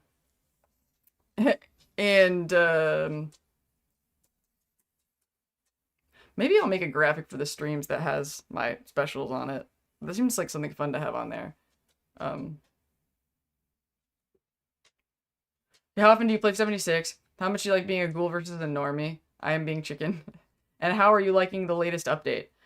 I'm not quite finished with the Burning Springs main story. It feels like it's ending too fast, but I don't know if I'm actually at the end yet. But it feels like I am, and I ended up just sort of walking around and hitting all the map markers for fun, just to explore it, because the quests weren't really taking me around. I also just started Skyline Valley for the first time, and so far, that story's a hell of a lot more intriguing than Burning Springs was. It is cool to see the ghoul, even though it's really annoying that every time you see him and you talk to him, he's like, I don't have time to dilly-dally or whatever. And I'm like, what do you mean? All you do is stand at Crater, stand at 76, and stand at Foundation. You've got plenty of time. What are you doing?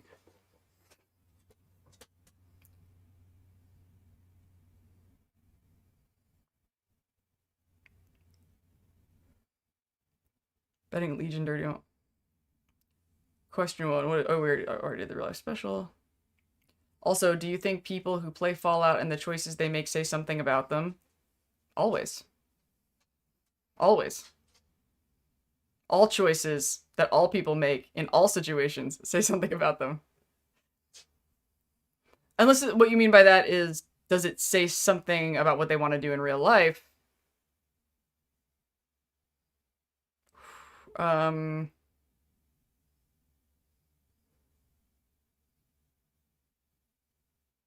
Yes, but it's almost not worth saying yes, because you couldn't really tell from outside. Because sometimes people do things that what they do in video games because they're so trained to do it all the time that, like, that's me, like, picking the nice options and never picking a mean option, because I'm so trained to avoid hurting people's feelings or avoid rubbing people the wrong way that, like, I can't go the opposite way in a video game. I'm just too deeply programmed to. I'm like Maximus pointing the gun at Quintus. I'm like, I just can't do it. I'm too but I know a lot of people who do the opposite of what they would do in life in video games. So it kind of depends, because it's a video game, because, like, oh, I can't do this in real life, so I need to blow off some steam and do this here. I kind of envy those people. Yeah, I don't do things I mean, other than, like, shooting people, which I obviously wouldn't do in real life. But I feel very much bound in video games by the same rules in real life. I can't even talk myself out of it. Like, I actually was recording myself picking asshole dialogue options in Fallout 4 because I wanted the footage. And it was actually hard for me to do. Like, even though I knew it wasn't real. Like, I will turn games inside out. I will be a god in that world. I will freeze people and change their clothes and do all sorts of weird, like, not all sorts of, it sounds like it's gonna get sexual. No, I mean, like, but when I'm in the game and playing the game and making decisions, saying things, and the characters are gonna respond, I very much hold myself to the same rules, to the point that it's actually kind of fascinating. Did you get into the game from the beginning, or was it more like word of mouth?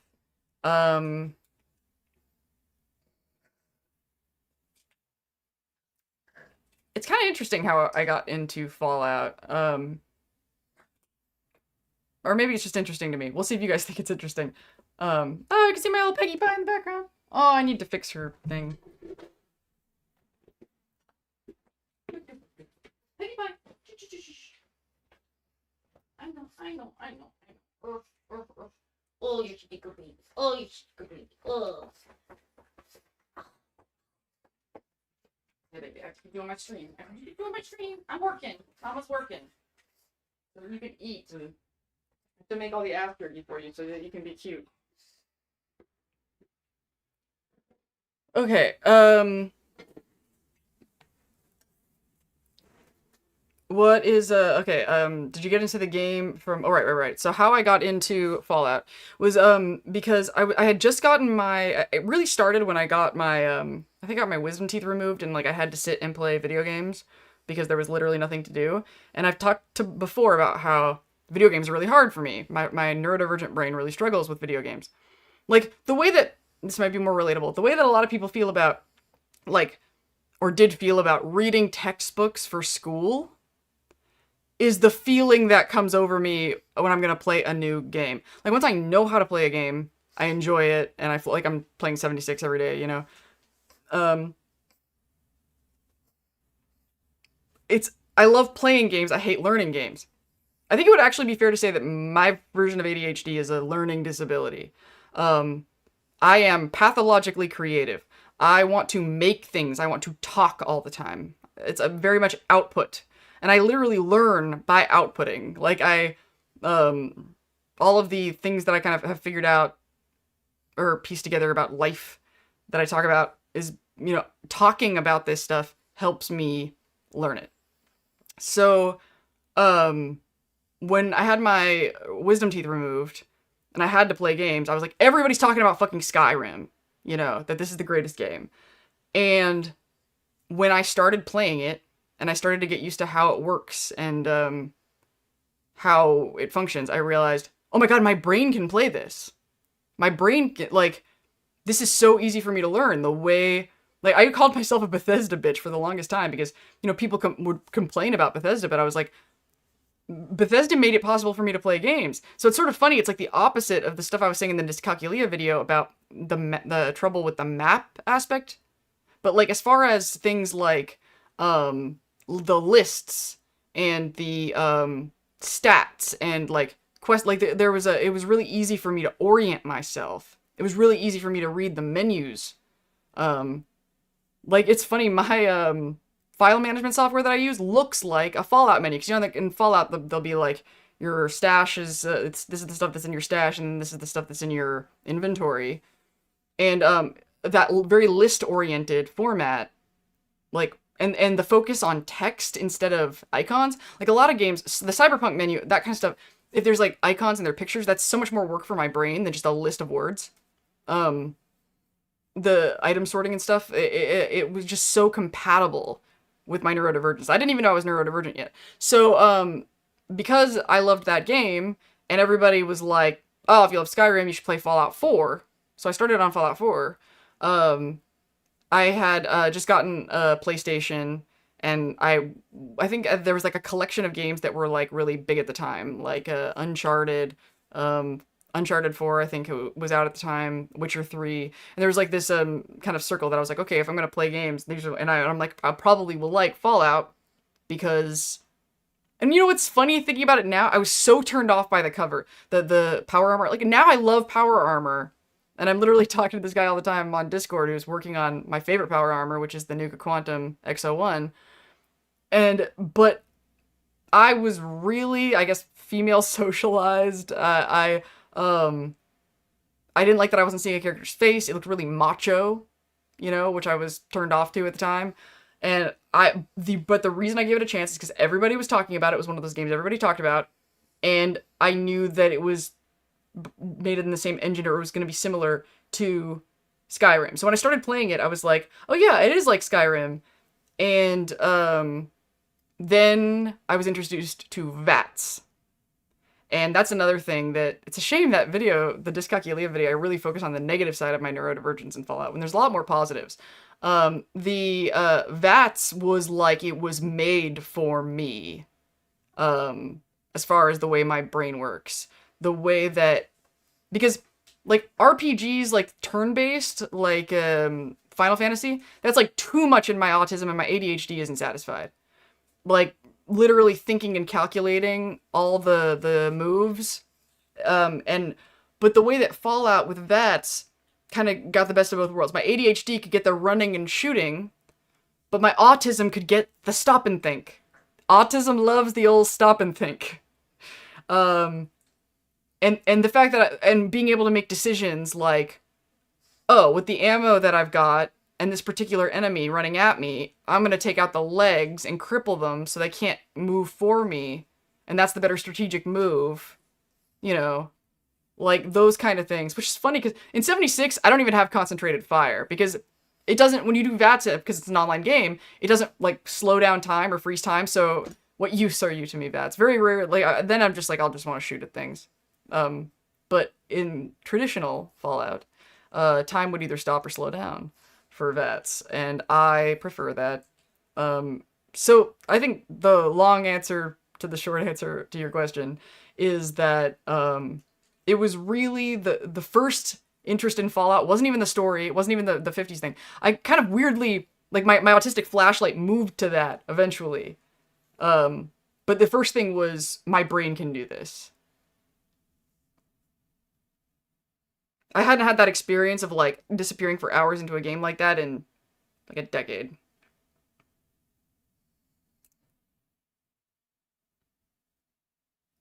Tamarind Cave is probably relaxing, and that's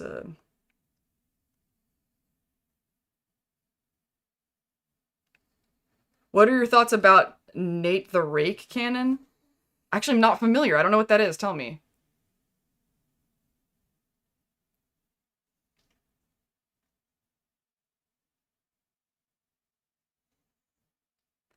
Oh, Roverina, thank you. It's been I'm itching to hear those thoughts of yours for ages. Which question did you ask? I don't remember what I said. Oh, the 76 stuff. Yeah, I actually really, really enjoy 76. I just compartmentalize it differently. It's a different kind of game. There's things that, and also because of my accessibility issues, I tend to have an easier time with newer games. Like I was talking about why Cyberpunk's 2077 inches out Fallout New Vegas is because it's a new, more modern game, and all those little sort of tactile things like that are improved in more modern games. The improvements in audio quality and things like that. I'm gonna get rid of the web thing now. You guys have seen that long enough. I a lot of those little things, there are a lot, and some of it is trash. Fallout 76 menus are nonsense. I'm really glad that they updated the camp building menu because that was kind of always a clunky mess and it was just getting more and more convoluted. That was a huge step forward, the changes they made to the camp menu. I'm sure a lot of autistics freaked the fuck out though, because it's hard for us to like pivot like that, but it is better. And I think that there are a lot of other menu things. The lack of local maps is criminal. I can't believe there's no local maps. Not only are there no local maps, there's no expedition maps. I can't get a map. I'm actually kind of stuck right now in Atlantic City. I can't move that quest forward because there's no maps and I can't do it. I need somebody to play with me to get me through. Is Blub still here? He helped me last time I was in Atlantic City. I haven't seen him in a while though. I think he probably left. Okay. And Dave asks, thank you for the super chat. Ugh. I need to like not get to the point where I'm so used to seeing super chats that I don't see it as a big deal. It's like my brain like kind of separated from, oh yeah, that means somebody gave you money. Like, big smiles, Lindsay. You're a whore.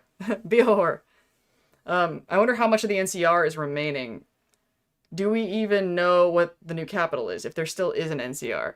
That was kind of in a category of questions where I'm still waiting for the show to shine some more light on that. Like, there's a lot of people that are really, really hung up on the canon ending of New Vegas. Oh, that's a great thing to bring up about the Lore Thumper crowd. So, and this is another thing that would suggest that a lot of them are most likely autistic people, is, so, the autistic brain, before I knew I was autistic, I used to tell people I think linearly, like sequentially. So, like, if somebody gave me a pile of notes or something to do, I would take those notes and put them in a row before I could even, like, my brain couldn't even process them until I put them in an order, right? And if we're looking at autistic people who really have no connection and aren't shining their spotlight outside of, and they're really, really stuck on the lore, and they're judging the show based on how much it sticks to the lore, then it seems very, very possible that it's not just that they don't like it, it's that they can't cognitively process it. Like, they literally can't make meaning out of the events that are happening on the show until they know how New Vegas ended. Because basically their meaning making map is going like, however New Vegas ended is going to determine what this scene means, what these characters are saying, what that means. And not having that information and watching things break lore, they get confused. Like, we get really angry when we're confused, especially because we don't get any like compassion, like living in a this is the difference between feeling bad and oppression is if you're having a cognitive experience and nobody around you is empathizing, making room for it, showing compassion for it, then raging, having meltdowns is it can get to that point. So all the rage isn't just like, oh, I need the show to do what I want it to do. It's I'm confused and nobody cares that I'm confused.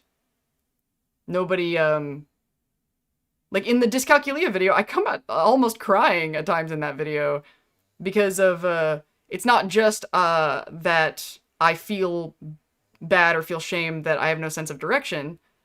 It's also I play this game and it's yet another reminder of this world that doesn't think my needs are important. And I see a lot of that in these lore thumper guys.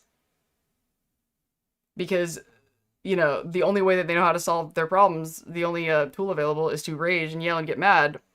And when they have shown vulnerability or gotten upset about things, they've been punished for that. So they just rage forever. And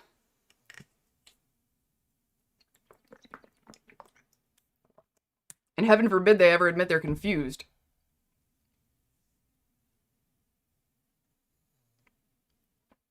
Oh yeah, another thing is, you notice a lot of these people, they say that they think they're smarter than everybody else. Like, they think the issue is that everybody's stupid, not that there's stuff going on that they can't see. So, and this is another thing to keep in mind about that spotlight phenomenon, is, I mean, if you think about it, it makes perfect sense. If you are really, really, really strongly versed and skilled and see every single detail of this one tiny spot of your perception, and it's blackness and you don't see anything outside of it, then you don't perceive what you don't perceive. That's Johari's window, is that concept. So all they are aware of is what they are genius at. So from their perspective, they are a genius. And if they actually left the vault, so to speak, psychologically, and saw what they're not seeing, it's pretty fucking devastating. Like, I think that my biggest moment like that in life was comprehending my whiteness. And seeing what, like, a privileged, ignorant, dense fuck I was for, like, the majority of my life. That was a huge fucking shock. And it was a lot of shame when I realized, just how insensitive I had been. Like, almost every, autistic person, this is probably people in general, not just autistic people, who, let me rewind that. Let me pre-render that thought for a second.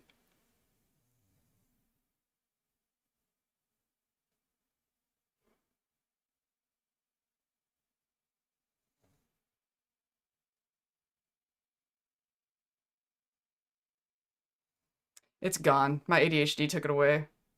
Maybe it's better I move on to other questions.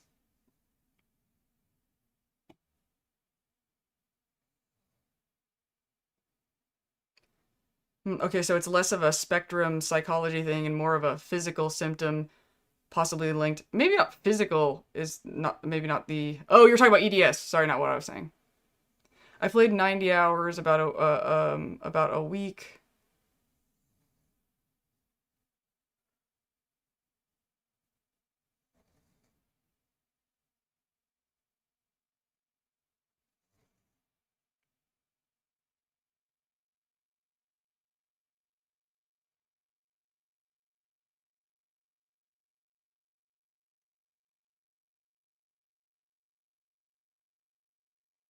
I'm just kind of reading. There's like, it's like nothing that I want to jump in on, so that's why I'm reading quietly. Also stuck on Atlantic City? Are we friends on, anybody who plays, 76? My name on there is right now Lindsay Makes Videos, but I want to change it to Lindsay Dinzer. I just haven't gotten around to it. But if you want to add me, I guess check on whatever's on the Fallout Wiki page is whatever. If I change the name, I'll update it there. Your vids about Lucy Cooper's difference and privilege have helped me understand more about being a person. I wrestle a lot with the fear of being bad, but that's not always what's most important. Yeah, I mean, if you care about being bad, that's a great place to start. Um, but know who you follow, career. Bad to who? Needing someone to play with me and not just a random person is a big reason why I am behind on 76. A mix of chicken, the neurospicy need for better maps direction, like you mentioned. Yes! Ah, I wish I had. Oh, Nate, Nate the Rake, possible canon theory. Nate from Fallout 4 is a war criminal, and we actually see him laughing in Fallout 1 in the TV broadcast in Power Armor. Idea came from Fallout 4 scriptwriter. Honestly, I don't care. I don't care whether or not that guy is the guy from Fallout 4 or not. I don't know why I don't care. It has little impact for me. I guess it's a slightly amusing idea. Uh, Hello, I just thought I'd stop by and say hi. Hi, Casey Cox, 1002. Thanks for coming by. All roads lead to the same path, meaning all endings lead to what we have in the show. I mean, I think they're just gonna be vague about it. They're gonna try to be as loose about whatever the end was, and they pretty much already said that. So that's why I feel bad for these people that I suspect aren't gonna be able to process it until they know how it ended. Um, this is one of the reasons I'm so passionate about autistic self actualization and self-awareness, neurodivergent self-actualization, because if these people were self-aware and recognized that their autism has that effect on their brain, they would just know not to watch the show until it's done and they can look it up. But if they don't know that that's what their brain needs, then they're just going to watch it, feel mad, and then attack and be mad at the world and go to war. But war never changes. We know that. Like, there are things that I just know I won't do. Like, okay, here's one for me. I cannot read fiction books. Can't do it. My neurodivergence, I only read nonfiction books. My brain can't process fiction novels. Can't do it. It's if you're curious why, this is what happens. It's not because I can't visualize things. I absolutely can. What I can't do is pivot.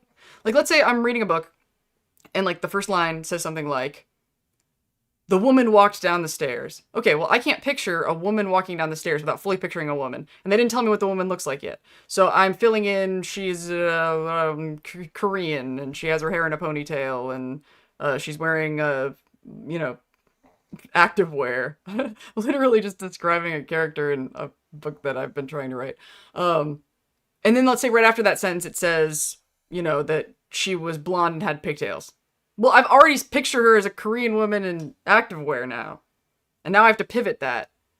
And I won't be able to, because I already decided what she looked like, and now the whole rest of the section of the book, I'm going to imagine her the way I imagined her first and then fix it over and over and over again, and then I can't even follow the story. And with literally everything that the book says, my brain will do that every single time. Every single time.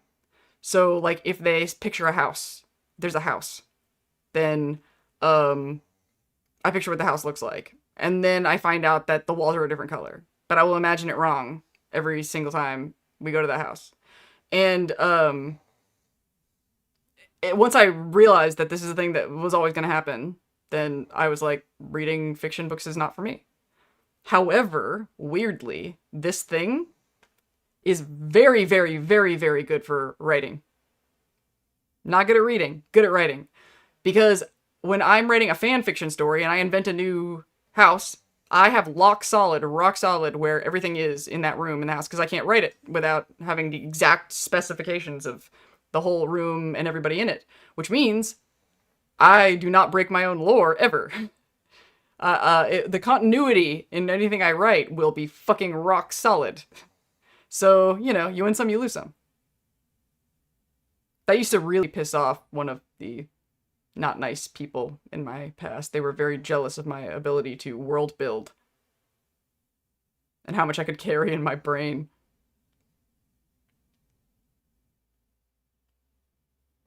I personally don't care how the show does its thing. I see it as an alternative timeline to the story that I know.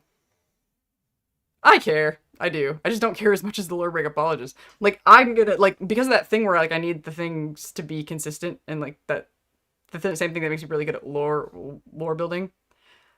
I think I have a flavor of what I was talking about earlier with, it helps me understand it to see how it fits into the greater lore. The difference between me and them is I enjoy the challenge of making it make sense.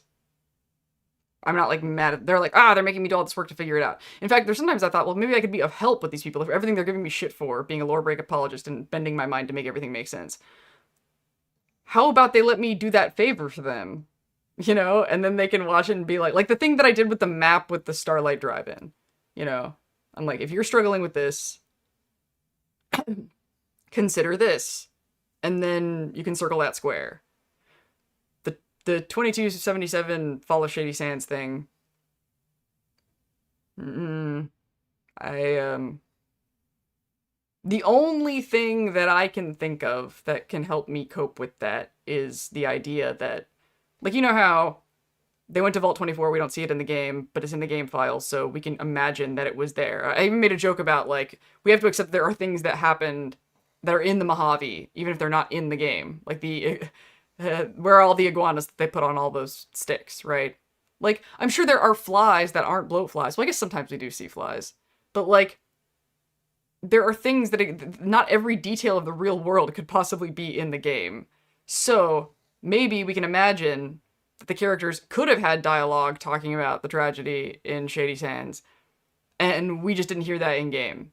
It just, like, more stuff happened. You know, it's not like the characters who aren't, you know, doing repetitive dialogue never speak to each other. We can imagine that they spoke to each other more than the dialogue that we heard them say.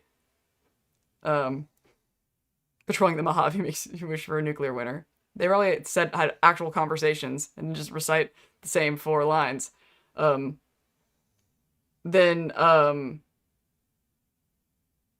you'd have to get creative with certain other lines of dialogue where, I think somebody else also said that there could be, like, more than one Shady Sands, or that Shady Sands is, a nickname for whatever the government head is.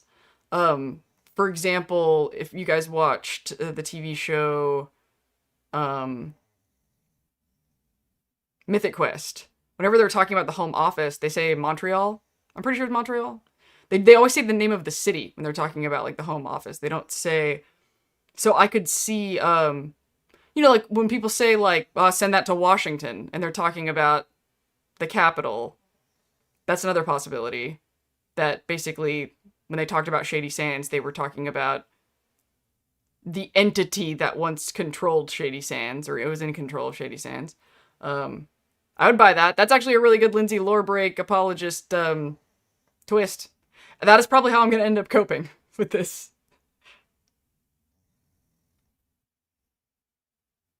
But I would have to, like, go back and see every line of dialogue where they mention Shady Sands in New Vegas to see if my imagination can stretch that far.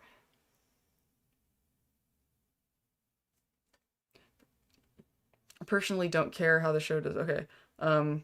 Lindsay breaks things down so well for my brain. Yay! I'm glad. I try. That's my favorite thing to do.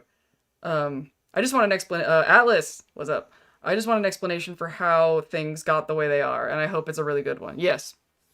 We kind of talked about that earlier today. Like, I'm going to be pissed if they don't explain how the kings got ghoulified. That is, like, you just know you can't leave that hanging. Fallout New Vegas. That is funny. That is funny. Fallout New Vegas. I gotta remember that. I gotta. Yeah. Yeah, you got it. You got an for me. I always do that too, and then I just go on imagining her my way until it corrects me again and again. Maybe you got a touch of the tism. I don't know if you already said that. It's the autistic brain struggles to pivot is one of the core things. But depending on the autistic person in you're dealing with, different pivots are going to be easier or harder. Pink elephant? What was that a reply to? So we need you to write for the Fallout show, in other words. I would love to. Let's put that into the universe. The real dream would be to write a quest line for a game. That would be like a bucket list thing. That would be the fucking coolest thing. I have no idea what choices to make in life to orient me that direction. I don't have time to write fiction. Because I'm like, okay, if you want to write fiction for anything, you're going to have like a sample. They're going to have to see. And I never have time to write fiction, you know? It's the same reason I don't have any tattoos. I love tattoos. If it was up to me, I would be covered in tattoos. But there's always something more important for me to spend my money on. I can never justify getting tattoos. But no, I hate it. I would want to look like fucking Ruby Rose. I'd want to be covered in tattoos. That kind of lesbian. I have no clue when I would possibly justify that. Description of your brains related to fiction books. Thank you for putting context of what you're replying to. That is wild. Very interesting form of thinking to interpret. Yeah. It's, but I don't really mind that I don't read fiction books. And like I said, the positives of that, you know, being really good at being nerdy about Fallout, for instance, and being able to, everything that I talk about in my videos is me trying to create a consistent internal framework for understanding the world and how people interact with each other. And every time I come across information or new input that doesn't fit, that isn't consistent, that isn't locked in, I update. And I just do that over and over and over again. That's why I didn't mind pointing out that I was wrong or that I missed really important points in when I was talking about the Ghoul and Lucy. Because that goes back to my whole thing about how I care about my authenticity more than my life. And that counts other people's authenticity too, because I can't be authentic until everyone else is. Like I told y'all the Mikey story about the high school guy. I couldn't be authentic about the fact that he was a dick because nobody else would be. Everybody else thought he was a dick too, but they just obeyed. And so I want other people to stop obeying. I want other people to be authentic too, so we can all be authentic. You know, we're not gonna have an honest world unless some of us idealists put our foot down and be like, no, I'm gonna figure out how to be life as myself or die trying, because if I'm not me, I'm not alive. I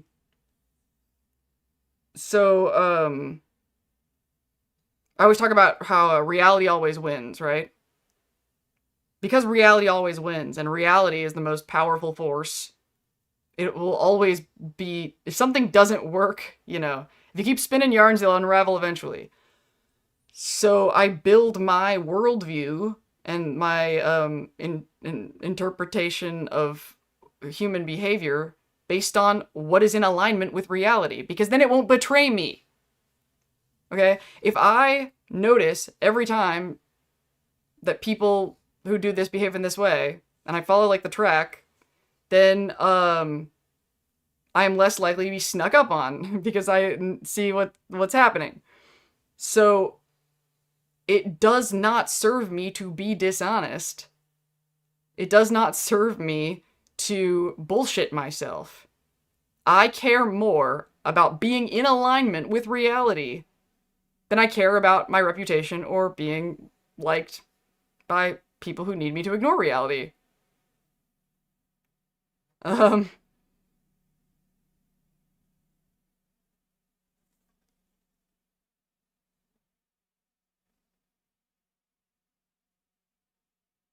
I'm curious, do you think Maximus would make a good, will make a Brotherhood Outcast chapter? Doesn't look like it. I think we are pointing toward Maximus ending up in the NCR. I feel like that's the trajectory that it seems like we're on. And also, Brotherhood Outcast with who? Dane? Dane's the only person back there that, that Maximus gives a shit about. Who would he do that with? I kind of wondering if Dane's gonna be left behind now. Like, what if Dane's gesture of getting the cold fusion was kind of a send off? I kind of hope not, but I could also kind of see it. And we still, so many of us are just not settled on the razors in the boot thing. I am leaning toward Thaddeus did it, but that doesn't necessarily mean that Dane has to circle back into the story. That could just be a thing worked out between Maximus and Thaddeus on their bro repair adventure that they might be on right now. That's where I kind of think it's going with Thaddeus. I think that Thaddeus is the one who did the blades, has been shitty to Maximus and shitty in general, and is gonna have a redemption arc because Thaddeus stepping out from under the table was a turning point, like, of him doing the right thing. He's gonna try to do the right thing, and that is not what he's familiar with. So I think part of that he's gonna confess, and then die. And then I think he's gonna have a Stranger Things guest star ending.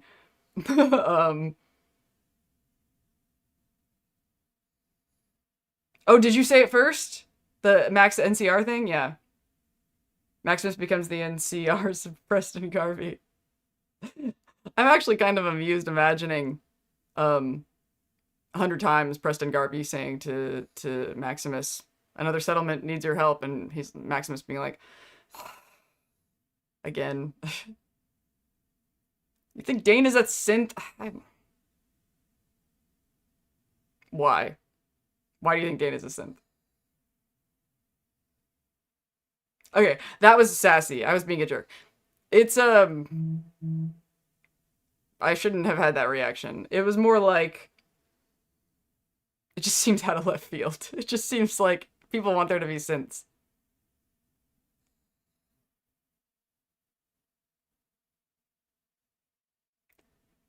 Dane can't be done, and I agree that Thaddeus did it because he was the next sent and had his foot crushed. Oh, he was next sent! Done! Done! That is a great point. Because I've actually brought that up before about, a lot of people were anointed.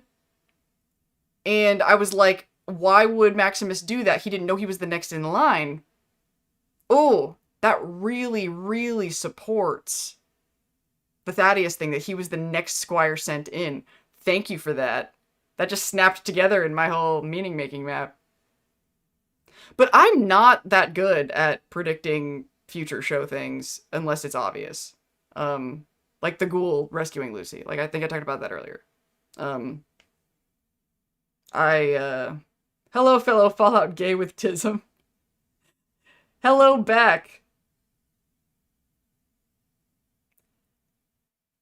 In the first season, last episode, admitted to the elder. Yeah. No, this comes up a lot. Okay, a lot of people are like, basically, what you're up against, Flu77, is a lot of people just don't believe Dane, myself included. I just don't. I don't believe that Dane did it to themselves. It doesn't. And the number one reason I don't believe it is because Dane's reasoning was that they were scared to go into the wilds, but they were stoked about going to the wilds. They had a huge fucking smile. There was nothing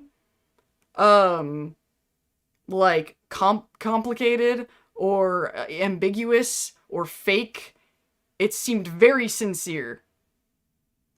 And also during the blade scene, they cut back to Thaddeus multiple times, showing his reaction to that happening. And he didn't leap up and dive straight for Dane. He looked nervous and scared, but Maximus ran straight toward, so I think when they took Maximus away, they didn't clarify. They just said, people said you did it, but they don't say who it was. Probably Thaddeus.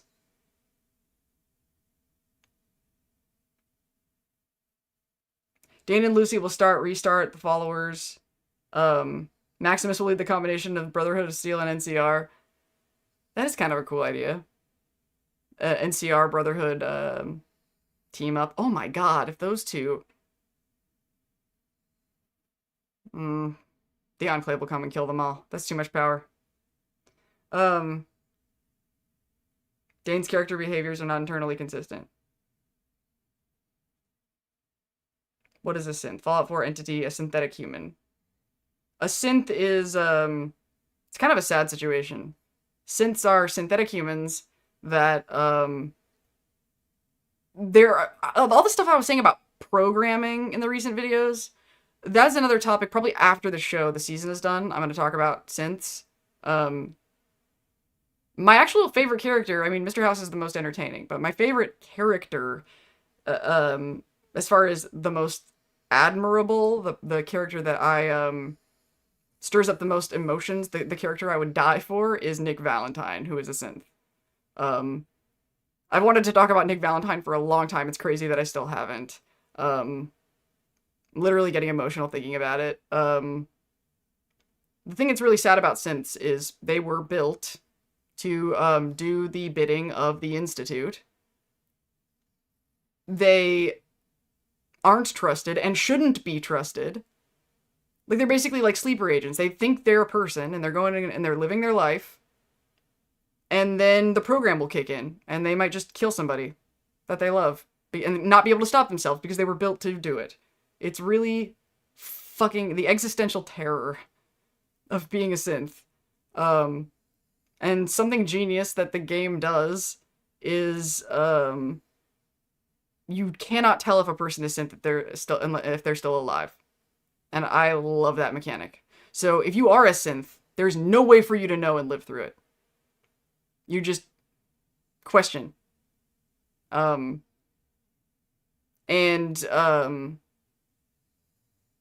it's really fucking tragic. If you really think about it. And the reason I love Nick Valentine so much is because he is a synth who can't hide it. I'm getting so emotional. Like, this is really a topic I gotta do one day. So, Nick Valentine is a synth who was a prototype. So he feels like a person. He thinks like a person. And has all the memories of a real human being named Nick Valentine. That was a real human being who died. And he, but because he's a prototype and he looks like, he's all kind of torn up, he looks like a synth. Like, he, is very clearly a synth. And he knows what he is. He doesn't know why he is. He doesn't know if he might go crazy and shoot somebody. But he has learned how to live with it. And to get other people to live with him who hate synths. Like, they're all, like, kind of racist against... I mean, everybody has a good reason. A synth really could be 100% convincing as a real person. And then suddenly go ape shit. It's, and a person could be replaced by a synth without knowing that they're a replacement. Like, Nick Valentine feels like Nick Valentine. He's not. He was like a prototype of a replacement for a guy who was already dead.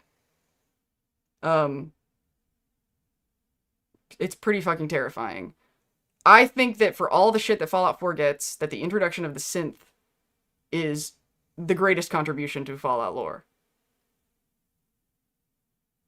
And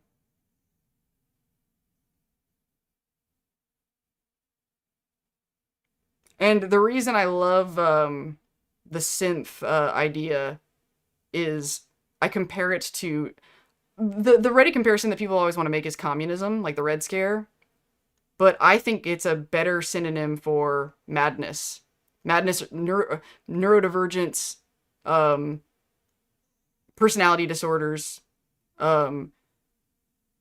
Because look at how many times in our culture right now that we can just completely dehumanize somebody if we go that they're crazy. Oh, they're just crazy. Those guys are crazy. This is one of the reasons why I don't like, I like exploring my theories about lore thumpers instead of just being they're assholes, they're crazy.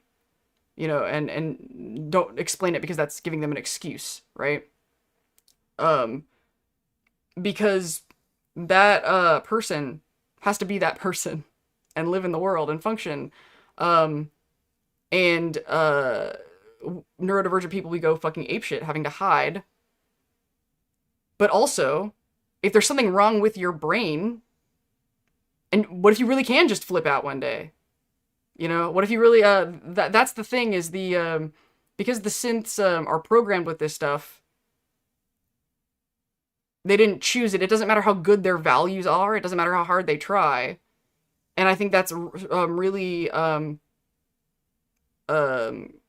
comparable to how a person who is neurodivergent and they don't understand their own brain and they don't know how to predict or anticipate the behavior of their own brain, they learn to hate and fear themselves. And also, if you go to Acadia in Fallout 4 Far Harbor, um, the way that people who suspect that they are synths sounds identical to people who suspect that they're neurodivergent. They're like, I don't know. It's just something doesn't feel right. There's something about my memories. There's something. It's about your relationship with your own brain, and the fact that and the way that other people are going to fear you for understandable reasons because your brain isn't predictable according to the framework that they are comfortable with. And and it really just hits my gaslighting trauma, I guess. Is I referenced this. I don't think this was on the Fallout channel. It was on another channel. But there's a great line in the show Criminal Minds where Reed is like really showing sympathy and care for like a guy who has really violent tendencies and violent ideations. And you know the other characters on Criminal Minds, like one of the guys asks him like, you know, why are you vouching for this guy? Why do you care so much? And Reed says, I know what it's like to be afraid of your own mind. And that hit me really hard as a neurodivergent person. I know what it's like to be afraid of my own brain. And that's what I think the synth storylines really touch on.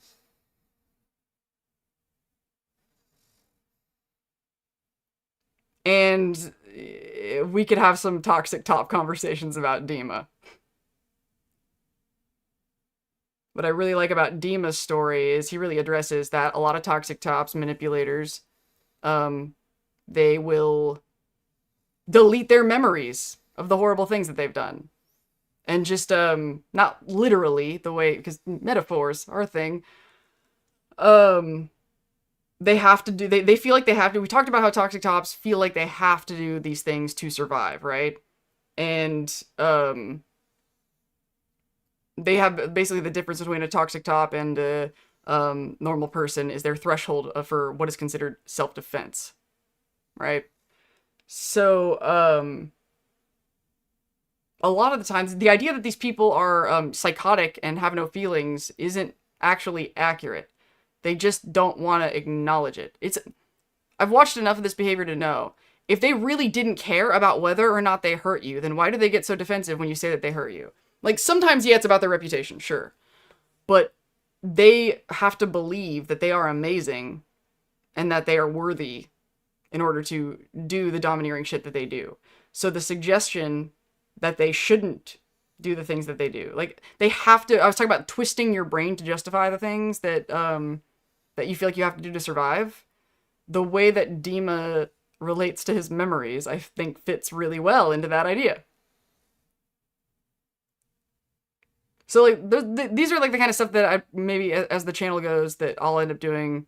I actually was kind of thinking about doing this, the Nick Valentine synth video for Dinztopia, but judging on how the channel is going and the level of personal shit that I might want to dig in.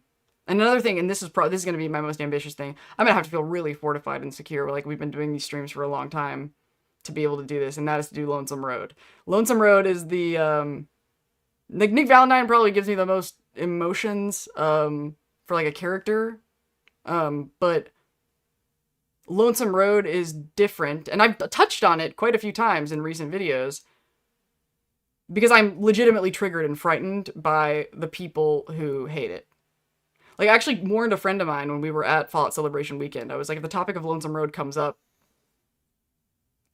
divert me to another subject, because I feel like most people like it and respect it and understand that story, but I'm very, disturbed by the people who don't. And, it will trigger some fears. Because this is gonna go into the sort of autistic where I kind of get into the part of me that's, you know, I guess lore thumper, or like where I'm protecting my idea of something in Fallout a little bit, is, I really think the ideas that people have against Lonesome Road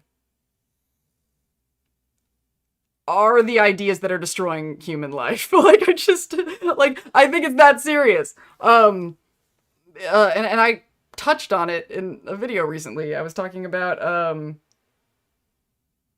if you think that ignorance absolves you of responsibility, then you're teaching power to keep you ignorant.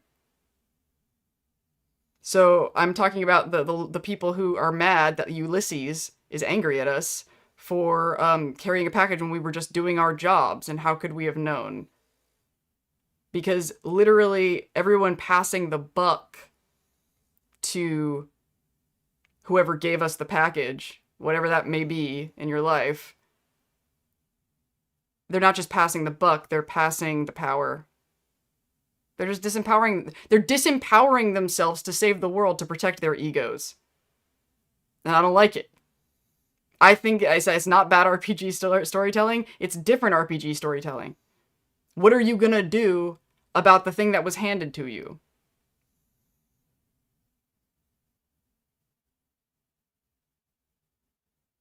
It's almost like part of the ghoul's personality on the show.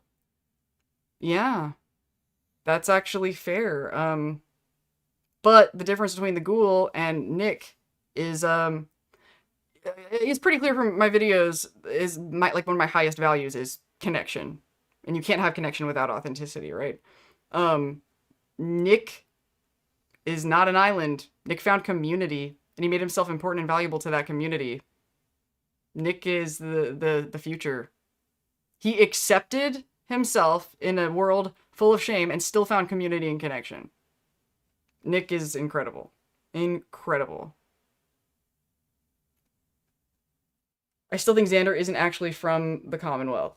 I would be open to that twist. I have seen that said before. Because something else that, I need to make a list of like the things that are unanswered questions to me that are not connecting in my meaning making map. And one of them is, if he's from the Commonwealth, how did he find out about what Quintus was doing? Because they kind of pointed to Dane. That Dane would have been a person who was catching wind of what was going on.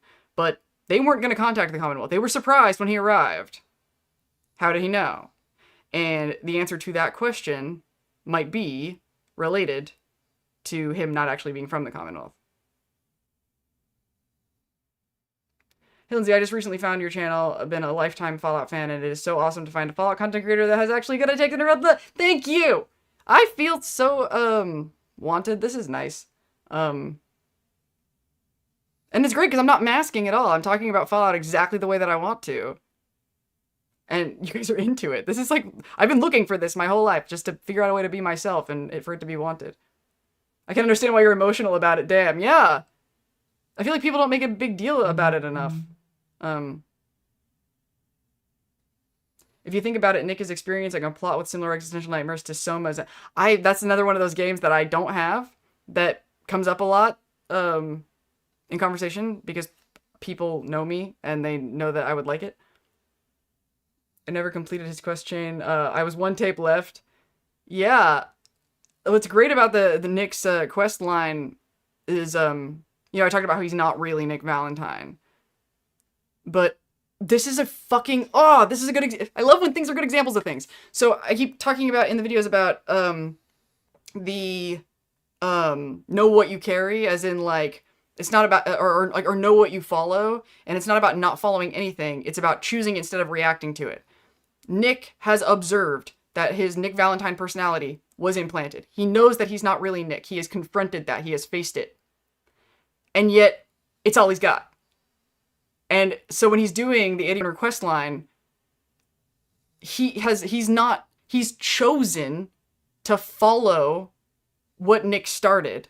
He's not just reacting and ego identifying with it. He knows it's not him, but he's choosing it because he still recognizes that it is a part of him, who he is now, is a copy of these feelings and these cares and these worries.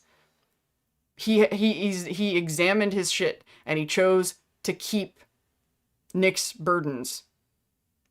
And I love that too. He chose it. Just because you recognize it's programming doesn't mean it isn't real. Once you choose it, it becomes real. You choose, like I think another video I talked about, like you decide what your rights are.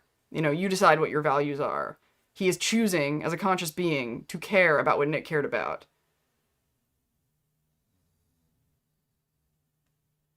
How about just being aware of who we are? That is step one. I always saw synths as bio-androids and not synthetic humans. So you're just like switching the words. um, I feel like both work. Whatever works for you, buddy. And it isn't their fault. Like how the fact you thought you were a narcissist kind of gives weight that you actually aren't. That is narcissist is a really good example actually of the synth thing. Because the thing about narcissists is they are still people with unmet needs who need those needs met. And they like need pathways to get those needs met outside of narcissism, and it's hard for them to do that in part because the social system so heavily rewards them and makes it so dangerous for them to step out of that. You know, they don't know what they're missing, but if it works, narcissism, it's almost like I was talking about like the impairment of privilege.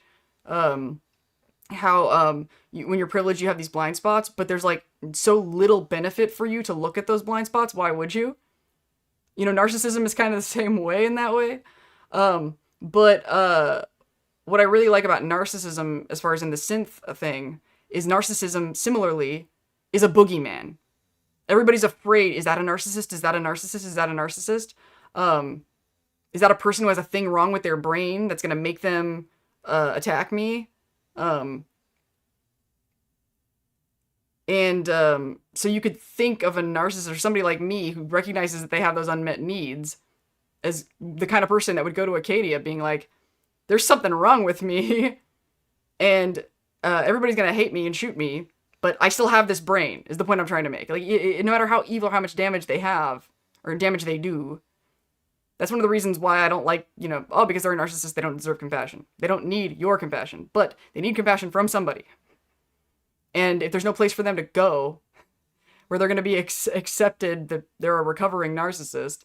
So that was kind of the mentality that I had at the time, was I was like, the world would be a better place if narcissists would just fucking admit what they are. So if I am this thing, I'm making the world a better place by admitting what I am. And I thought all the pain and the suffering that I was feeling was because I was a weird narcissist that wouldn't do the narcissist tactics to meet that need. So I just felt the hole. I just felt the pain. And I was suffering so much that I was like, no wonder narcissists won't admit what they are. They don't want to feel what I'm feeling right now, and I want to fucking jump off a cliff. But, as previously discussed, it turns out I didn't need the world to love me, I just needed someone to. And then once I actually had healthy friendships, all these narcissistic... Not only that, like literally just earlier, wasn't I just talking about how I don't want to be that famous and all the reasons why? Because I don't associate getting fame with power and safety. I associate it with vulnerability and stress and responsibility. Vulnerability and responsibility. That's what fame is to me. But I'm good at this thing. I'm good at talking. I'm good at making videos. This is what I'm best at in the world. It just so happens that the thing I have the most expertise and the thing I'm best at is the kind of job where you would get famous or have a lot of followers. And my goal is to be authentic. So I'm like, how do I do this? How do I become this person without being evil? Especially because I have a hell of a supervillain backstory. Y'all are so lucky that I'm not Silco from Arcane, because a part of me really wanted to be. I was going to go full neurodivergent Magneto. But unfortunately, I just care too much about whether or not I hurt people. Fuck. It's also why I don't do a lot of fucking.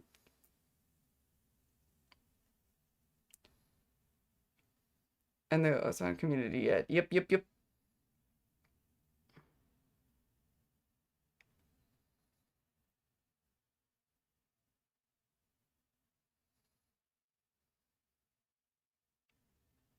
Confusions and hesitations. And I thank you for voicing it here because it makes me feel less crazy.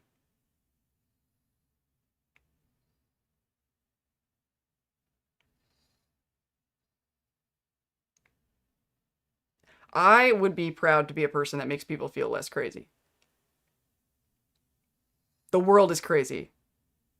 When the worst thing that ever happened to me in my life was happening, I dissociated, and a phrase came into my head that was very, like, it was like, almost like another voice in my head that said something very, very specific and very solid that My worldview has changed ever since. And that voice said, they drive you crazy so they can treat you like you're crazy. They drive you crazy. Reactive abuse.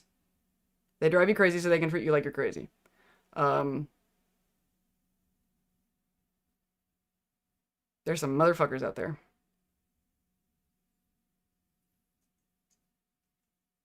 The scream I scrumped when Max killed him. Almost like Dane wasn't acting, strangely. Feel like you can be yourself and it to be wanted. Oi, another nail on the multi-spectrum head, yeah. A narcissist would be the last person to be concerned about being a narcissist. That, I agree with that now. But man, I gotta tell you, I'm angry at the DSM criteria. Oh, actually, I don't want to go on that tangent, but the link to my Substack article is underneath the video. If anybody's interested in my take on narcissism, I just don't want to go back there. But I did write my shit, you know, and I think it's good shit, and I think you should read it. I think people should read it. I think smart things. The DSM criteria is pretty sus. I'll put it that way. It is sus. Everybody associates lack of accountability with narcissism. It is not in the DSM criteria. If it was, I wouldn't have thought I was a narcissist.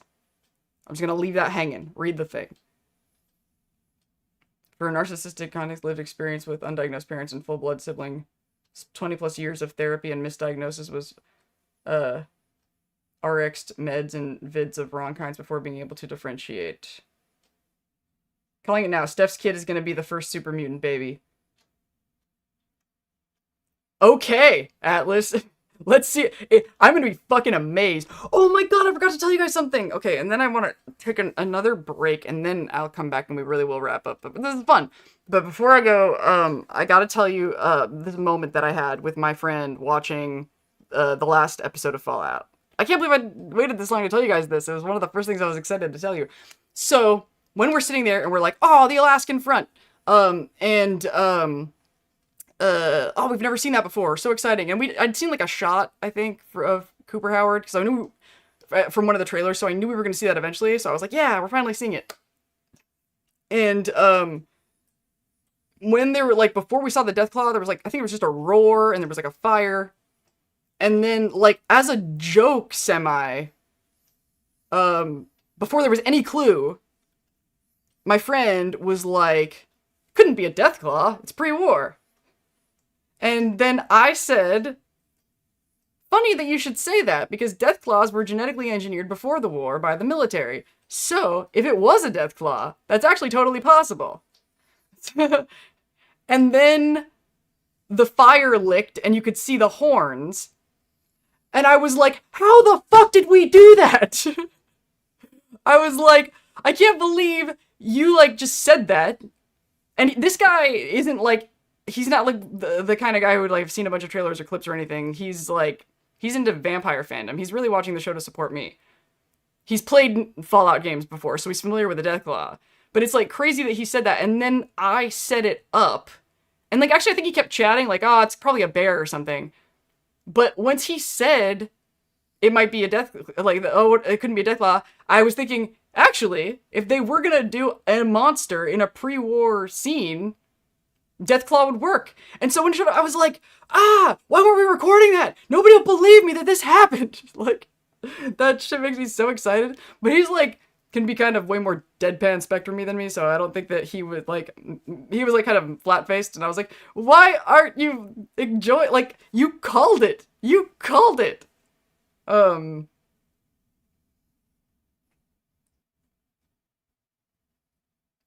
Okay, so I'd love to, lived experience, love to read. I guess you're talking about the narcissism article. Oh, you just context. I wasn't getting a "you're making it about you" vibe. If that was what you were. I know sometimes on the spectrum it's hard to tell if you're doing that. I've never like I actually do internalize a lot of holistic things. Like, it kind of helped me keep a lot of my autistic qualities in check, because things that bother allistics a lot about autistics do bother me too. I have absorbed a lot of allistic social norms, but people making things about themselves the way that bothers allistics, that is an area where I process that like a fellow autistic. Like,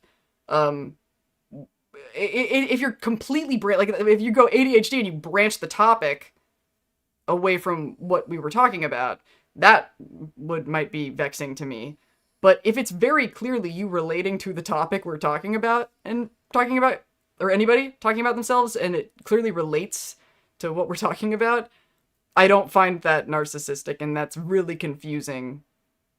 Because sometimes I just feel like the best way for me to show somebody that I care about what they're saying is to talk about my related experience. And it's really confusing that that's not how it's interpreted. Like how does that not solidify that I hear what you're saying? I support the potential super mutant baby theory, or at least Chet, not Chet Jr.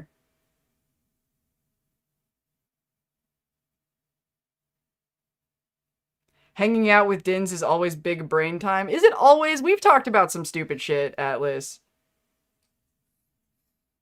So this is I think you weren't around, Atlas, when I was or I don't know, hopefully you're still around now. Um I was going to tell people about the Fallout 2 stream idea. But we will be doing that on Atlas's channel, not on this one. Um Basically big brain time is Lindsay's Fallout. But we want to do goofier shit on Atlas's channel. And I have other ideas. I want to do sketches. But we haven't really gotten to do because I've been so busy, so overwhelmed with like the sensory onslaught of doing this channel and the success it's been getting and talking to all of you. That I have kind of been abandoning Atlas a little bit.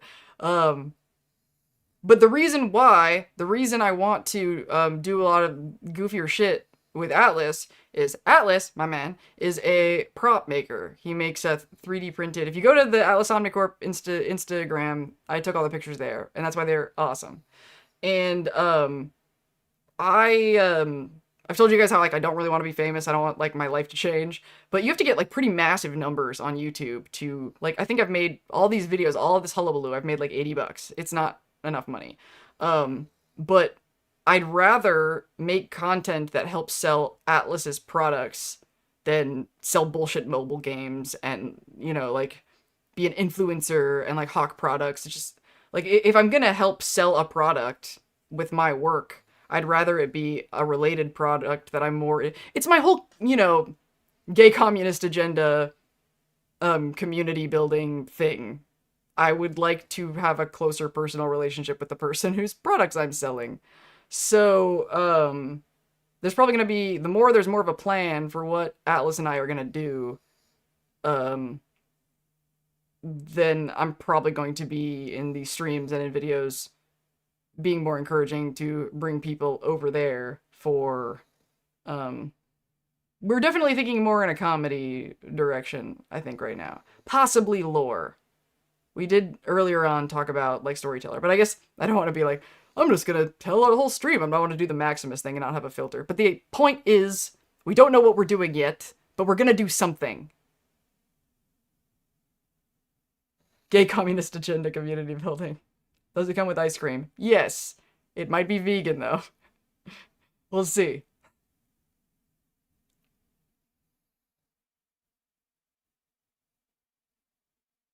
Oh, don't be like your pictures were terrible. It's not that your pictures were terrible, it's that my pictures are amazing. That's the difference. Okay, I'm taking another break, and then I'm coming back. You guys can think of more questions, but then I'm probably gonna wrap up, which I said I was gonna do like an hour ago, but we're having too much fun.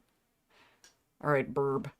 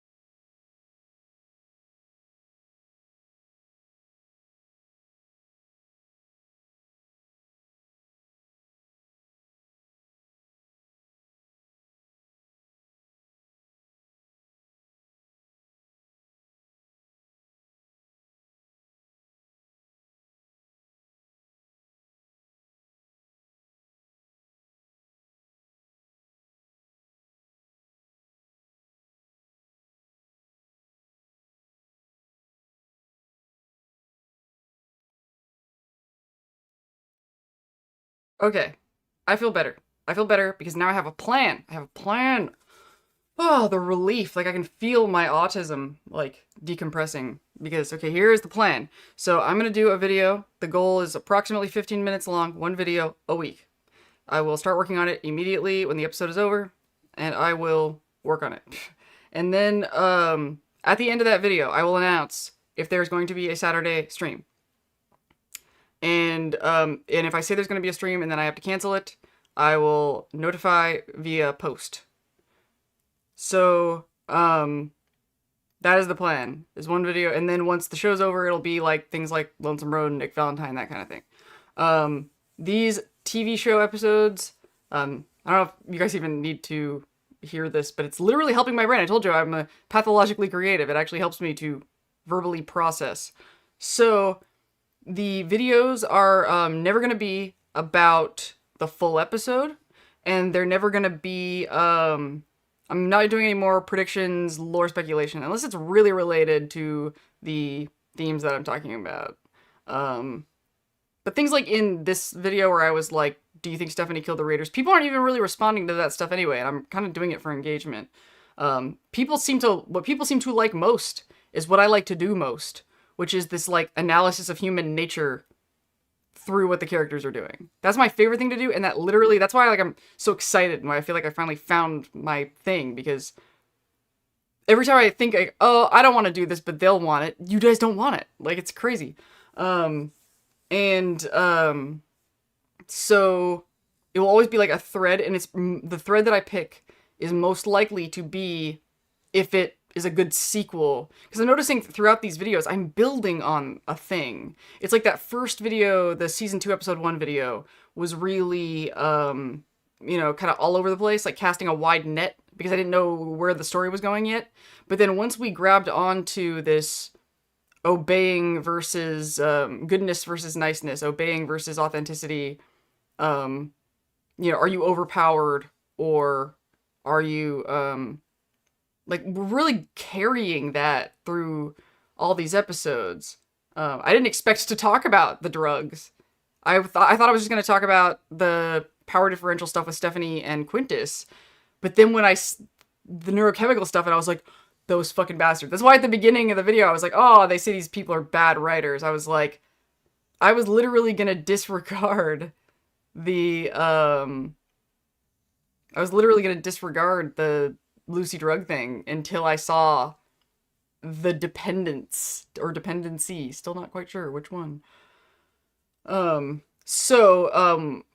the story goes to carry on that theme is what you're gonna expect from the video. And then I'll make other notes if there's other stuff I find interesting. So I'm not gonna worry about shorts right now.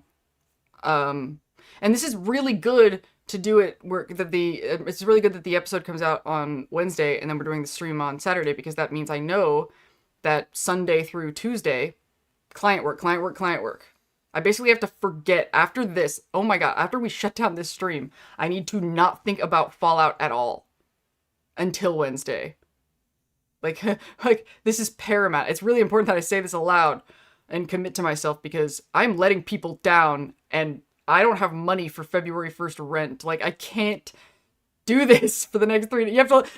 You beautiful people have to let me go.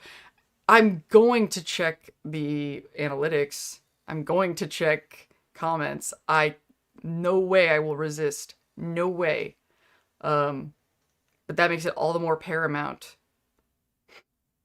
that I have 3 days that I don't fucking think about Fallout. Oh my god. So now that I got all that out, now I will look at what you crazy wacky doodles are saying. I'm so tired. I think I'm going to get used to it. I'm having fun. And also, like, as I'm going, I'm learning how much I do or don't need to mask, and the less I'm masking, I'm so tired. It's my brain, my ADHD is like fully ignited, but my autism is like crying. I also think I want to play some 76 tonight before I go to sleep. I'm actually really like Skyline Valley so far. Just as great. Wow, Lindsay said you work in props. Yes. Curiosity time. May I inquire? I love that you said may I inquire. About, or is there a page that explains the meaning behind the use of your Atlas Omnicorp name, asking you to layers of historical and mythical stuff? That is something that we should work on. Atlas, website is the next big thing. That's another thing that has to happen. Atlas, you have been so patient with me, through, the way that this show has, eaten my dopamine. But at least I sent you your Pip-Boy. But yeah, something that is on the agenda for me and Atlas is Atlas Omni Lore.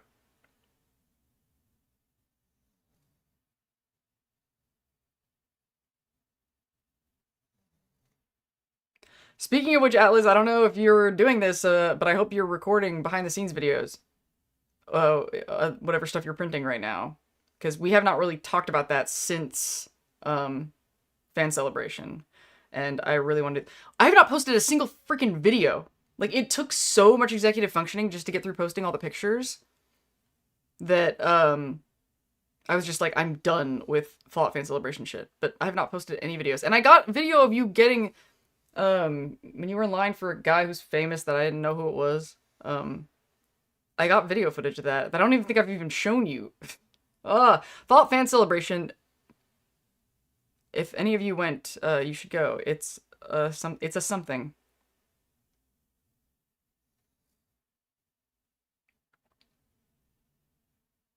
This is another reason why I don't want to be more famous, is, like, I'm already having trouble keeping up with chat. Imagine if there was, like, a gazillion people.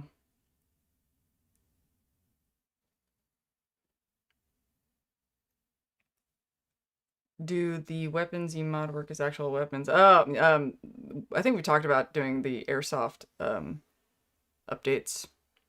Oh yeah, that's another thing. Okay, so now let's talk about giving me money. So, the amount of super chats was really fucking heartening. That was really cool.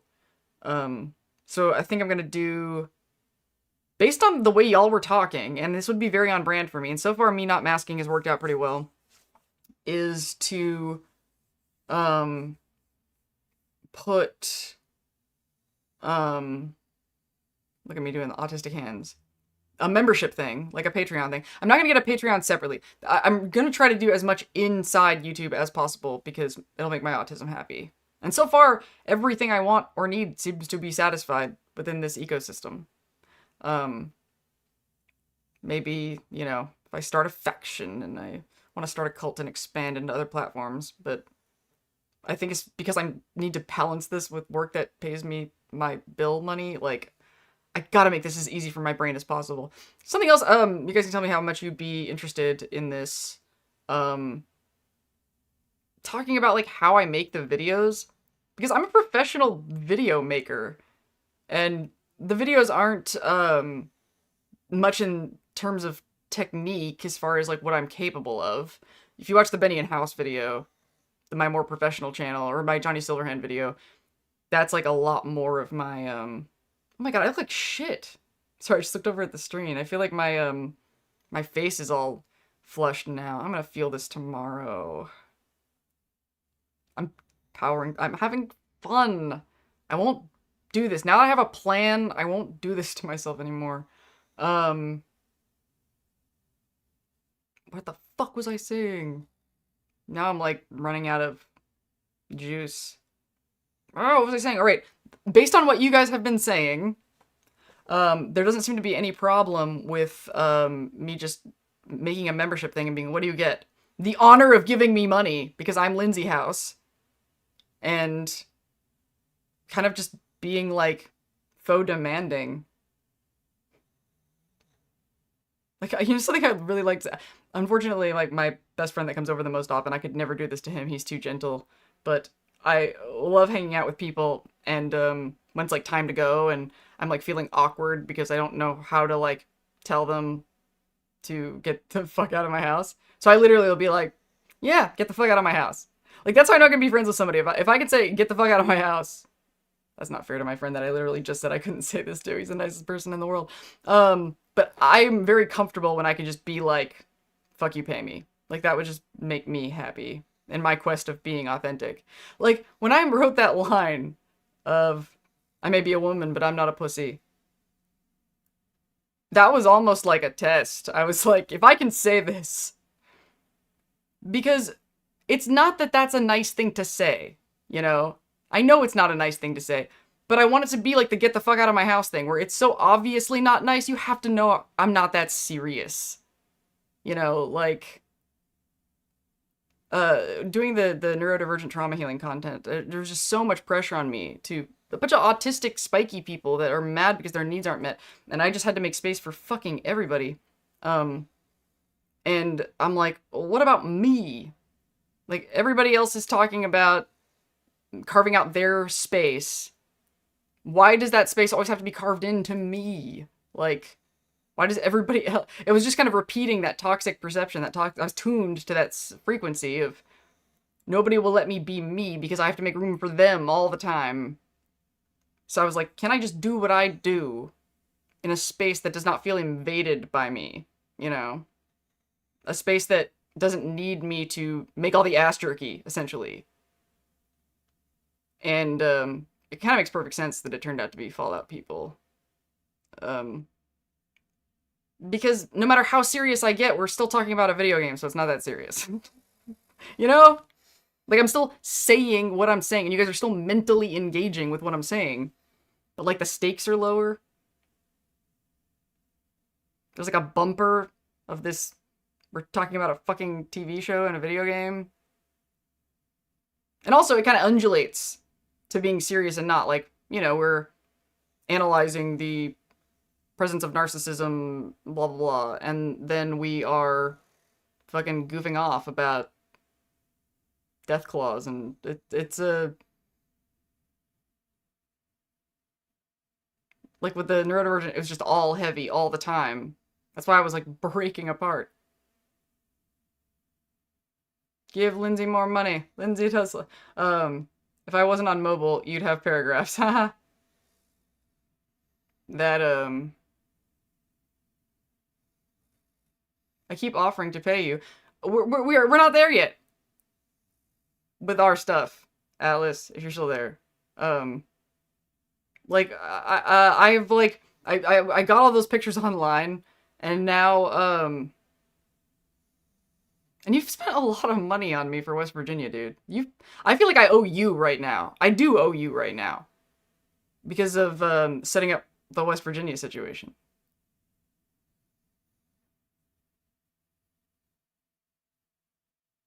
What else do I want to talk about? I'm just having I don't want to unplug, but I have to. This is ADHD. Did the stream just blip? It looked like it blipped on my end. Weird. Okay, so, I have a plan. We're gonna follow the thread of whatever topic I want to talk about that's on my mind, and then, end of the video I'll announce the stream, and, I'll post in the community area whenever something to post crosses my mind, throughout the week. But I need to be as non-Fallout as possible for the last, for Sunday through Tuesday. I have to, I have other stuff that I want to do in life. And I have to prep for the transition out of the Fallout thinking and into those things. It's so autistic. Oh my god. There's no such thing as a touch of the tism. It impacts every fucking facet of your life. Oh. That's why I just wanted to be taken care of, man. My brain is not built to take care of, like, one entire human life. It's just not. I'm supposed to obsess about Fallout and then be fed and clothed and... I mean, it's not bathed. I can handle that on my own. I just want to hyperfixate and do the thing I'm really good at and have other people do the other things. But I can't, because I can't be in a group. So I'm obsessed with connection. So I'm not a narcissist. I don't want to rule people. I want to be actually loved, and I will not give up.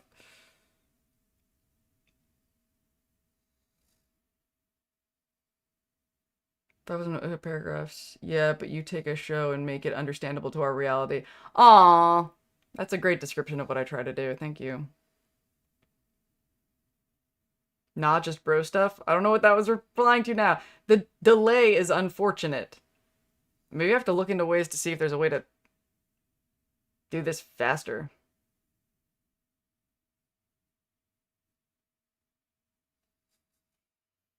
Hmm.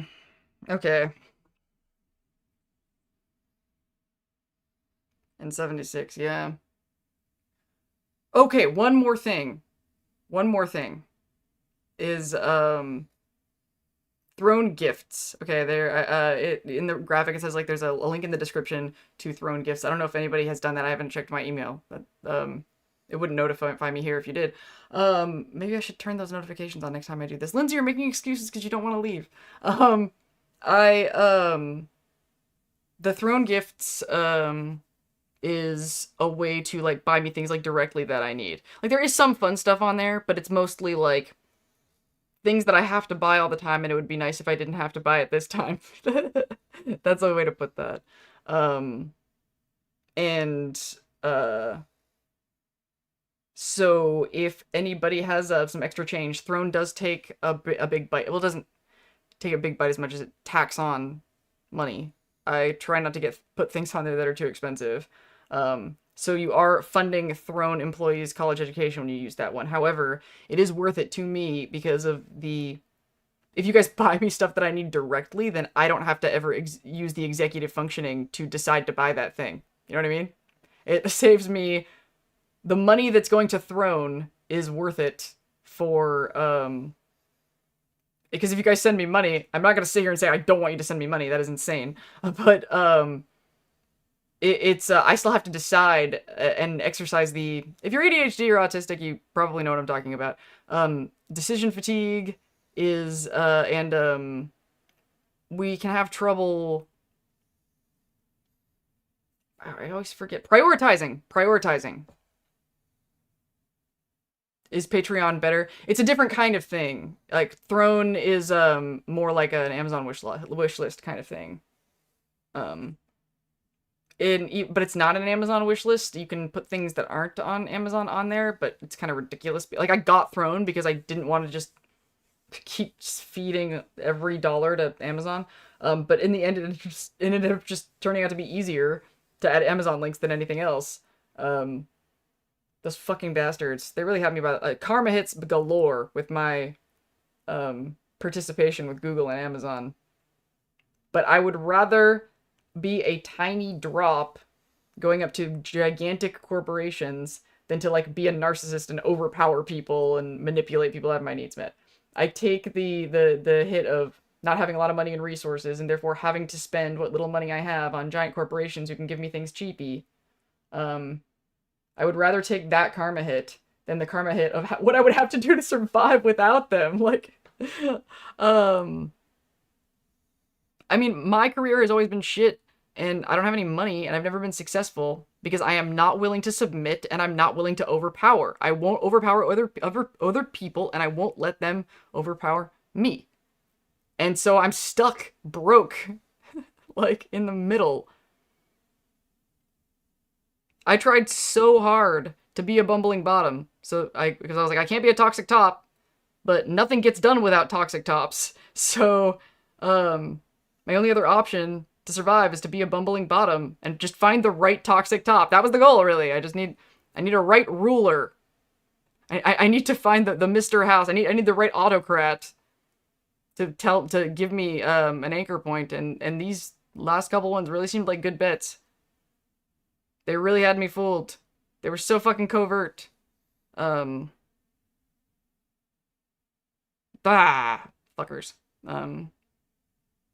You don't owe me.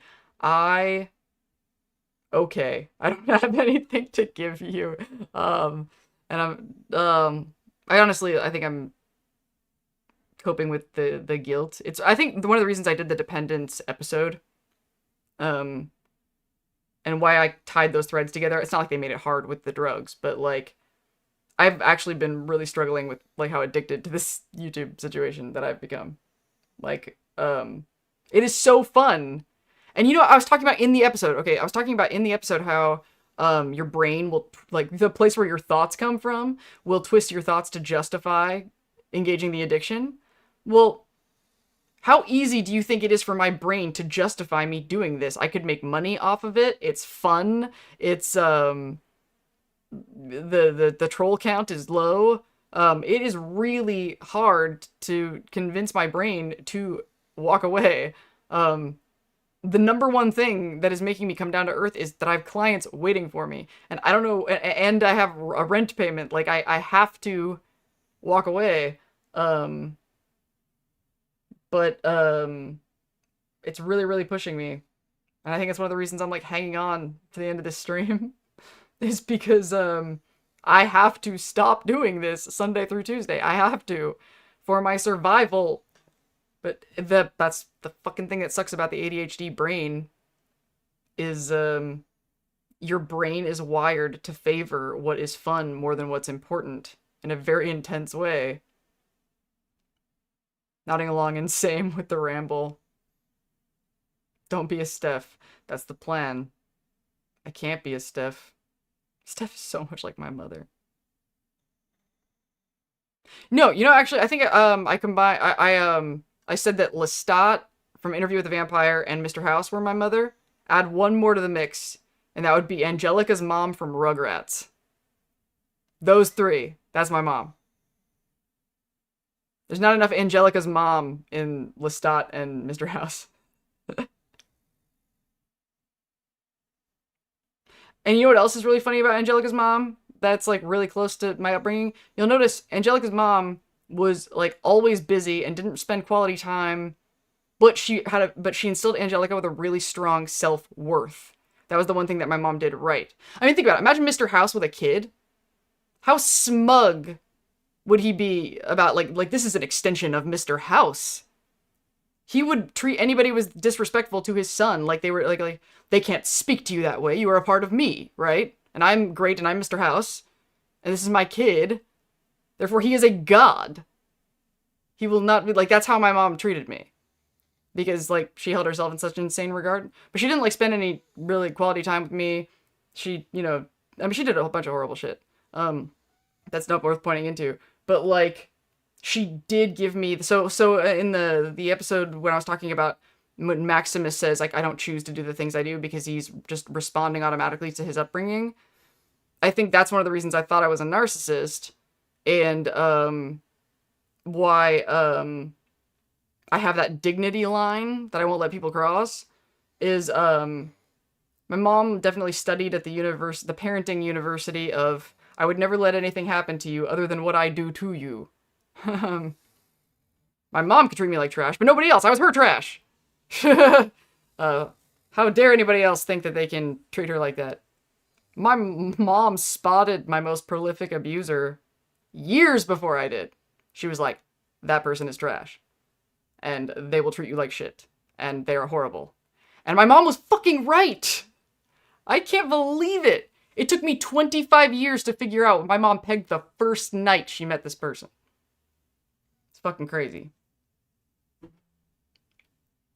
But, you know, you don't trust people that much when they're, like, screaming at you and shit.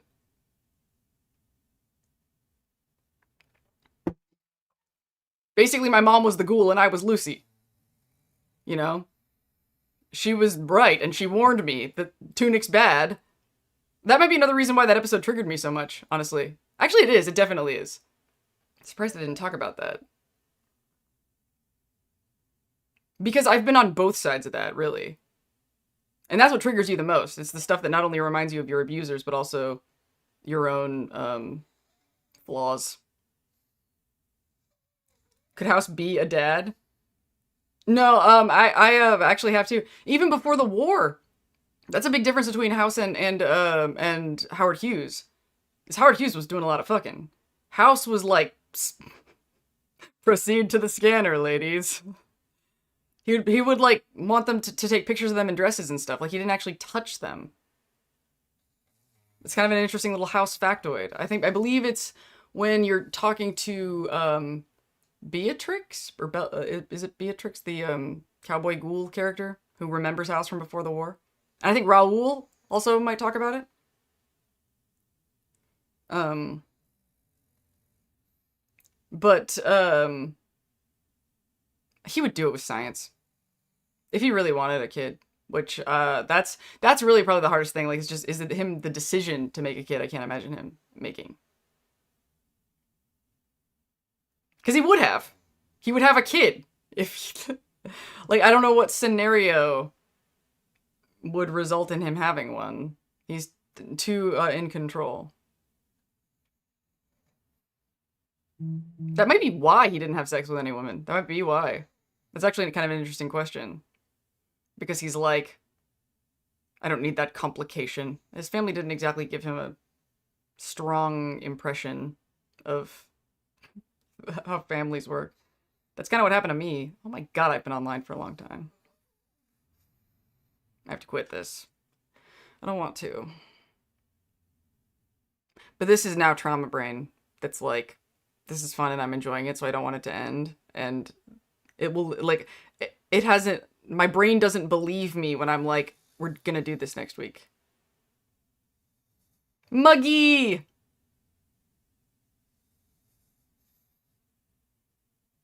My heart belongs to Toaster, though.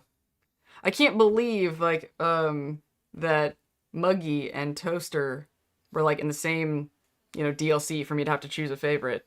It's kind of like, there's a character on Has Been a Hotel, the prostitute, that on any other show, that would be my favorite character. But then there's Alistair, and I'm like, that character is just too fucking spectacular. So I would have loved Muggy. I would have loved Muggy so much. Fucking Toaster. Toaster puts a fucking smile on my face. I would love to see Toaster on the show. I mean, we're not gonna get any Big Mountain. There's too many. It doesn't wrap up any strings.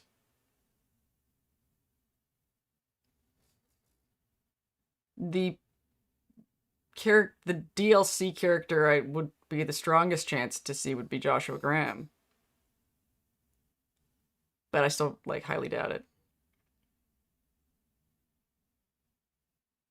Oh my god, I'm gonna be so mad if Marcus isn't, I mean, if it's not Marcus, I will be okay if it's not Marcus. I will be very perturbed if it's not a super mutant, though.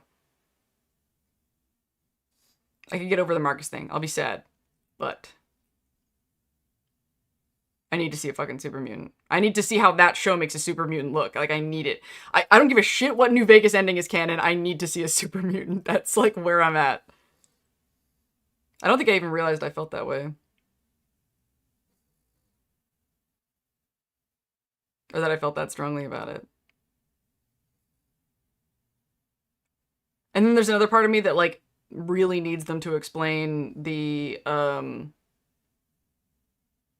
20 years, the fall of Shady Sands.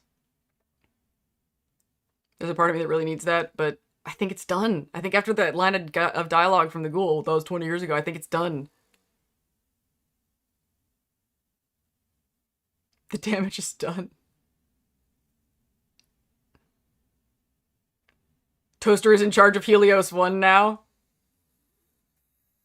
Did we finally get fucking Fantastic out of there? Toaster would have no time for fucking... Oh yeah, speaking of which, Atlas, I don't want to put pressure on you on the stream. Oh well, I'm doing it. I want to see progress on those Robo-Scorpions. I want the Robo-Scorpions.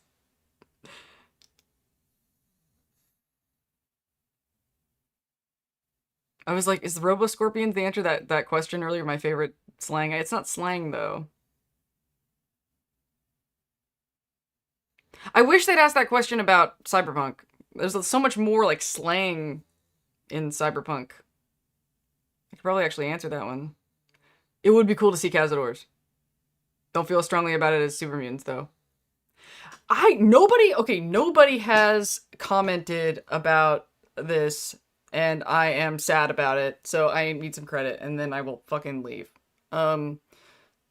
I thought this was so funny. Like, you know how earlier I was freaking out about the Deathclaw thing that like my friend called out? Like, I don't think I told that story well. It was kind of a you had to be there, but it was great. It was a great moment. But there was something like that where when in the privilege ignorance video, when I was talking about the ghoul taking her to the organ harvester, and he's like, you got problems out here, you got problems out here too, sweetheart. And the point that I was trying to make about why his dialogue choice there just really recontextualizes his point of view on the situation. Like I just thought it really, really, really mattered. And to support his point of you got problems out here, I, as a joke, said there are rad scorpions out there. And the way I said it in the video, like the delivery of it, it's one of my best moments. It might be a really good clip, you know, for a short. It was really good.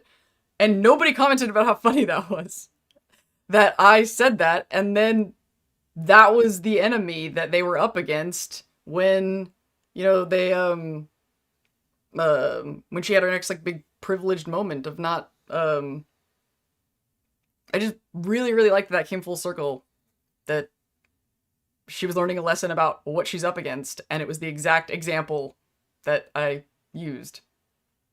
And I feel like I kind of set it up too, like I said something like, we haven't seen them yet, but they're out there. Like, I was like, it was cool. It was like this weird kind of foreshadowing moment.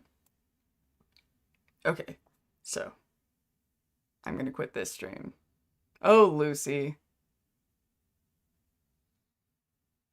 Okay. And it's dying down anyway. Probably everybody's going to bed. And it'll probably be 5:30 instead of 4, so it'll be an hour and a half later, which sucks for the people that, like, only showed up at the very beginning. But I want to get some 76 time in and snuggle my dog, who has been so well behaved. If she wasn't so settled, I would pick her up, but I don't want to literally let sleeping dogs lie. Even though she's not asleep, she's looking at me like she's been betrayed.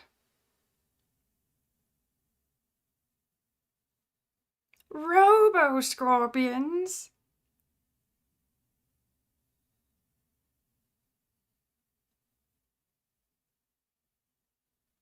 And bigger, more atomic versions. Always more atomic. Actually, Alice, what I might do, I will make the decision after I hang up. What I might do is start a new Disco Elysium with new points. Which is a game that Atlas got me because he knows the way I think about things and he knew that I would love it. And I think I will.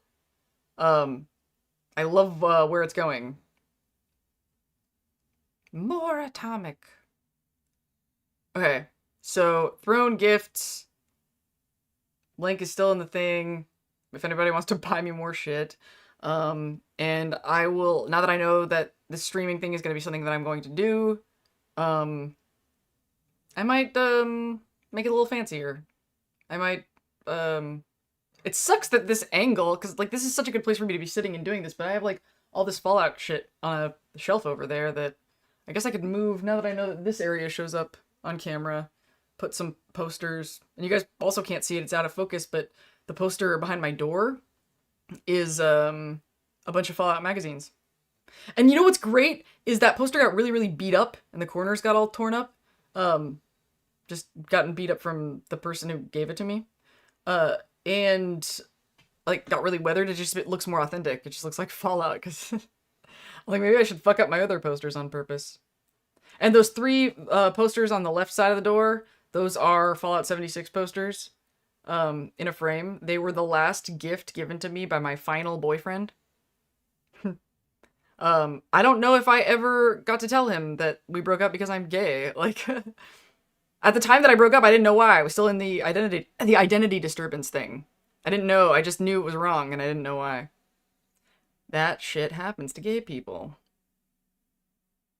Atlas liked that. Can we plan to hopefully all meet here again next week? That is the plan for now. I haven't looked at a calendar what else is going on, but I can't imagine why not. I will be so stoked. I will be looking forward to it. But I gotta go. Okay. You guys are awesome. We will do this again next week. Unless something happens, check the community tab. You'll know for sure when the next video comes out. That's what the promise I'm gonna make, is instead of being like every Saturday, I'm gonna tell you at the end of the video. Because by the time I'm finished with the week's video, I will know what my weekend looks like. And and it'll be faster. This time it came out like in the midday Friday. I'm gonna try to get them up on Thursday. Um, the only reason I couldn't do it this time was I had a dentist appointment in the middle of the day on Thursday. It was the worst possible timing. Because I'm getting better at doing these faster. Like I now when I after I watch the episode, the first thing I do is I mean I hang out with my buddy who I watch the show with and we chat for a little bit, and then I sit down. I don't even write a script. I just hit record and audio. That's how I do it. That's the thing. Oh yeah, I was gonna ask earlier if that'd be a thing you guys be interested in is like how I make the video so fast because it's like every time I do it, I experiment with a little thing. Like for example, this week I took the episode and I sped it up to 10,000%, and then I exported that as a JPEG sequence to get all the stills to cut to the pictures from the episode. It didn't get everything I wanted, but it took a big fucking chunk off the effort of the stills take a long time. Ooh, the Discord thing. We will circle back to that. Probably not. Probably not. Discord is really overwhelming for me, and the only way I could do it is if I had a manager, like somebody else to like mod and watch and think, because I can't do it. It would I can barely like talk in Discord. Managing one, I would explode.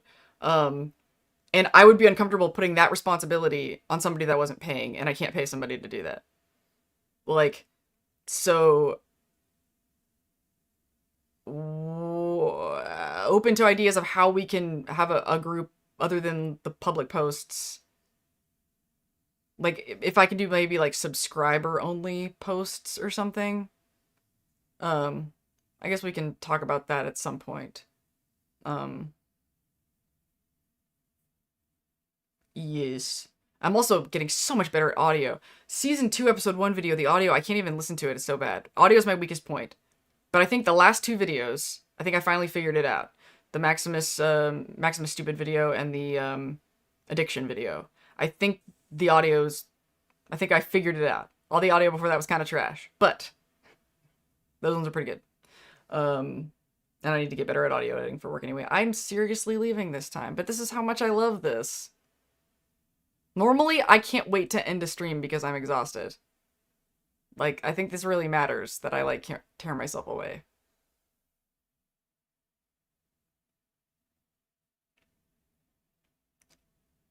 Not trying to make more work for you? No, no, no, no, no. I'm sorry that I made it sound like that. I I want to encourage it. I want to do it in a way that works. I think this could actually be a really good community. Like, and I love the idea of y'all making friends with each other because of me. Okay, I'm gonna go now. I will not think about Fallout tomorrow. And I will work.